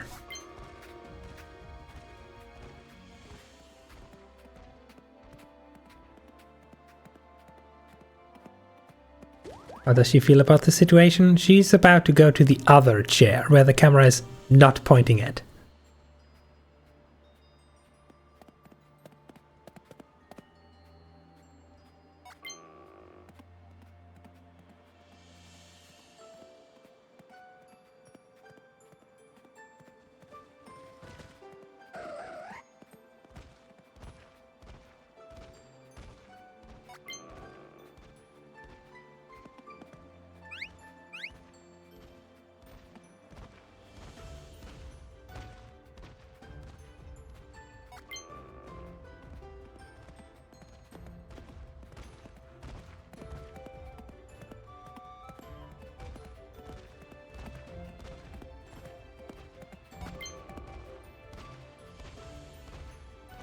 Give me a second.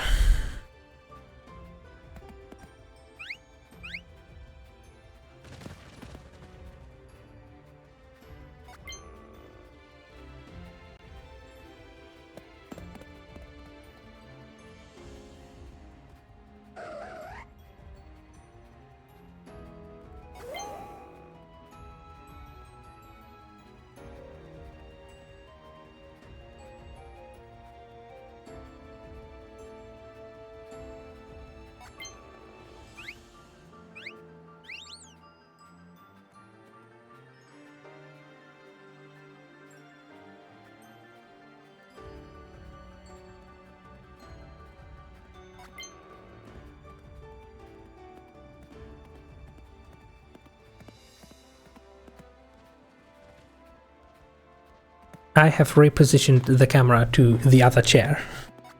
It is very scuffed, but there you have your cat.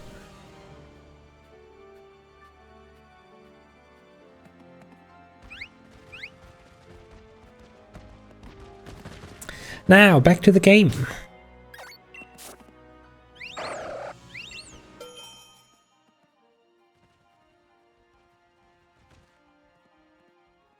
And can you see some pets? No, my arm has normal human arm length. That is like 3 human arm length away from me. I'm afraid you can only watch, not touch.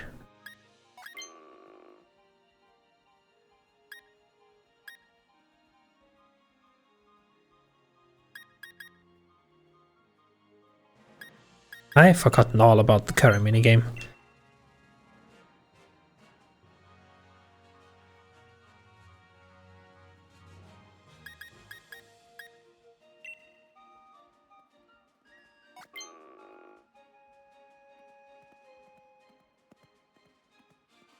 I can move, yes, but also, as you can clearly see, the camera would then also pick me up.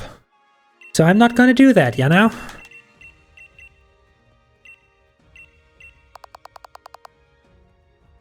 And you already had your redeem when she first was on the right chair. I gave her pets live on stream. You cannot call this a scam. You cannot claim that you have not received what you ordered.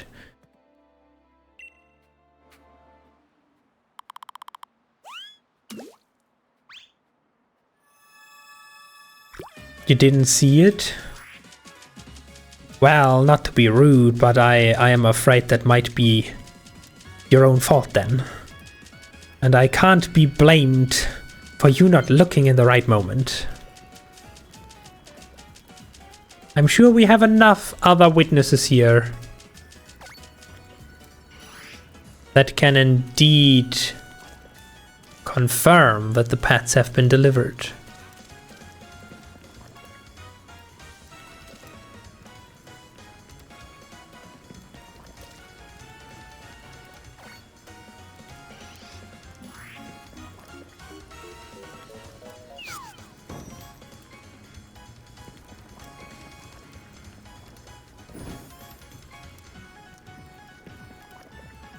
The camera wasn't on. Oh, but she was.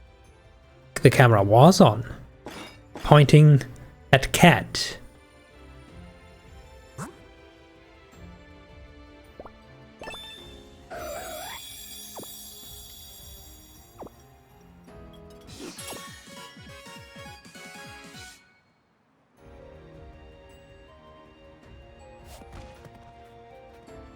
Yeah.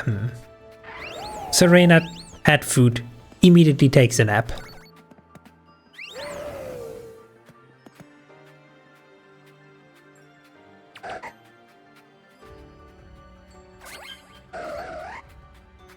It looks like a little bit of sleep. Refreshed Serena. Very nice. Full and satisfied. Good. Now go play with your friends. I need to annoy the bat until it loves me. 'Cause that's how it works, apparently.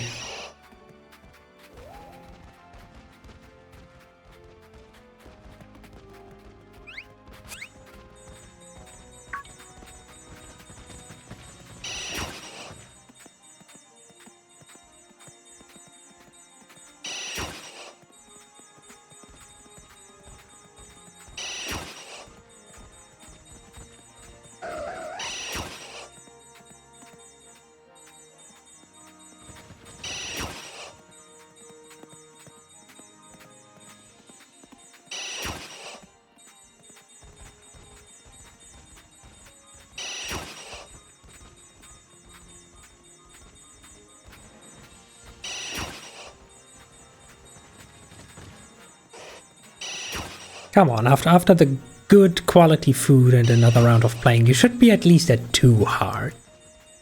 Right? Right?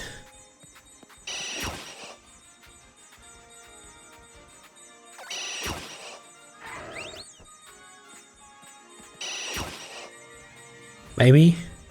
Hopefully? Maybe we just already passed the 2 with the food. And we'll see a 3 very soon. I can hope and cope.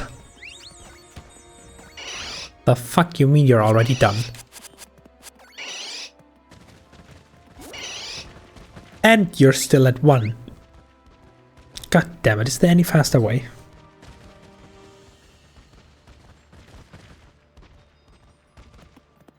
Is there any faster way to raise friendship?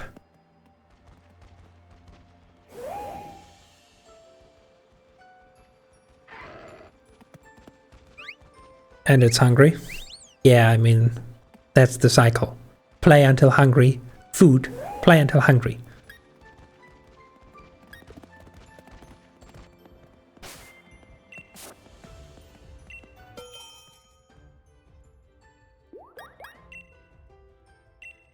Have a fancy apple. Do I have anything I can sacrifice? Ah, yes.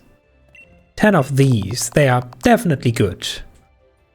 Tomatoes. Good for curry.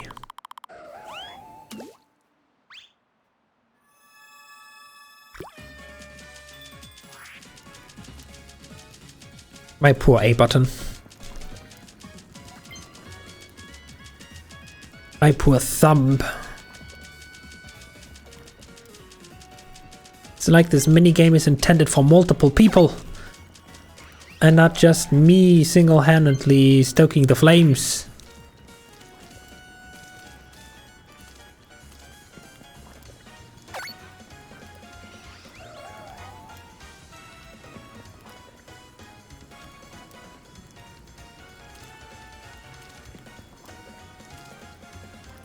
Okay, that's not ideal quality. That will be at best medium.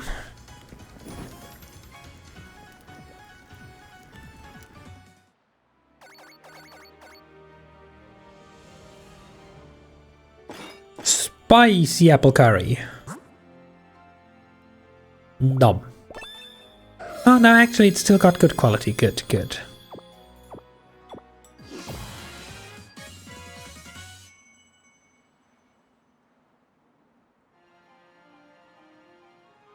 Serena and the rest of your party got quite friendly towards you. Is that so?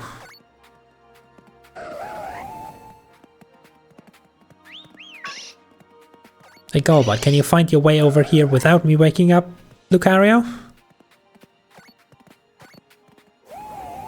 No, cause you're already stuck.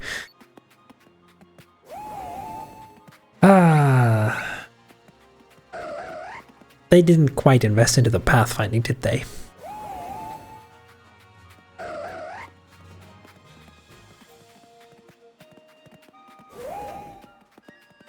Whenever you're done with your conversation, guys. Whenever you're done. Whenever you feel like it. Don't want to be that guy. Don't want to put pressure on people. But,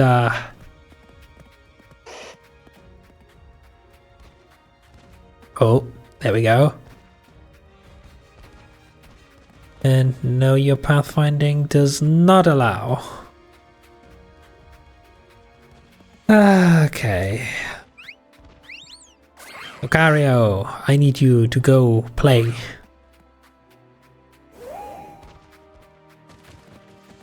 There we go. Have a toy.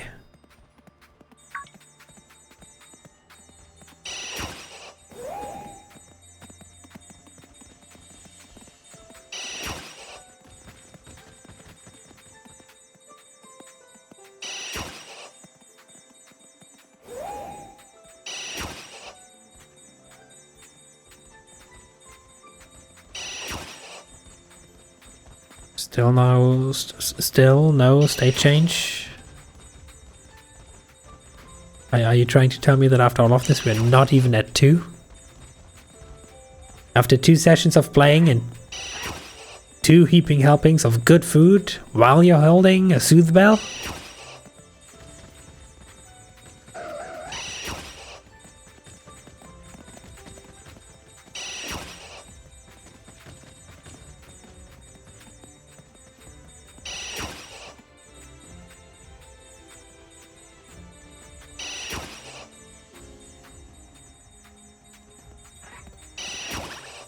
Oh no, we're at 3 now. Okay, good. That's more like it.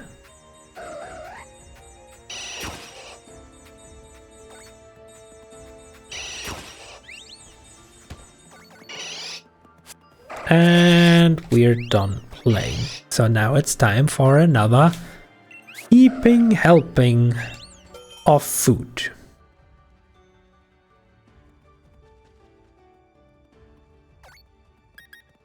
Fancy apple, because that's what I have most of.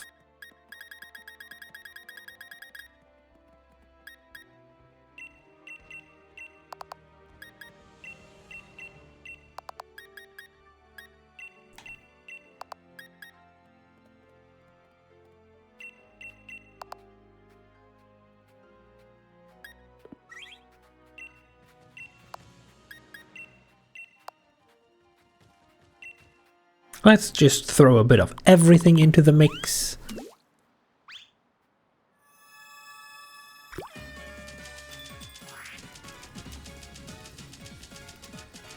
Completely destroy the A button.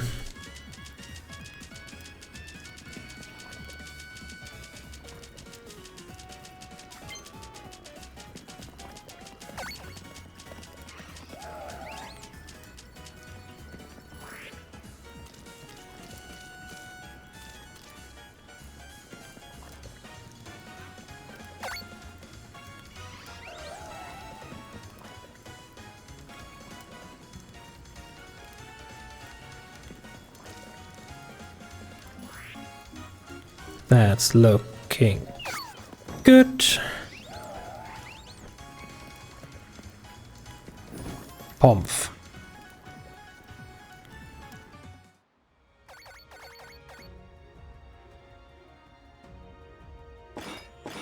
Dry apple curry. Taste test. Good shit.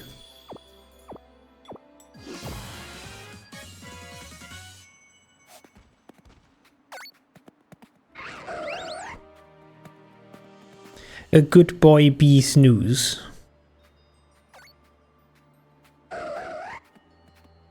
However, I am going to quickly... Oh shit, yeah right, you also get EXP for that. I need to be careful.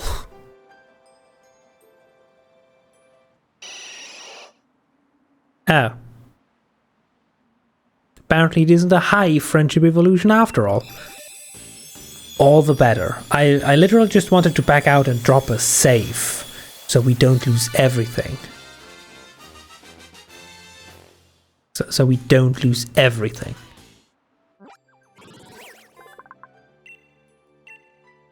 Please let me save. Wants to learn cross poison, that's nice. You can learn cross poison as a treat. Instead of confuse ray, I guess.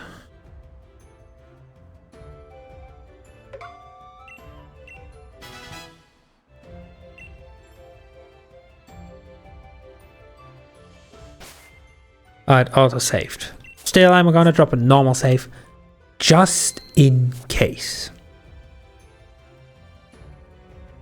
Now, welcome back, Blue. Now I got time to take a sip.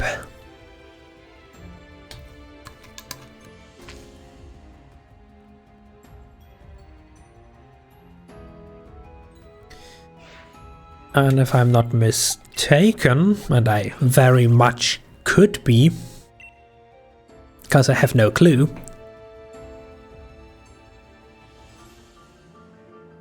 we might now need to go back to the lady that gave us the Pokédex in the first place. Yes. You finally did it! Yes, mock me more. I know, it only took me like 2 years. You completed your Crown Tundra Pokédex.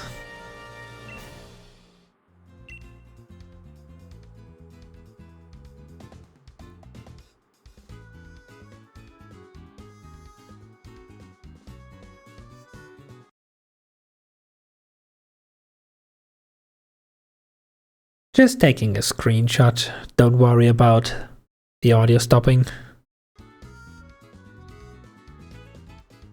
Screenshot proof that I finally did it.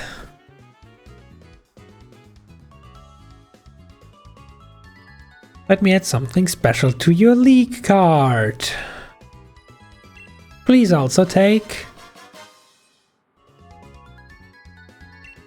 some junk that I could equip if I wanted. 50 rare candies that are virtually useless because I never need to evolve a Pokemon ever again.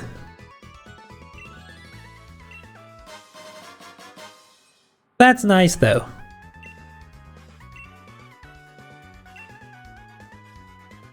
Immediately save again. What did you add to my league card?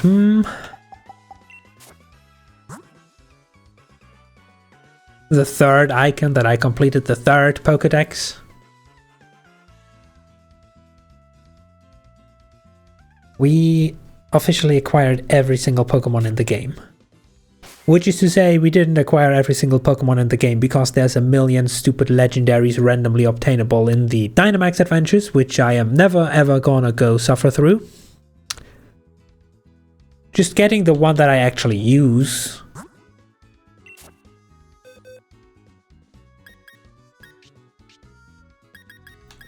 You know, our dear Reiji here was already pain enough. More than enough. They also don't count to any Pokédex because they are just national dex encounters. So I don't give a damn.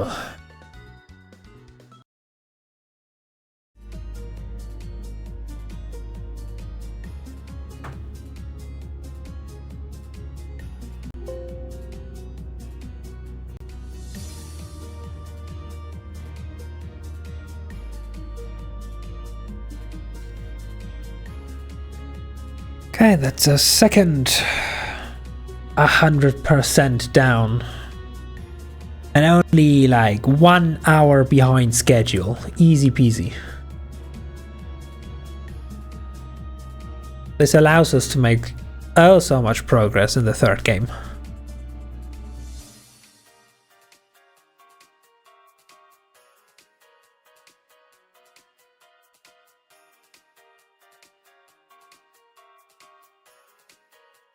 So what we on to now?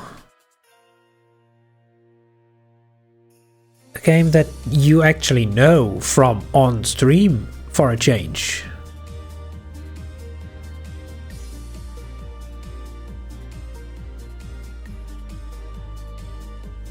Apparently right after I installed a 300 megabyte update. Great.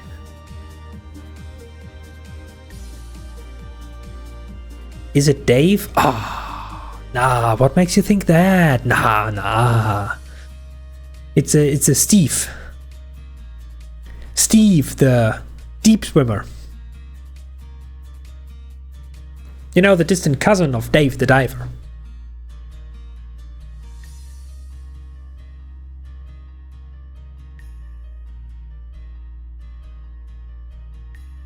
Dave and or diving. Yes. Steve the scuba. Yes. Steve the scuba. The Chinese knockoff of Dave the diver.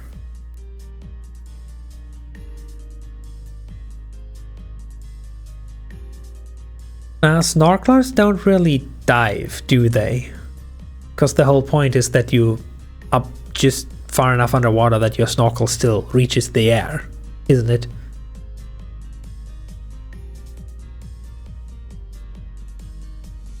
Hello, Demix. Thank you for the lurk. Appreciate the support.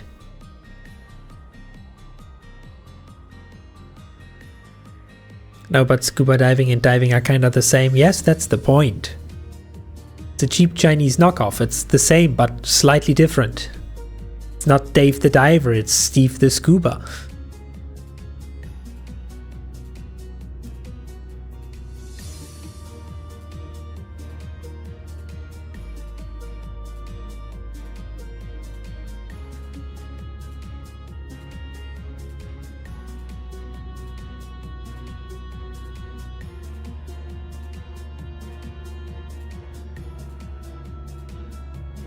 Come on, Steam, verify the game integrity a bit faster, please.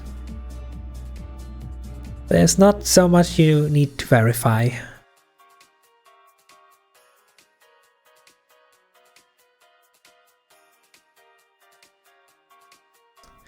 And finally, the 300 megabyte update that turned into 2 gigabytes of randomly moved around files, Steam style, is done.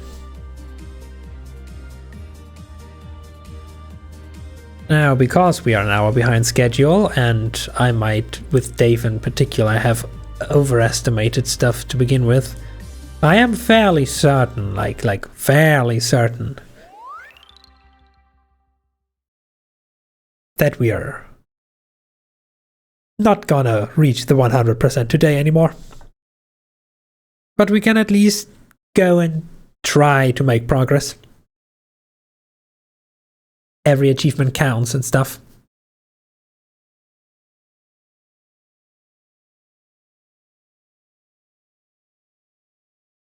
Could have at least chosen the other water-based underwater activity. Just need a really long pole for breathing.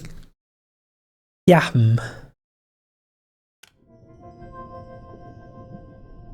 Okay, cool. So. Oh god, how do you play this again?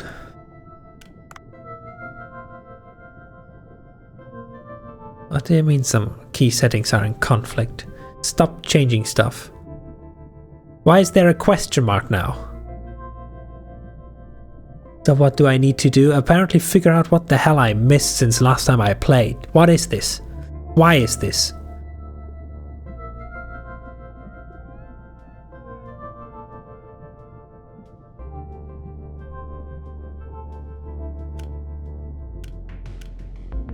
But yeah, interact is definitely F, then what's this? What do I need this for? What do I bind it to? G? Okay, let's bind it to G. That works. I guess we'll have to find out whatever that is.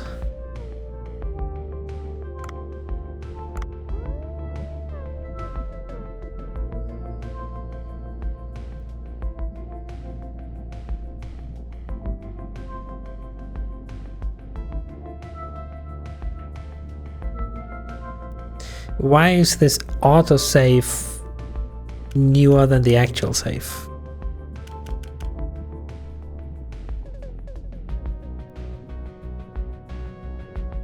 Okay, Ichi now has more of your affection. He's just protected a turtle. €5 says he adopts it. I mean, at this point he basically has to, considering how the rest of the game was. But yeah, let's take the proper save. Probably.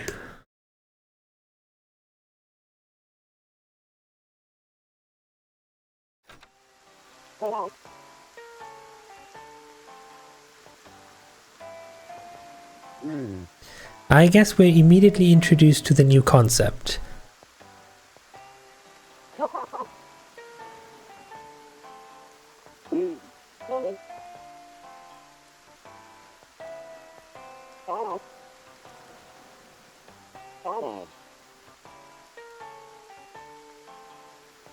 Oh my god, thank you.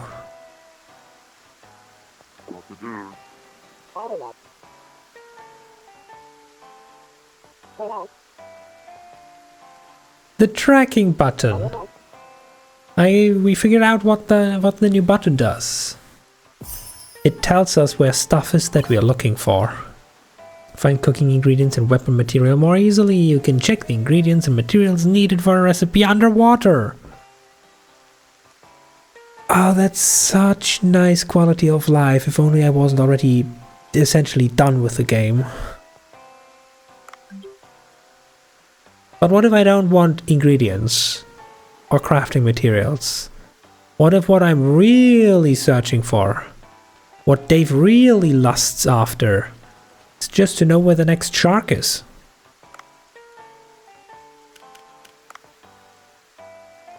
The hell is this now? Guide the baby Dumbo octopus to safety.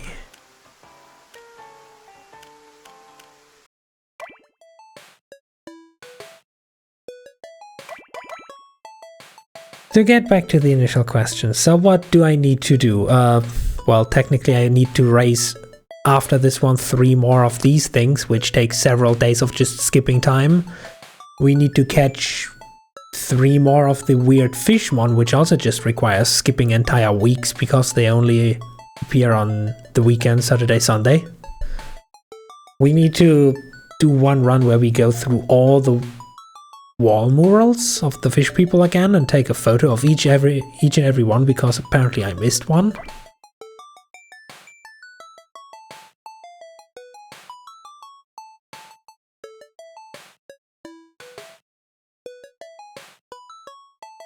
Oh my god, there's an Animal Crossing island in this. What, at this point, what have they not ripped off?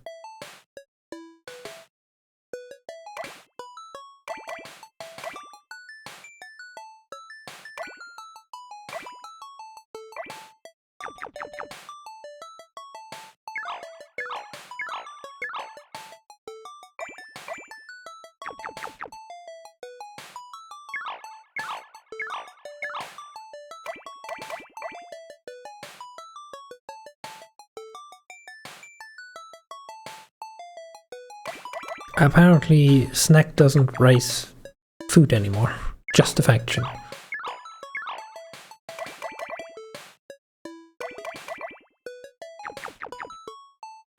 It's a good question, but they are really out for Nintendo.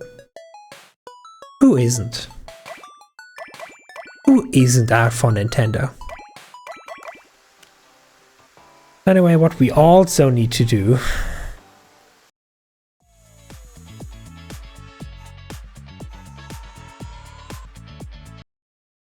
is play this again and hopefully get every single developer this time. So without much practice, I have not the highest of hopes.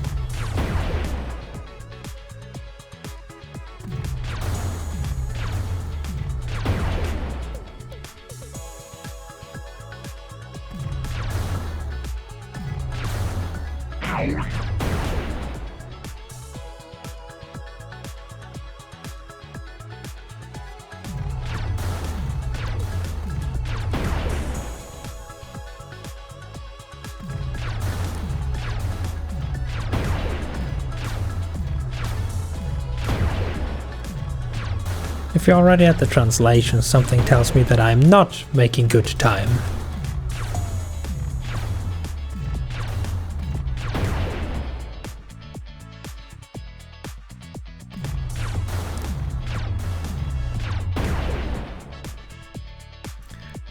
We're at the special thing, so we're essentially done, so no, not even close. How are you supposed to get all of them in the time?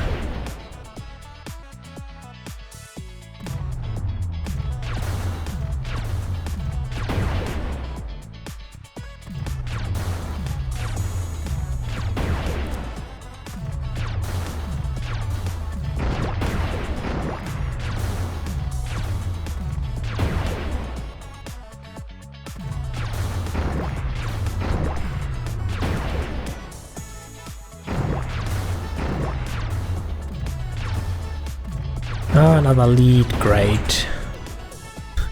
And I'm missing just one, wonderful.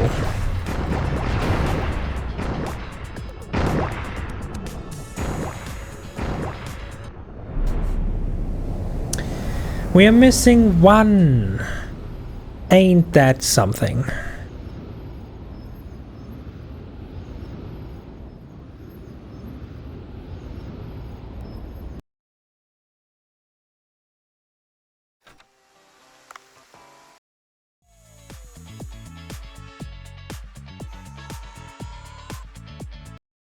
If the last one was just there where the rest of them also was, it would have been doable, but...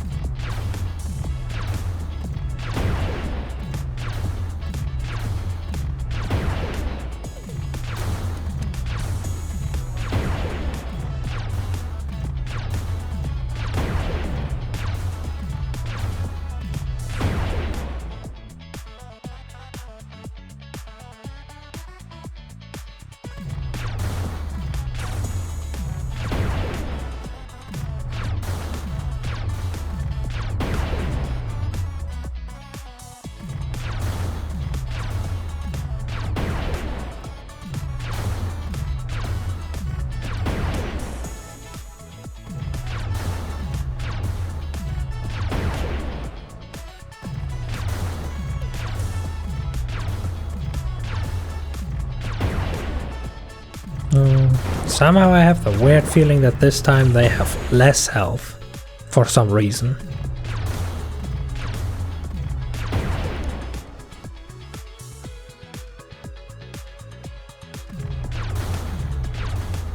Which is not a bad thing, by any means. Just confusingly inconsistent.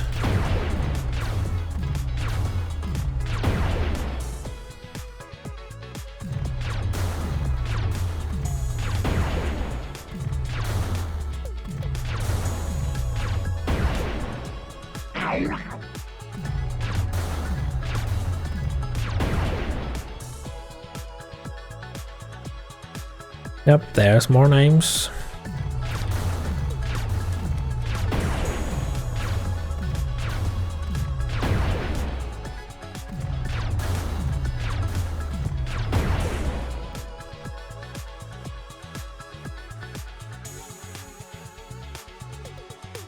Was probably a stupid decision going this direction. Who knows? And we're back up to the special things again.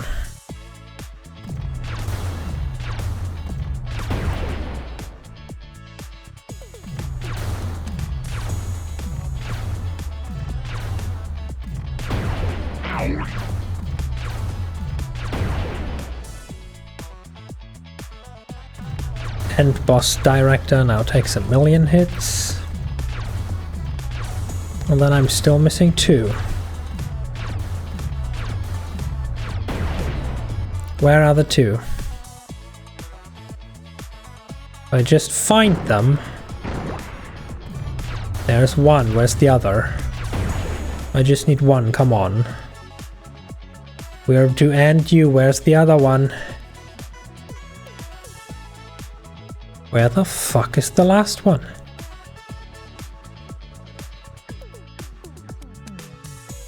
For fuck's sake. Ah.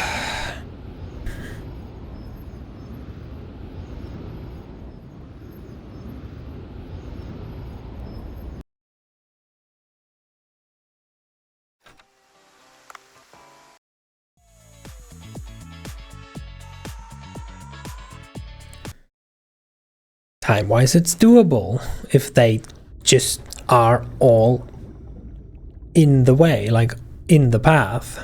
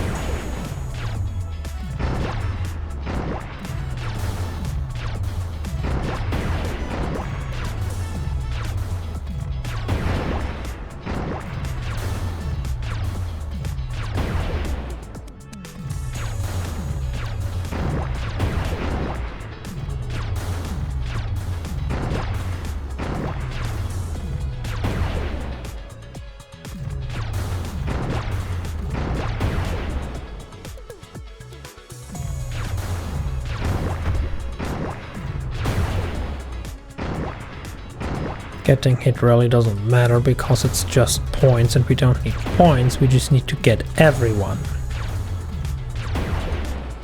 It's not about a high score, it's just about getting all of those names. This giant ass big stretch of nothingness is already screwing us over. Calling it now.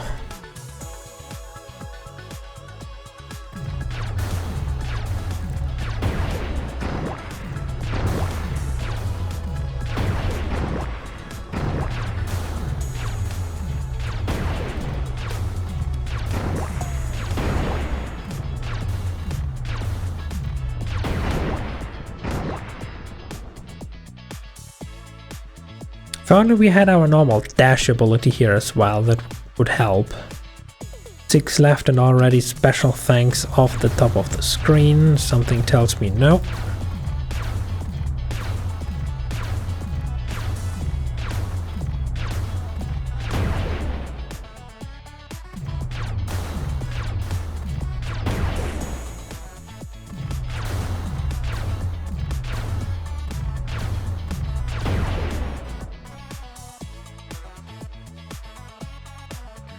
Oh no, not really. You're not pulling the same shit again, are you? We're right at you, we're missing exactly one. And since he's not on screen right now, we failed. Is there a guide to this? Is there a guide for a route to take? Don't you dare pause this. Oh, god damn it.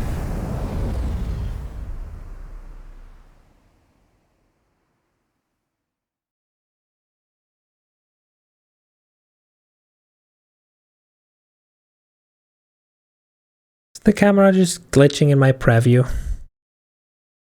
Or is the camera glitching for real?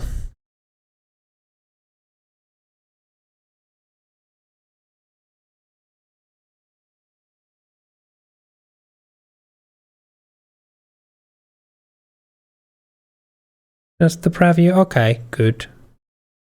Because it's currently very much freaking out.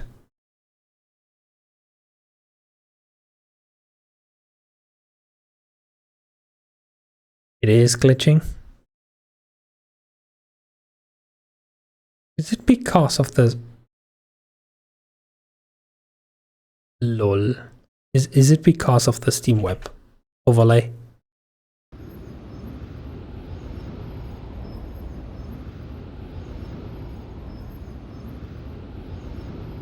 Why and how is the Steam Web browser, like the overlay browser, glitching the camera capture?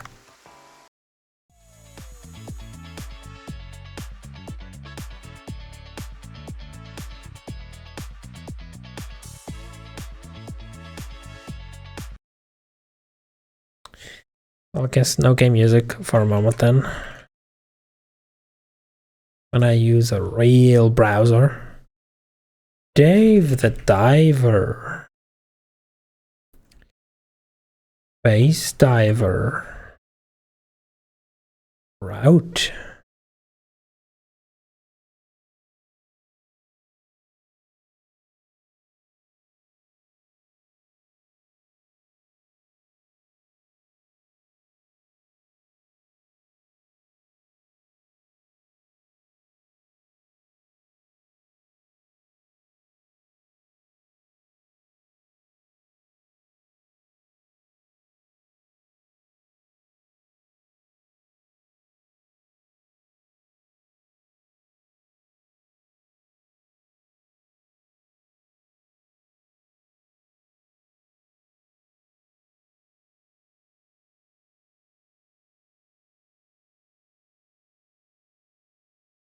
Wait, what?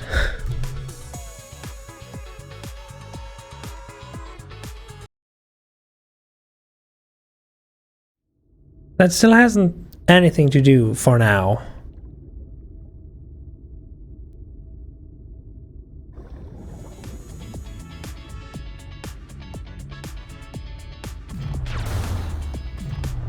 No. The guy in the video literally has a different weapon for some reason.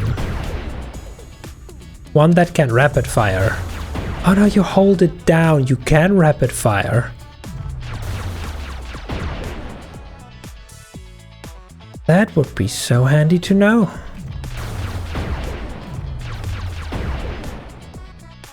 Saves all the downtime in between.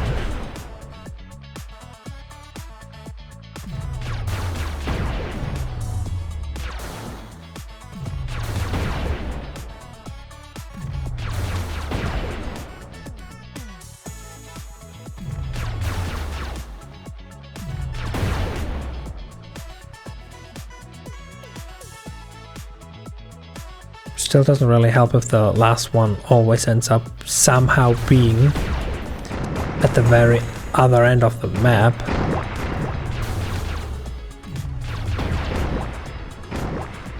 Where we can't reach it in time. But it does technically give us a couple more seconds. If we spend less time aiming and readjusting. And waiting for the in-between cooldown.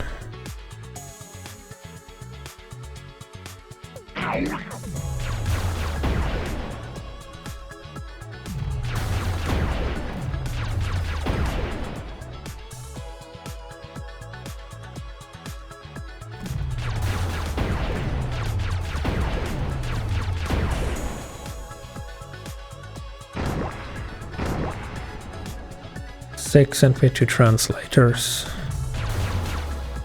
Oh yeah, the director takes 1,000,000 hits.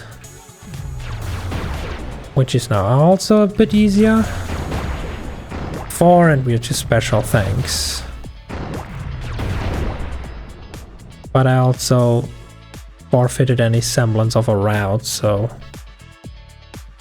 I know that shit should be looping, but that still doesn't answer where the rest is.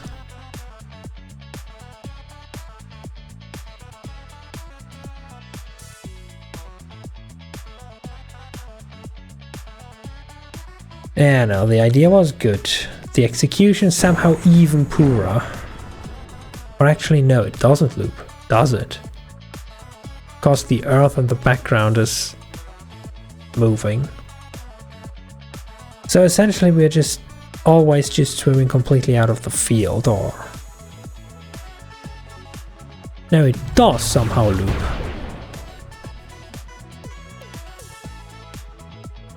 The background just doesn't line up with the foreground.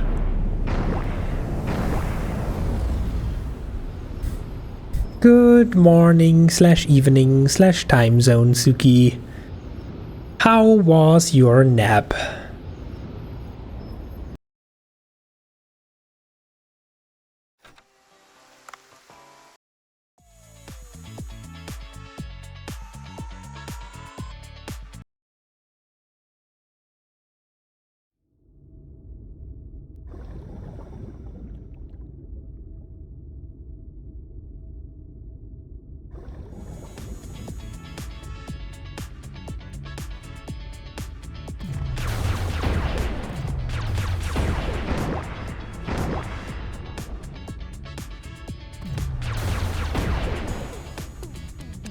It was good? Good. That's what we like to hear. You will be happy to know that Ari, the Firefox in Pokemon Sword, also took a nap.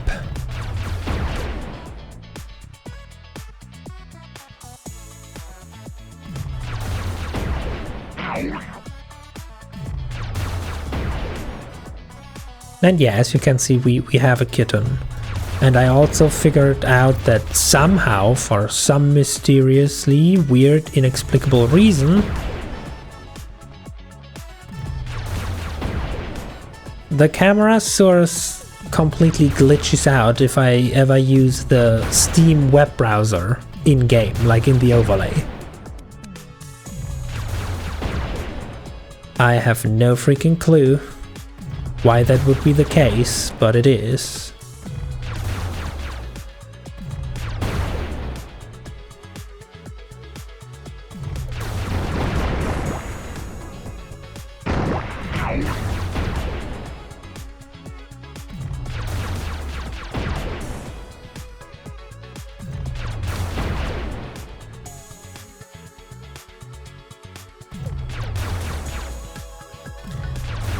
That's the director. She's so EP, she a cat. Cats always sleep. They only temporarily interrupt the sleep to demand food. That is the entire being of cat. Oh my god, we did it. Between rapid fire and primarily going up rather than elsewhere. We got all the developers. We erased the entire development team behind Dave the Diver. We can be proud of ourselves. We also have 6,900 points, so I'm not gonna touch anything.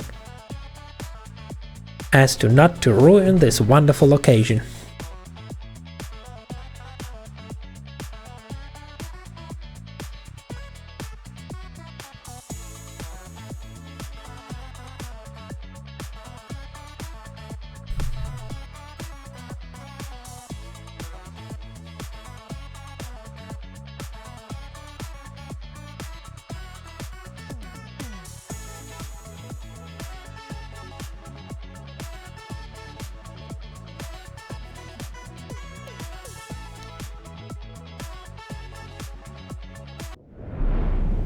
Achievement! Even a gold bordered one, meaning it's a rare achievement that basically no one has. I can feel proud of myself.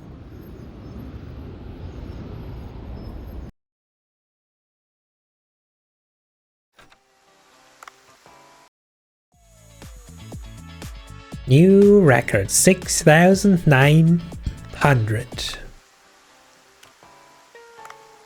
Very nice.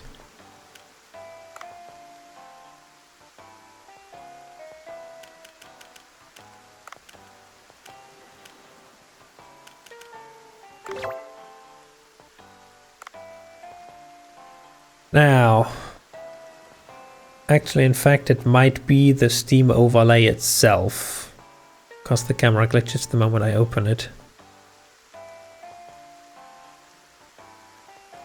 Oh god.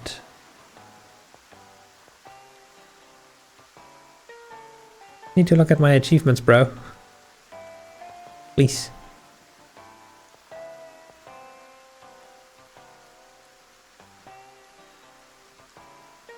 So yes, that would be 5 Gyaos, 5 Fishmon.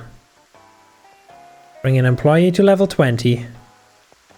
Diamond rank in Cookstar, which would be very time consuming. Take a picture of all the sea folk murals. Develop 13 new dishes would also take time actually cooking. Though...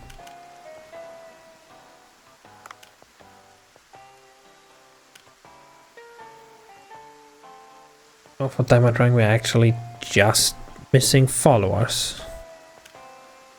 Of about 2 nights worth of cooking.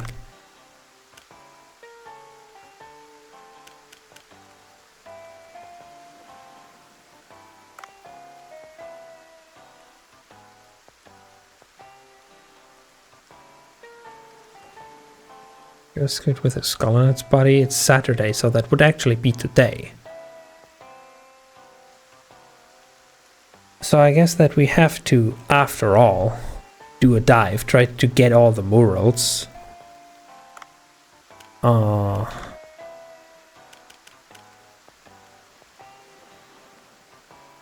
Itsuki's level 16, but something tells me...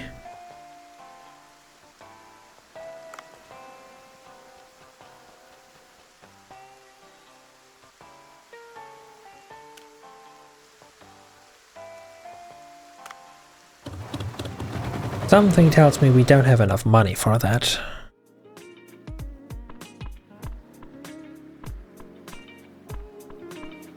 Staff, Itsuki, select, training. Oh yeah, no. That's nothing we can do. We would need like a full week's maximum income, including the funky day where there's the fog, to get one to level 20.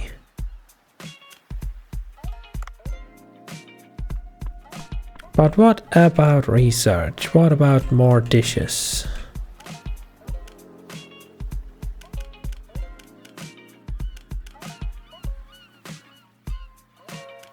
What if we don't care about the dishes actually being good and valuable and instead just, you know, research?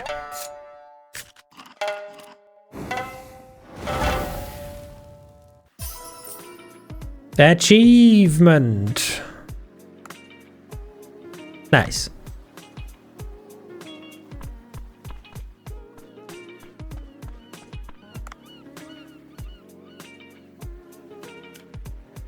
Secret recipe, huh?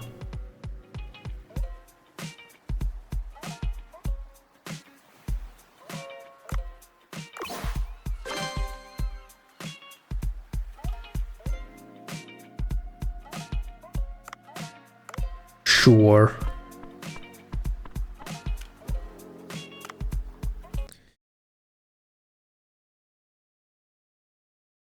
Okay, we can do approximately probably 1 dive if we have to do a full scan and looking for stuff. But progress is still progress, though it counts. Harpoon gun.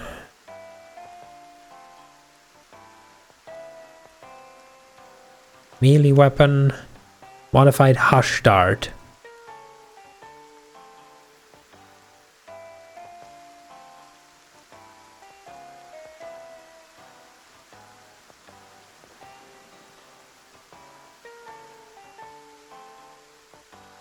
Actually, if we need to catch the fishmon, we might actually need to bring this. I was contemplating bringing my sniper rifle, my ultimate weapon, but we're not here to kill. We're here to find.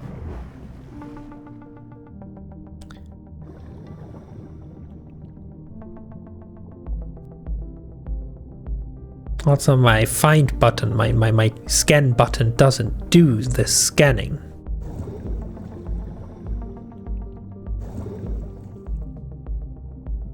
Fish minus and 220 meters.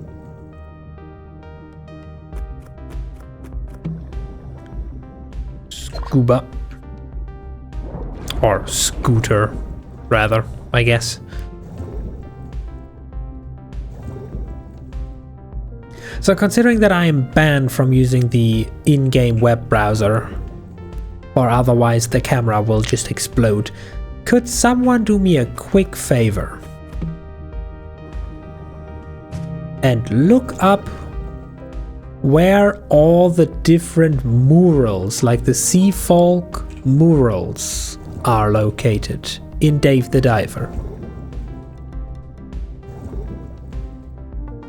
That would be mighty helpful and pretty poggies.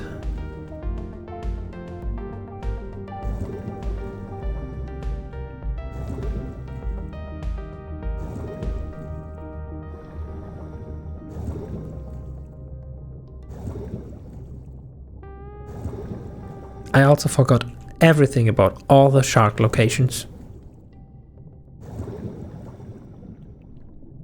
We are technically speaking not here.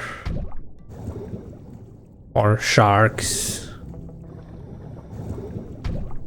Okay, buddy.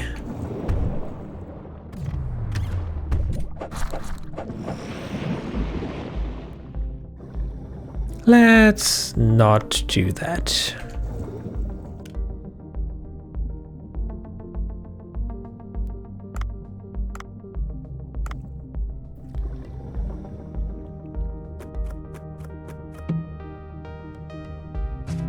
Ooh, tranquilizer Ubuntu. Nice, nice. Would I like to use my phone for the info? Sure, that's probably easier.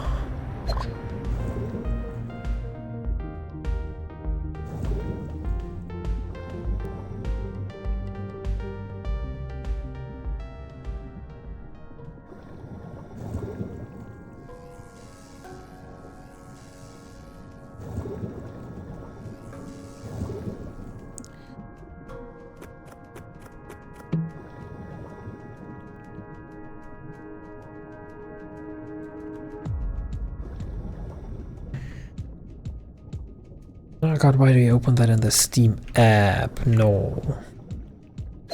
The Steam app sucks.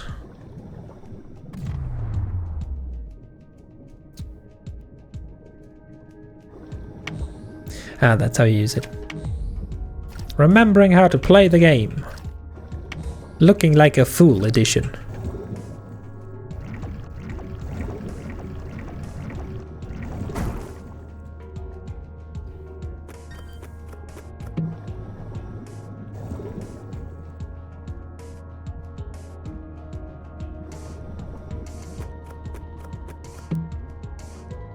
Well, don't need that.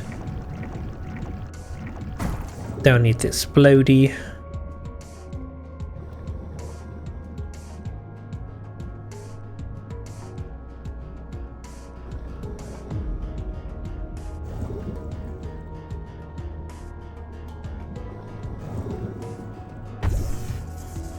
I should pay attention to the game when swimming through a hostile infested area.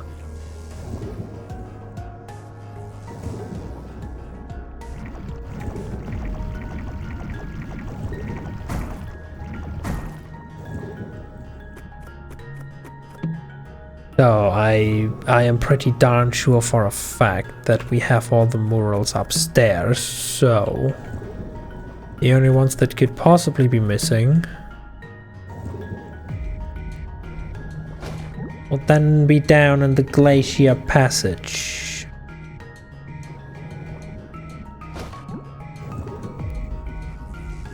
Right after I remember how to actually get down.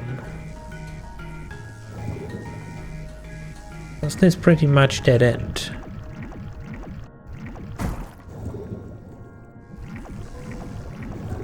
Yeah, I'm pretty sure this is literally just dead end right here.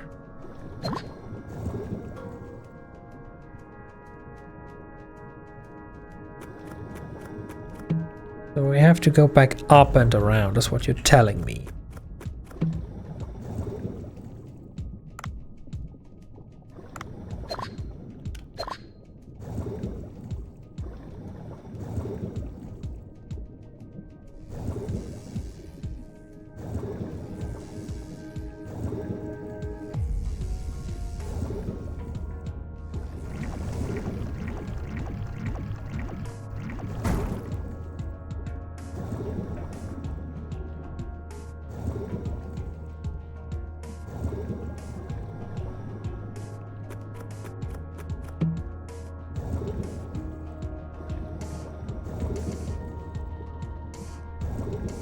Oh wait, this is also a dead end, huh?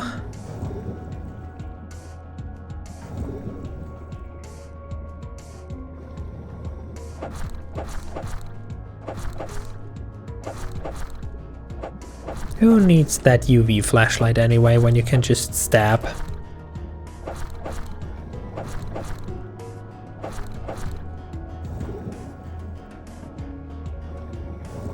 Okay, if this is entirely just a dead end.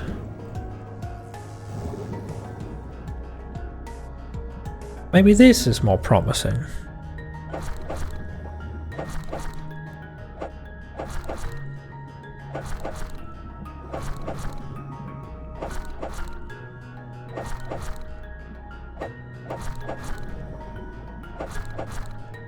Just maybe.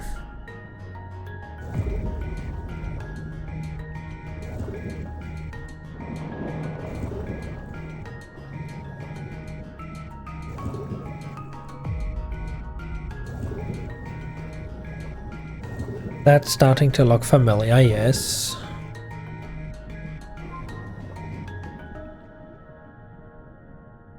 No, apparently not this way, so to the right then.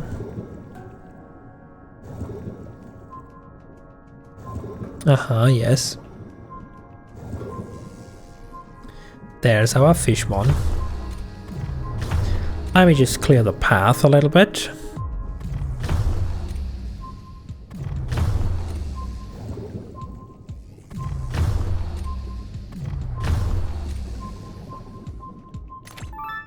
And it's right next to our friend the Megamouth shark. It will react to special... Dude, are you shitting me? I threw away the flashlight.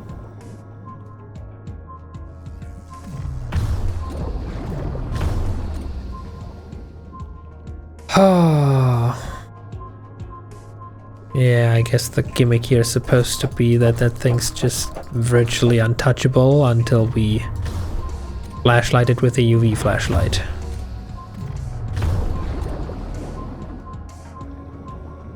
Unless... Now we can hit it.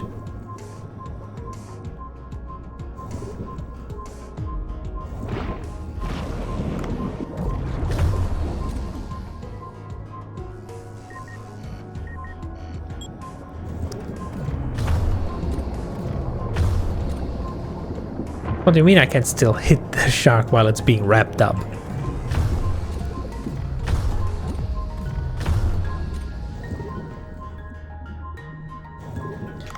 So if I can hit you, now you just... I guess that's you just dodging, so I really need that flashlight. Great.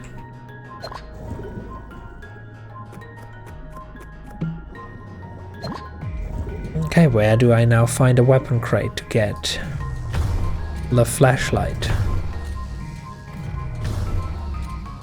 Faces right through.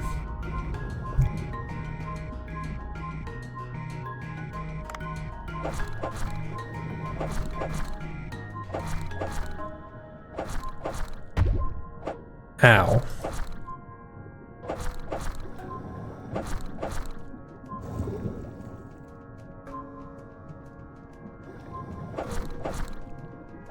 I know this is a dead-end cave. Unless it isn't. No, it actually isn't. Please, a new flashlight. Thank youeth kindlieth.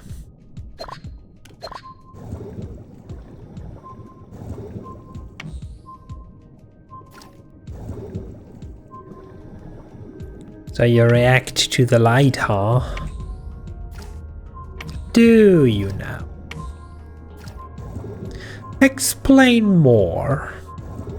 How does this work?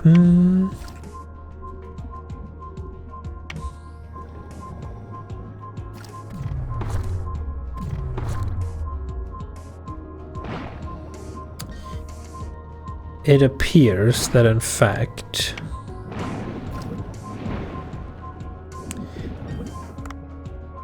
the tranquilizer dart is not the right choice. Okay, cool, there we go. Done. Now off to the glacial passage.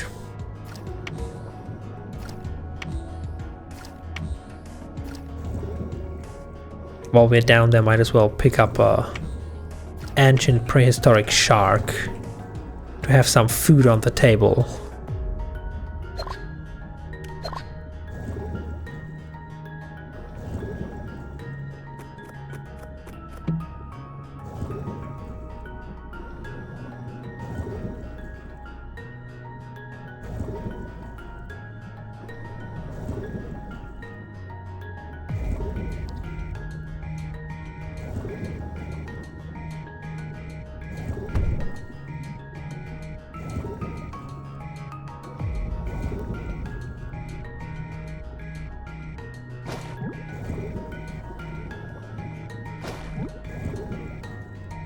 There is the Sea People village. And now we take a close look at this guide.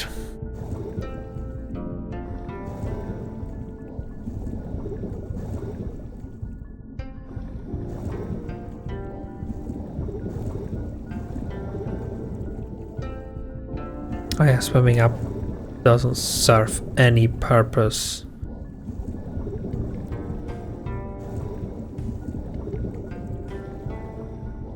Because we need these portals to go to the background.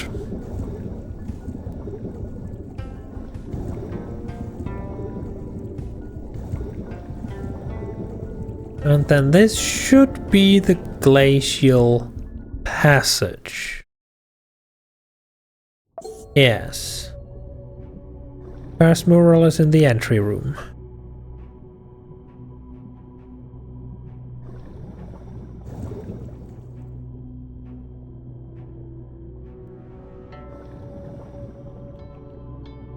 And since I'm not getting a prompt, I'm just gonna hopefully assume that means we got this one already.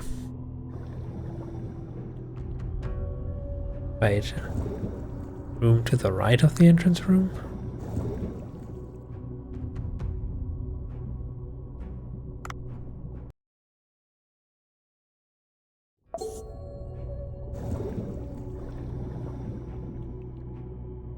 There's a mural here.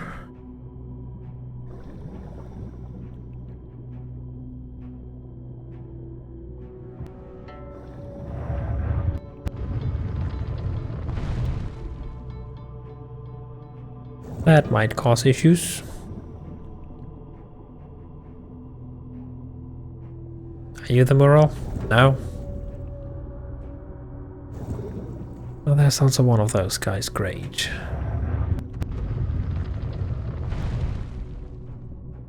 If there really is a mural here, it's a really dangerous one to get.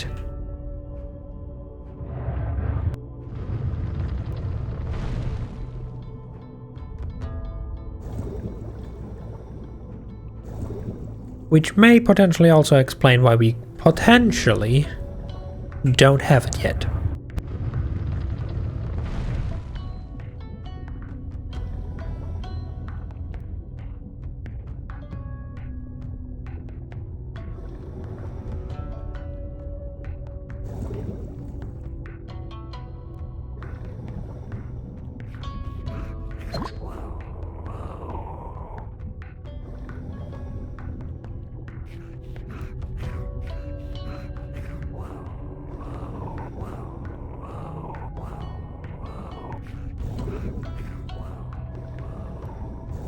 Well, there is a big ass mural here.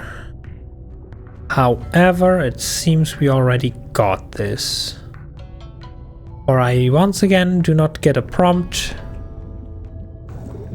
to take a photo.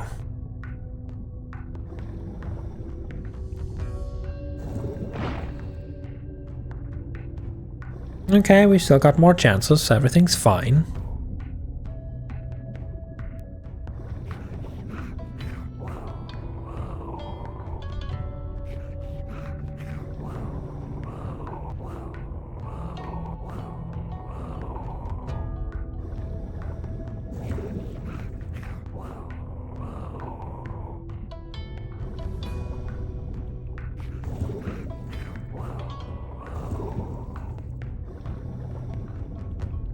Three's in the room below the entrance room.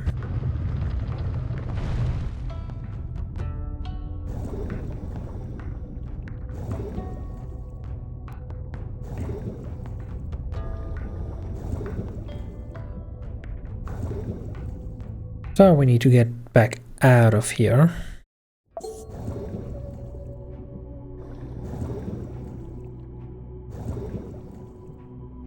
And this is immediately the mural.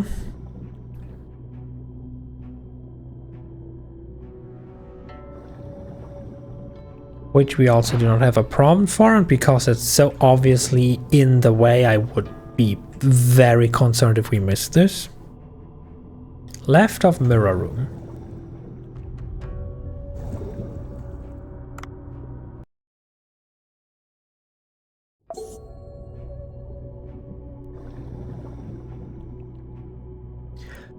Oh, really?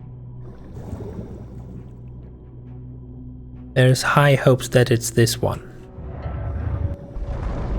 Well, the guide says number 4 is to the left of the mirror room and can be missed since the photo prompt only appears when you re-dive into the glacial passage. So if we have never gone back here specifically,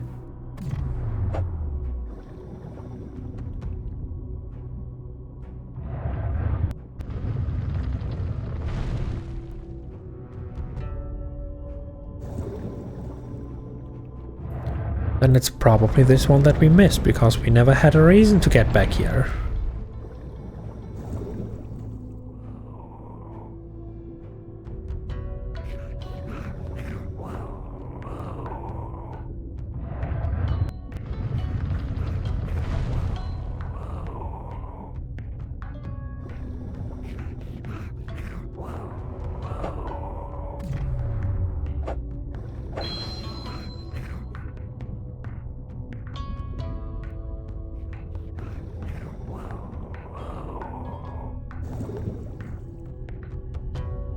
Where even is there a mural in here?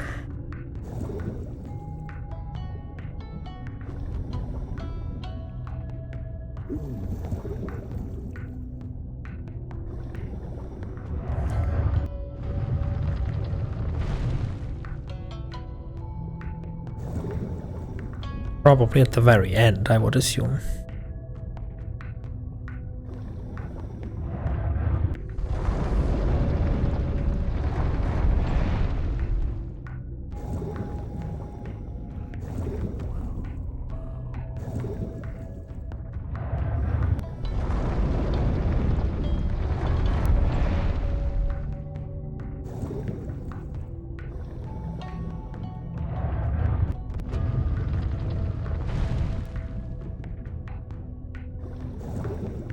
Now then, let's grab the shiny orb, and then it's time for a moment of truth.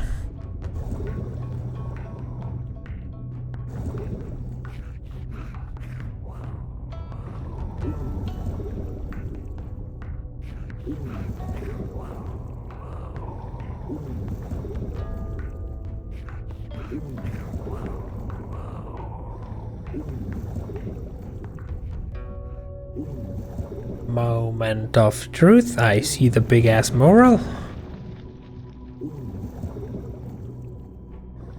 And there's the photo prompt. Gentlemen.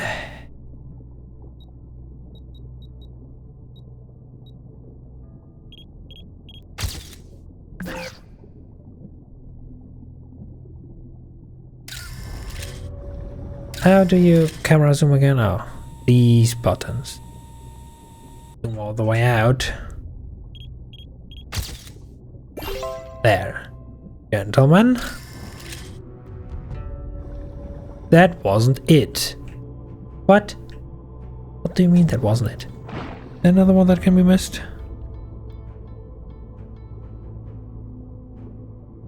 Oh, there's another one that can be missed. Never mind. Hold your horses. Hold them tight. There were two sneaky secrets. that are only granted to people who are willing to redo all of this.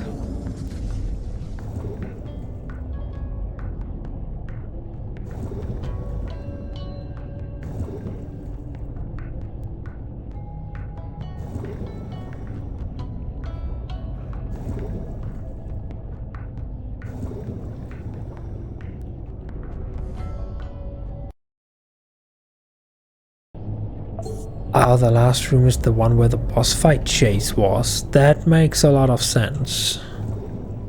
That certainly explains as to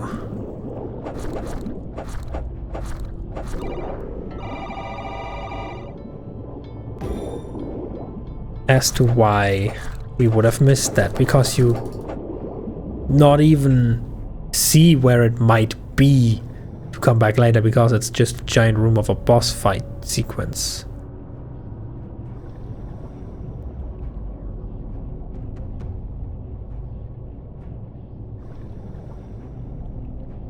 Wait, no. Okay, now this is getting very concerning. This would be the one from the boss fight room.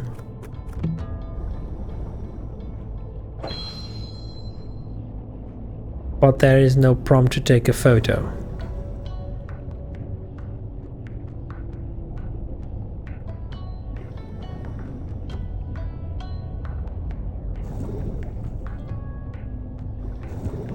Which means the only one missing down here would be the one here to the right.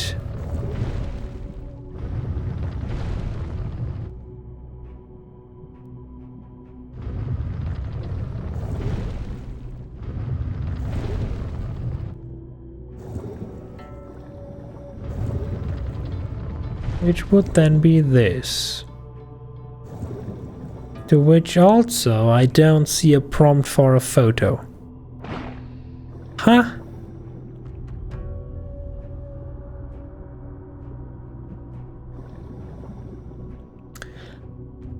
Oh. Epilogue fine print. To get the achievement, you need to go back to the boat after you took the last photo, where there will then be a cutscene with Dr. Bacon. Apparently that was his name. And we have to unlock the achievement by finishing our dive. Makes sense. Would have been the next thing I would have hoped for. That we just leave and get it then. Not necessarily because there was a cutscene, but maybe because that's the way the game is coded, that it only updates the condition afterwards. For one reason or another. Nope. There actually is quote-unquote more. So while we're still down here, and have lots of ammo, let us go and grab very prehistoric shark. Big, tasty, ancient, and very much extinct. That's how I like my sharks. No, you're a narwhal, you're not a shark. Don't make me murder you for no reason.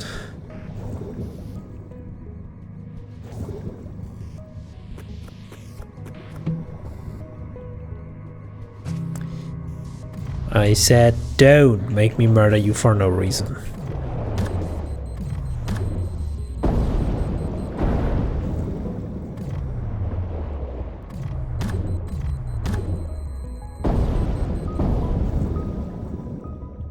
I think he has enough. Also, looking at the damage numbers, that thing with all its ammo might not have even been enough to kill it. Anyway, prehistoric shark, where are you? At the bottom, I know, but where? Also, there's two sharks down here, big and prehistoric.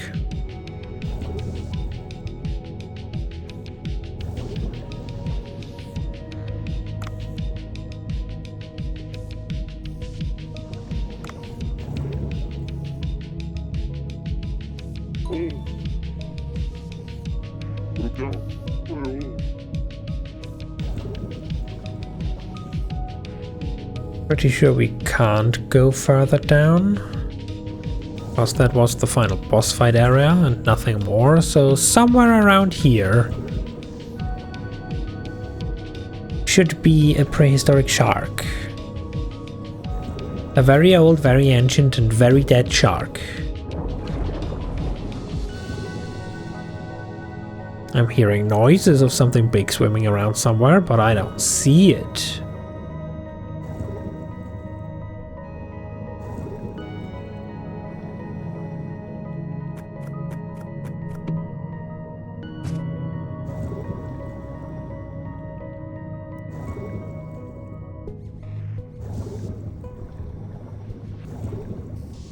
Where's the sharky?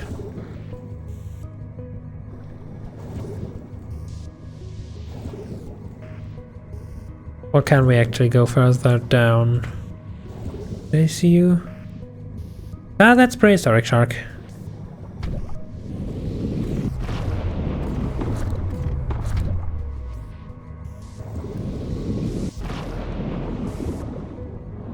I guess they missed, huh? Oh, now we hit. Now he snooze. Now we sack. Guess that leaves us with enough to also get the other one. He's big fella. Which should be around this height. Yep, there he is. Big fella. Take a snooze, buddy.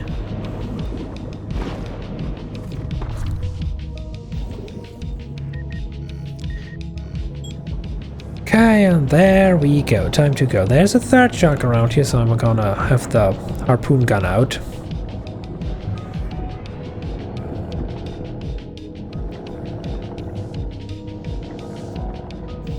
Now that's just narwhal, friend. Friend in very much quotation marks.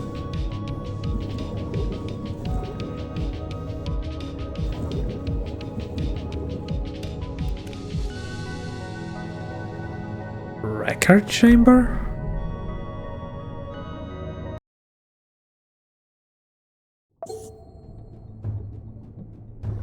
Oh, they put a...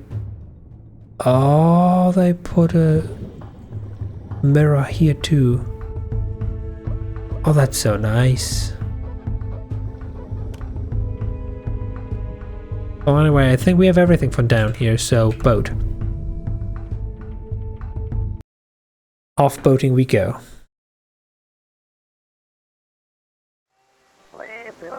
There's Dr. Bacon, and there is my achievement.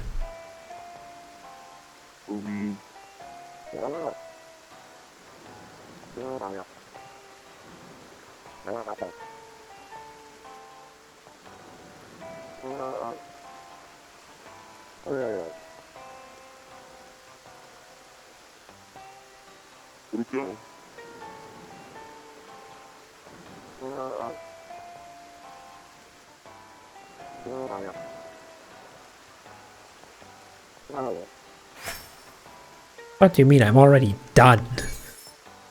Maybe slightly out of order, yes, but still.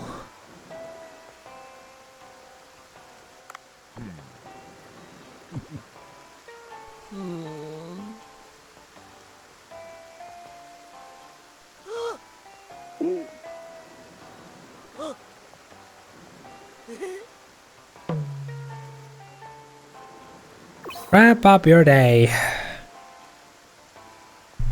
Bancha sushi. You guys just go back out there. New applicant list. Have we ordered this? Is that where we ended last time? Did we order new people? Well, whatever. Phone. Minigames. Yow. is asleep but dying. But because he snooze, I can't do anything about it. Great, as usual.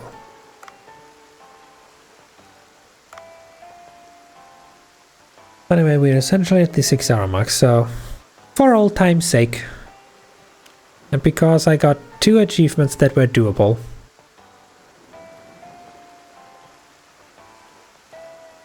and probably the only 2 that were doable in actually due time, let's end it off on a round of sushi.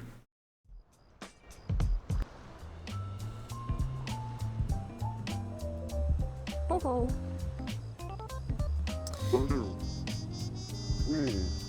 I'm Maya. Hey, hey.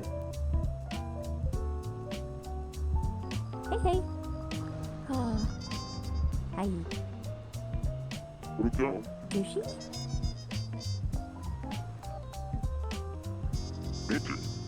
If I remember how to sushi, easy. Don't touch anything.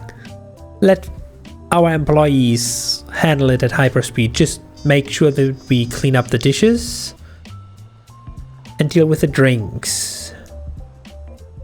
The drinks that aren't cocktails.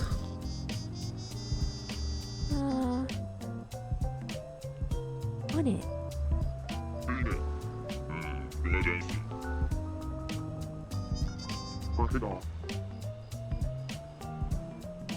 Sushi? Yes. Ayo. Yes. Whoopee.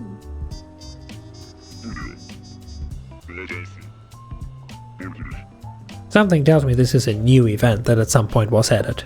Hey. Hi.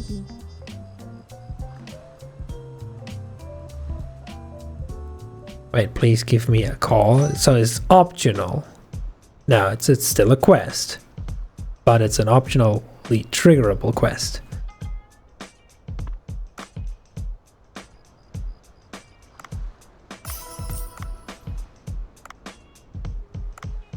What about the stuff? Oh yeah, the hires.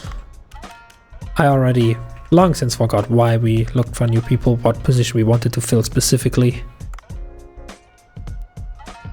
Now we have to make a menu.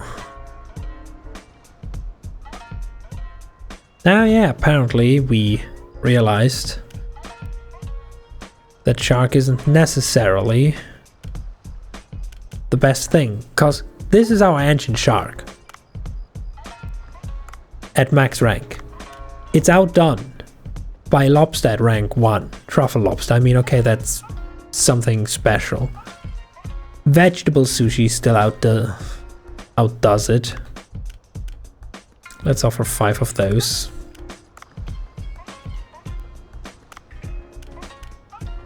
And 5 of those.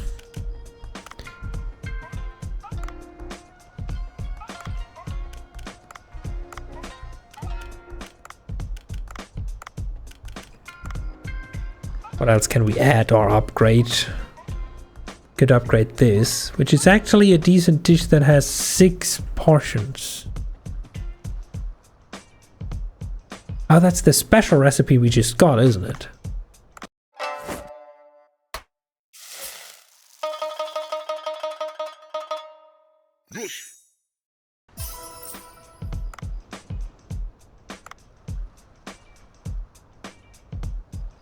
Well, we now need more eel to ever actually be able to do anything with a dish.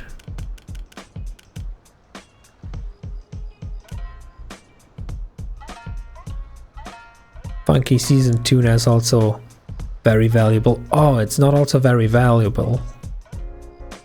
Also has 6 portions per. We can put that on the menu.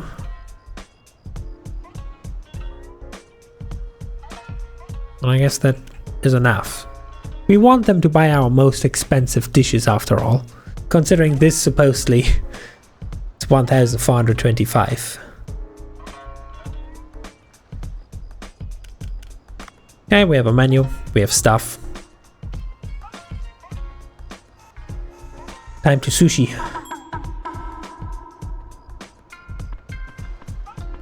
Go, my minions, go!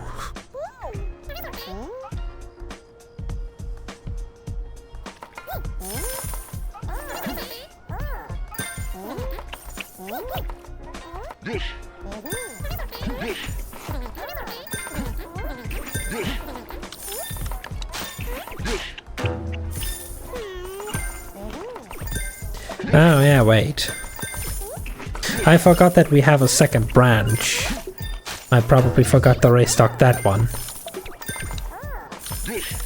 But yeah, see, we don't have to do anything.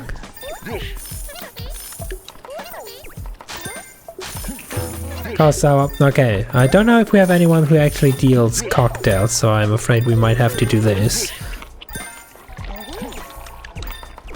Already failed.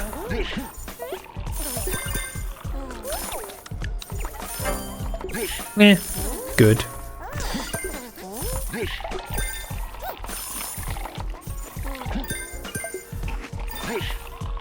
That's the wrong color. I pressed twice, but okay.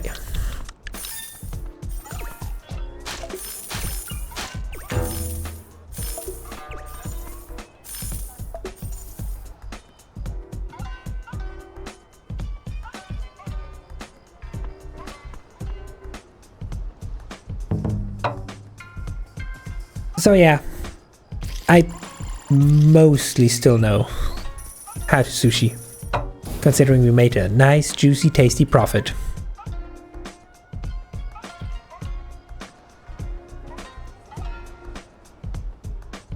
And we're only 9 off of getting the cook stuffing. Our branch also made money with the Megamouth. Oh yeah, we outsourced the Megamouth over there, didn't we?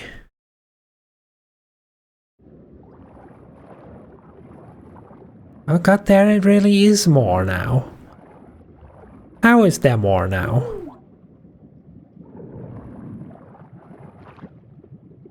What giant boss monstrosity is gonna... Oh no.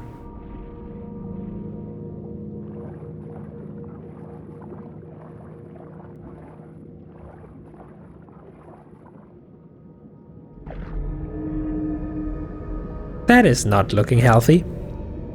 In any way, form, or shape.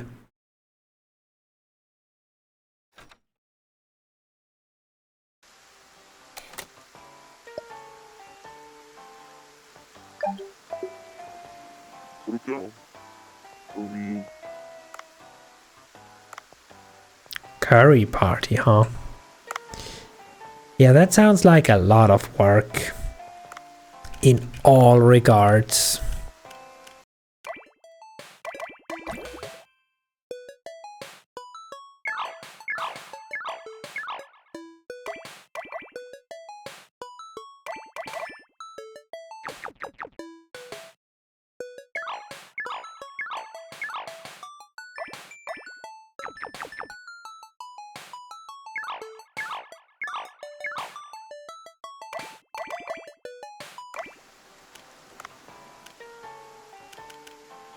So between this new quest and dealing with the farm and everything, the Sammy should have it. We may need to eventually restock the seeds, but other than that, stuff should technically be automized.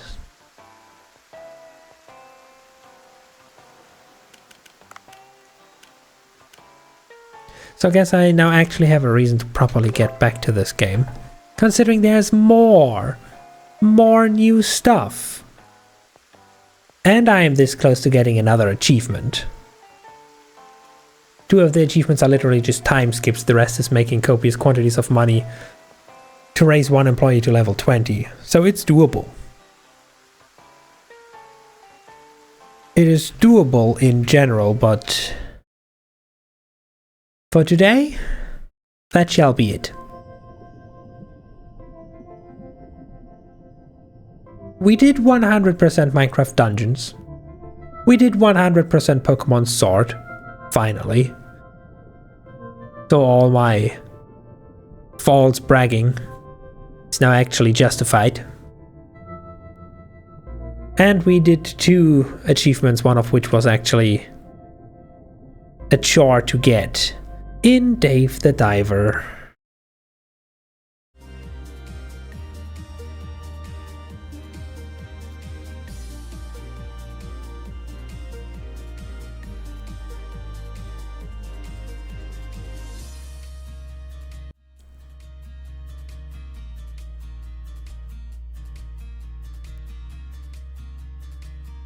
And my own initial mental image of today's timetable. For some reason I thought we might actually get Dave done as well. I have done several misassumptions of how long stuff actually takes. But alas.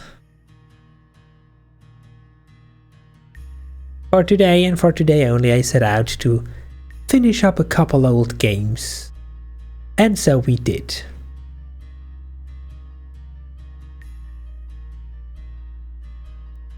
From now it's back to schedule.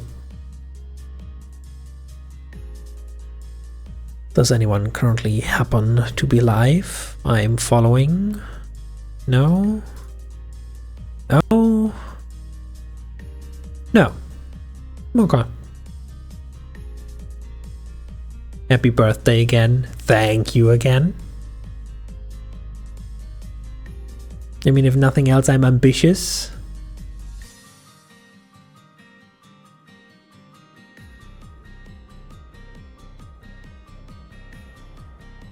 Now, alas, quest accepted is also not live.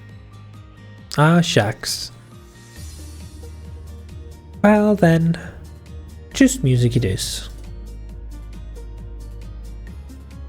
So thank you everyone for coming. Thanks for sticking around. As mentioned, it will be back to normal schedule now. After all, you only have birthday once a year, so I guess I now have to wait a year.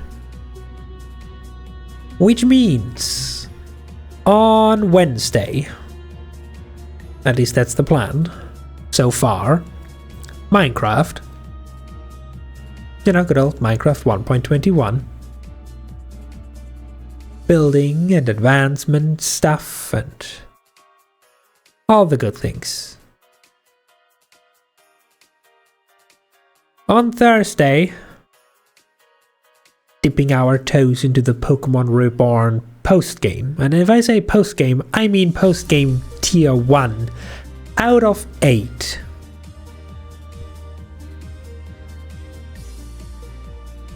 Because as they said, we may be done with the game, but the game is not done with us.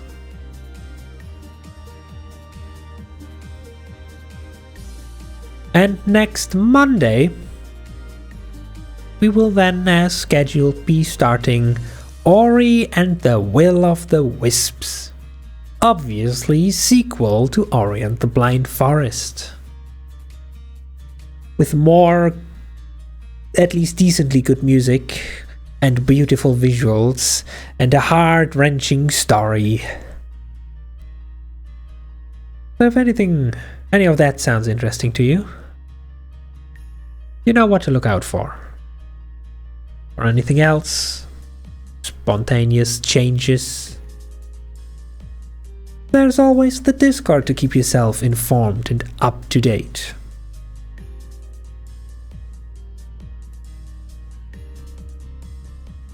Well, until then, have a nice rest of your time zone, and I'll be seeing you around. Bye.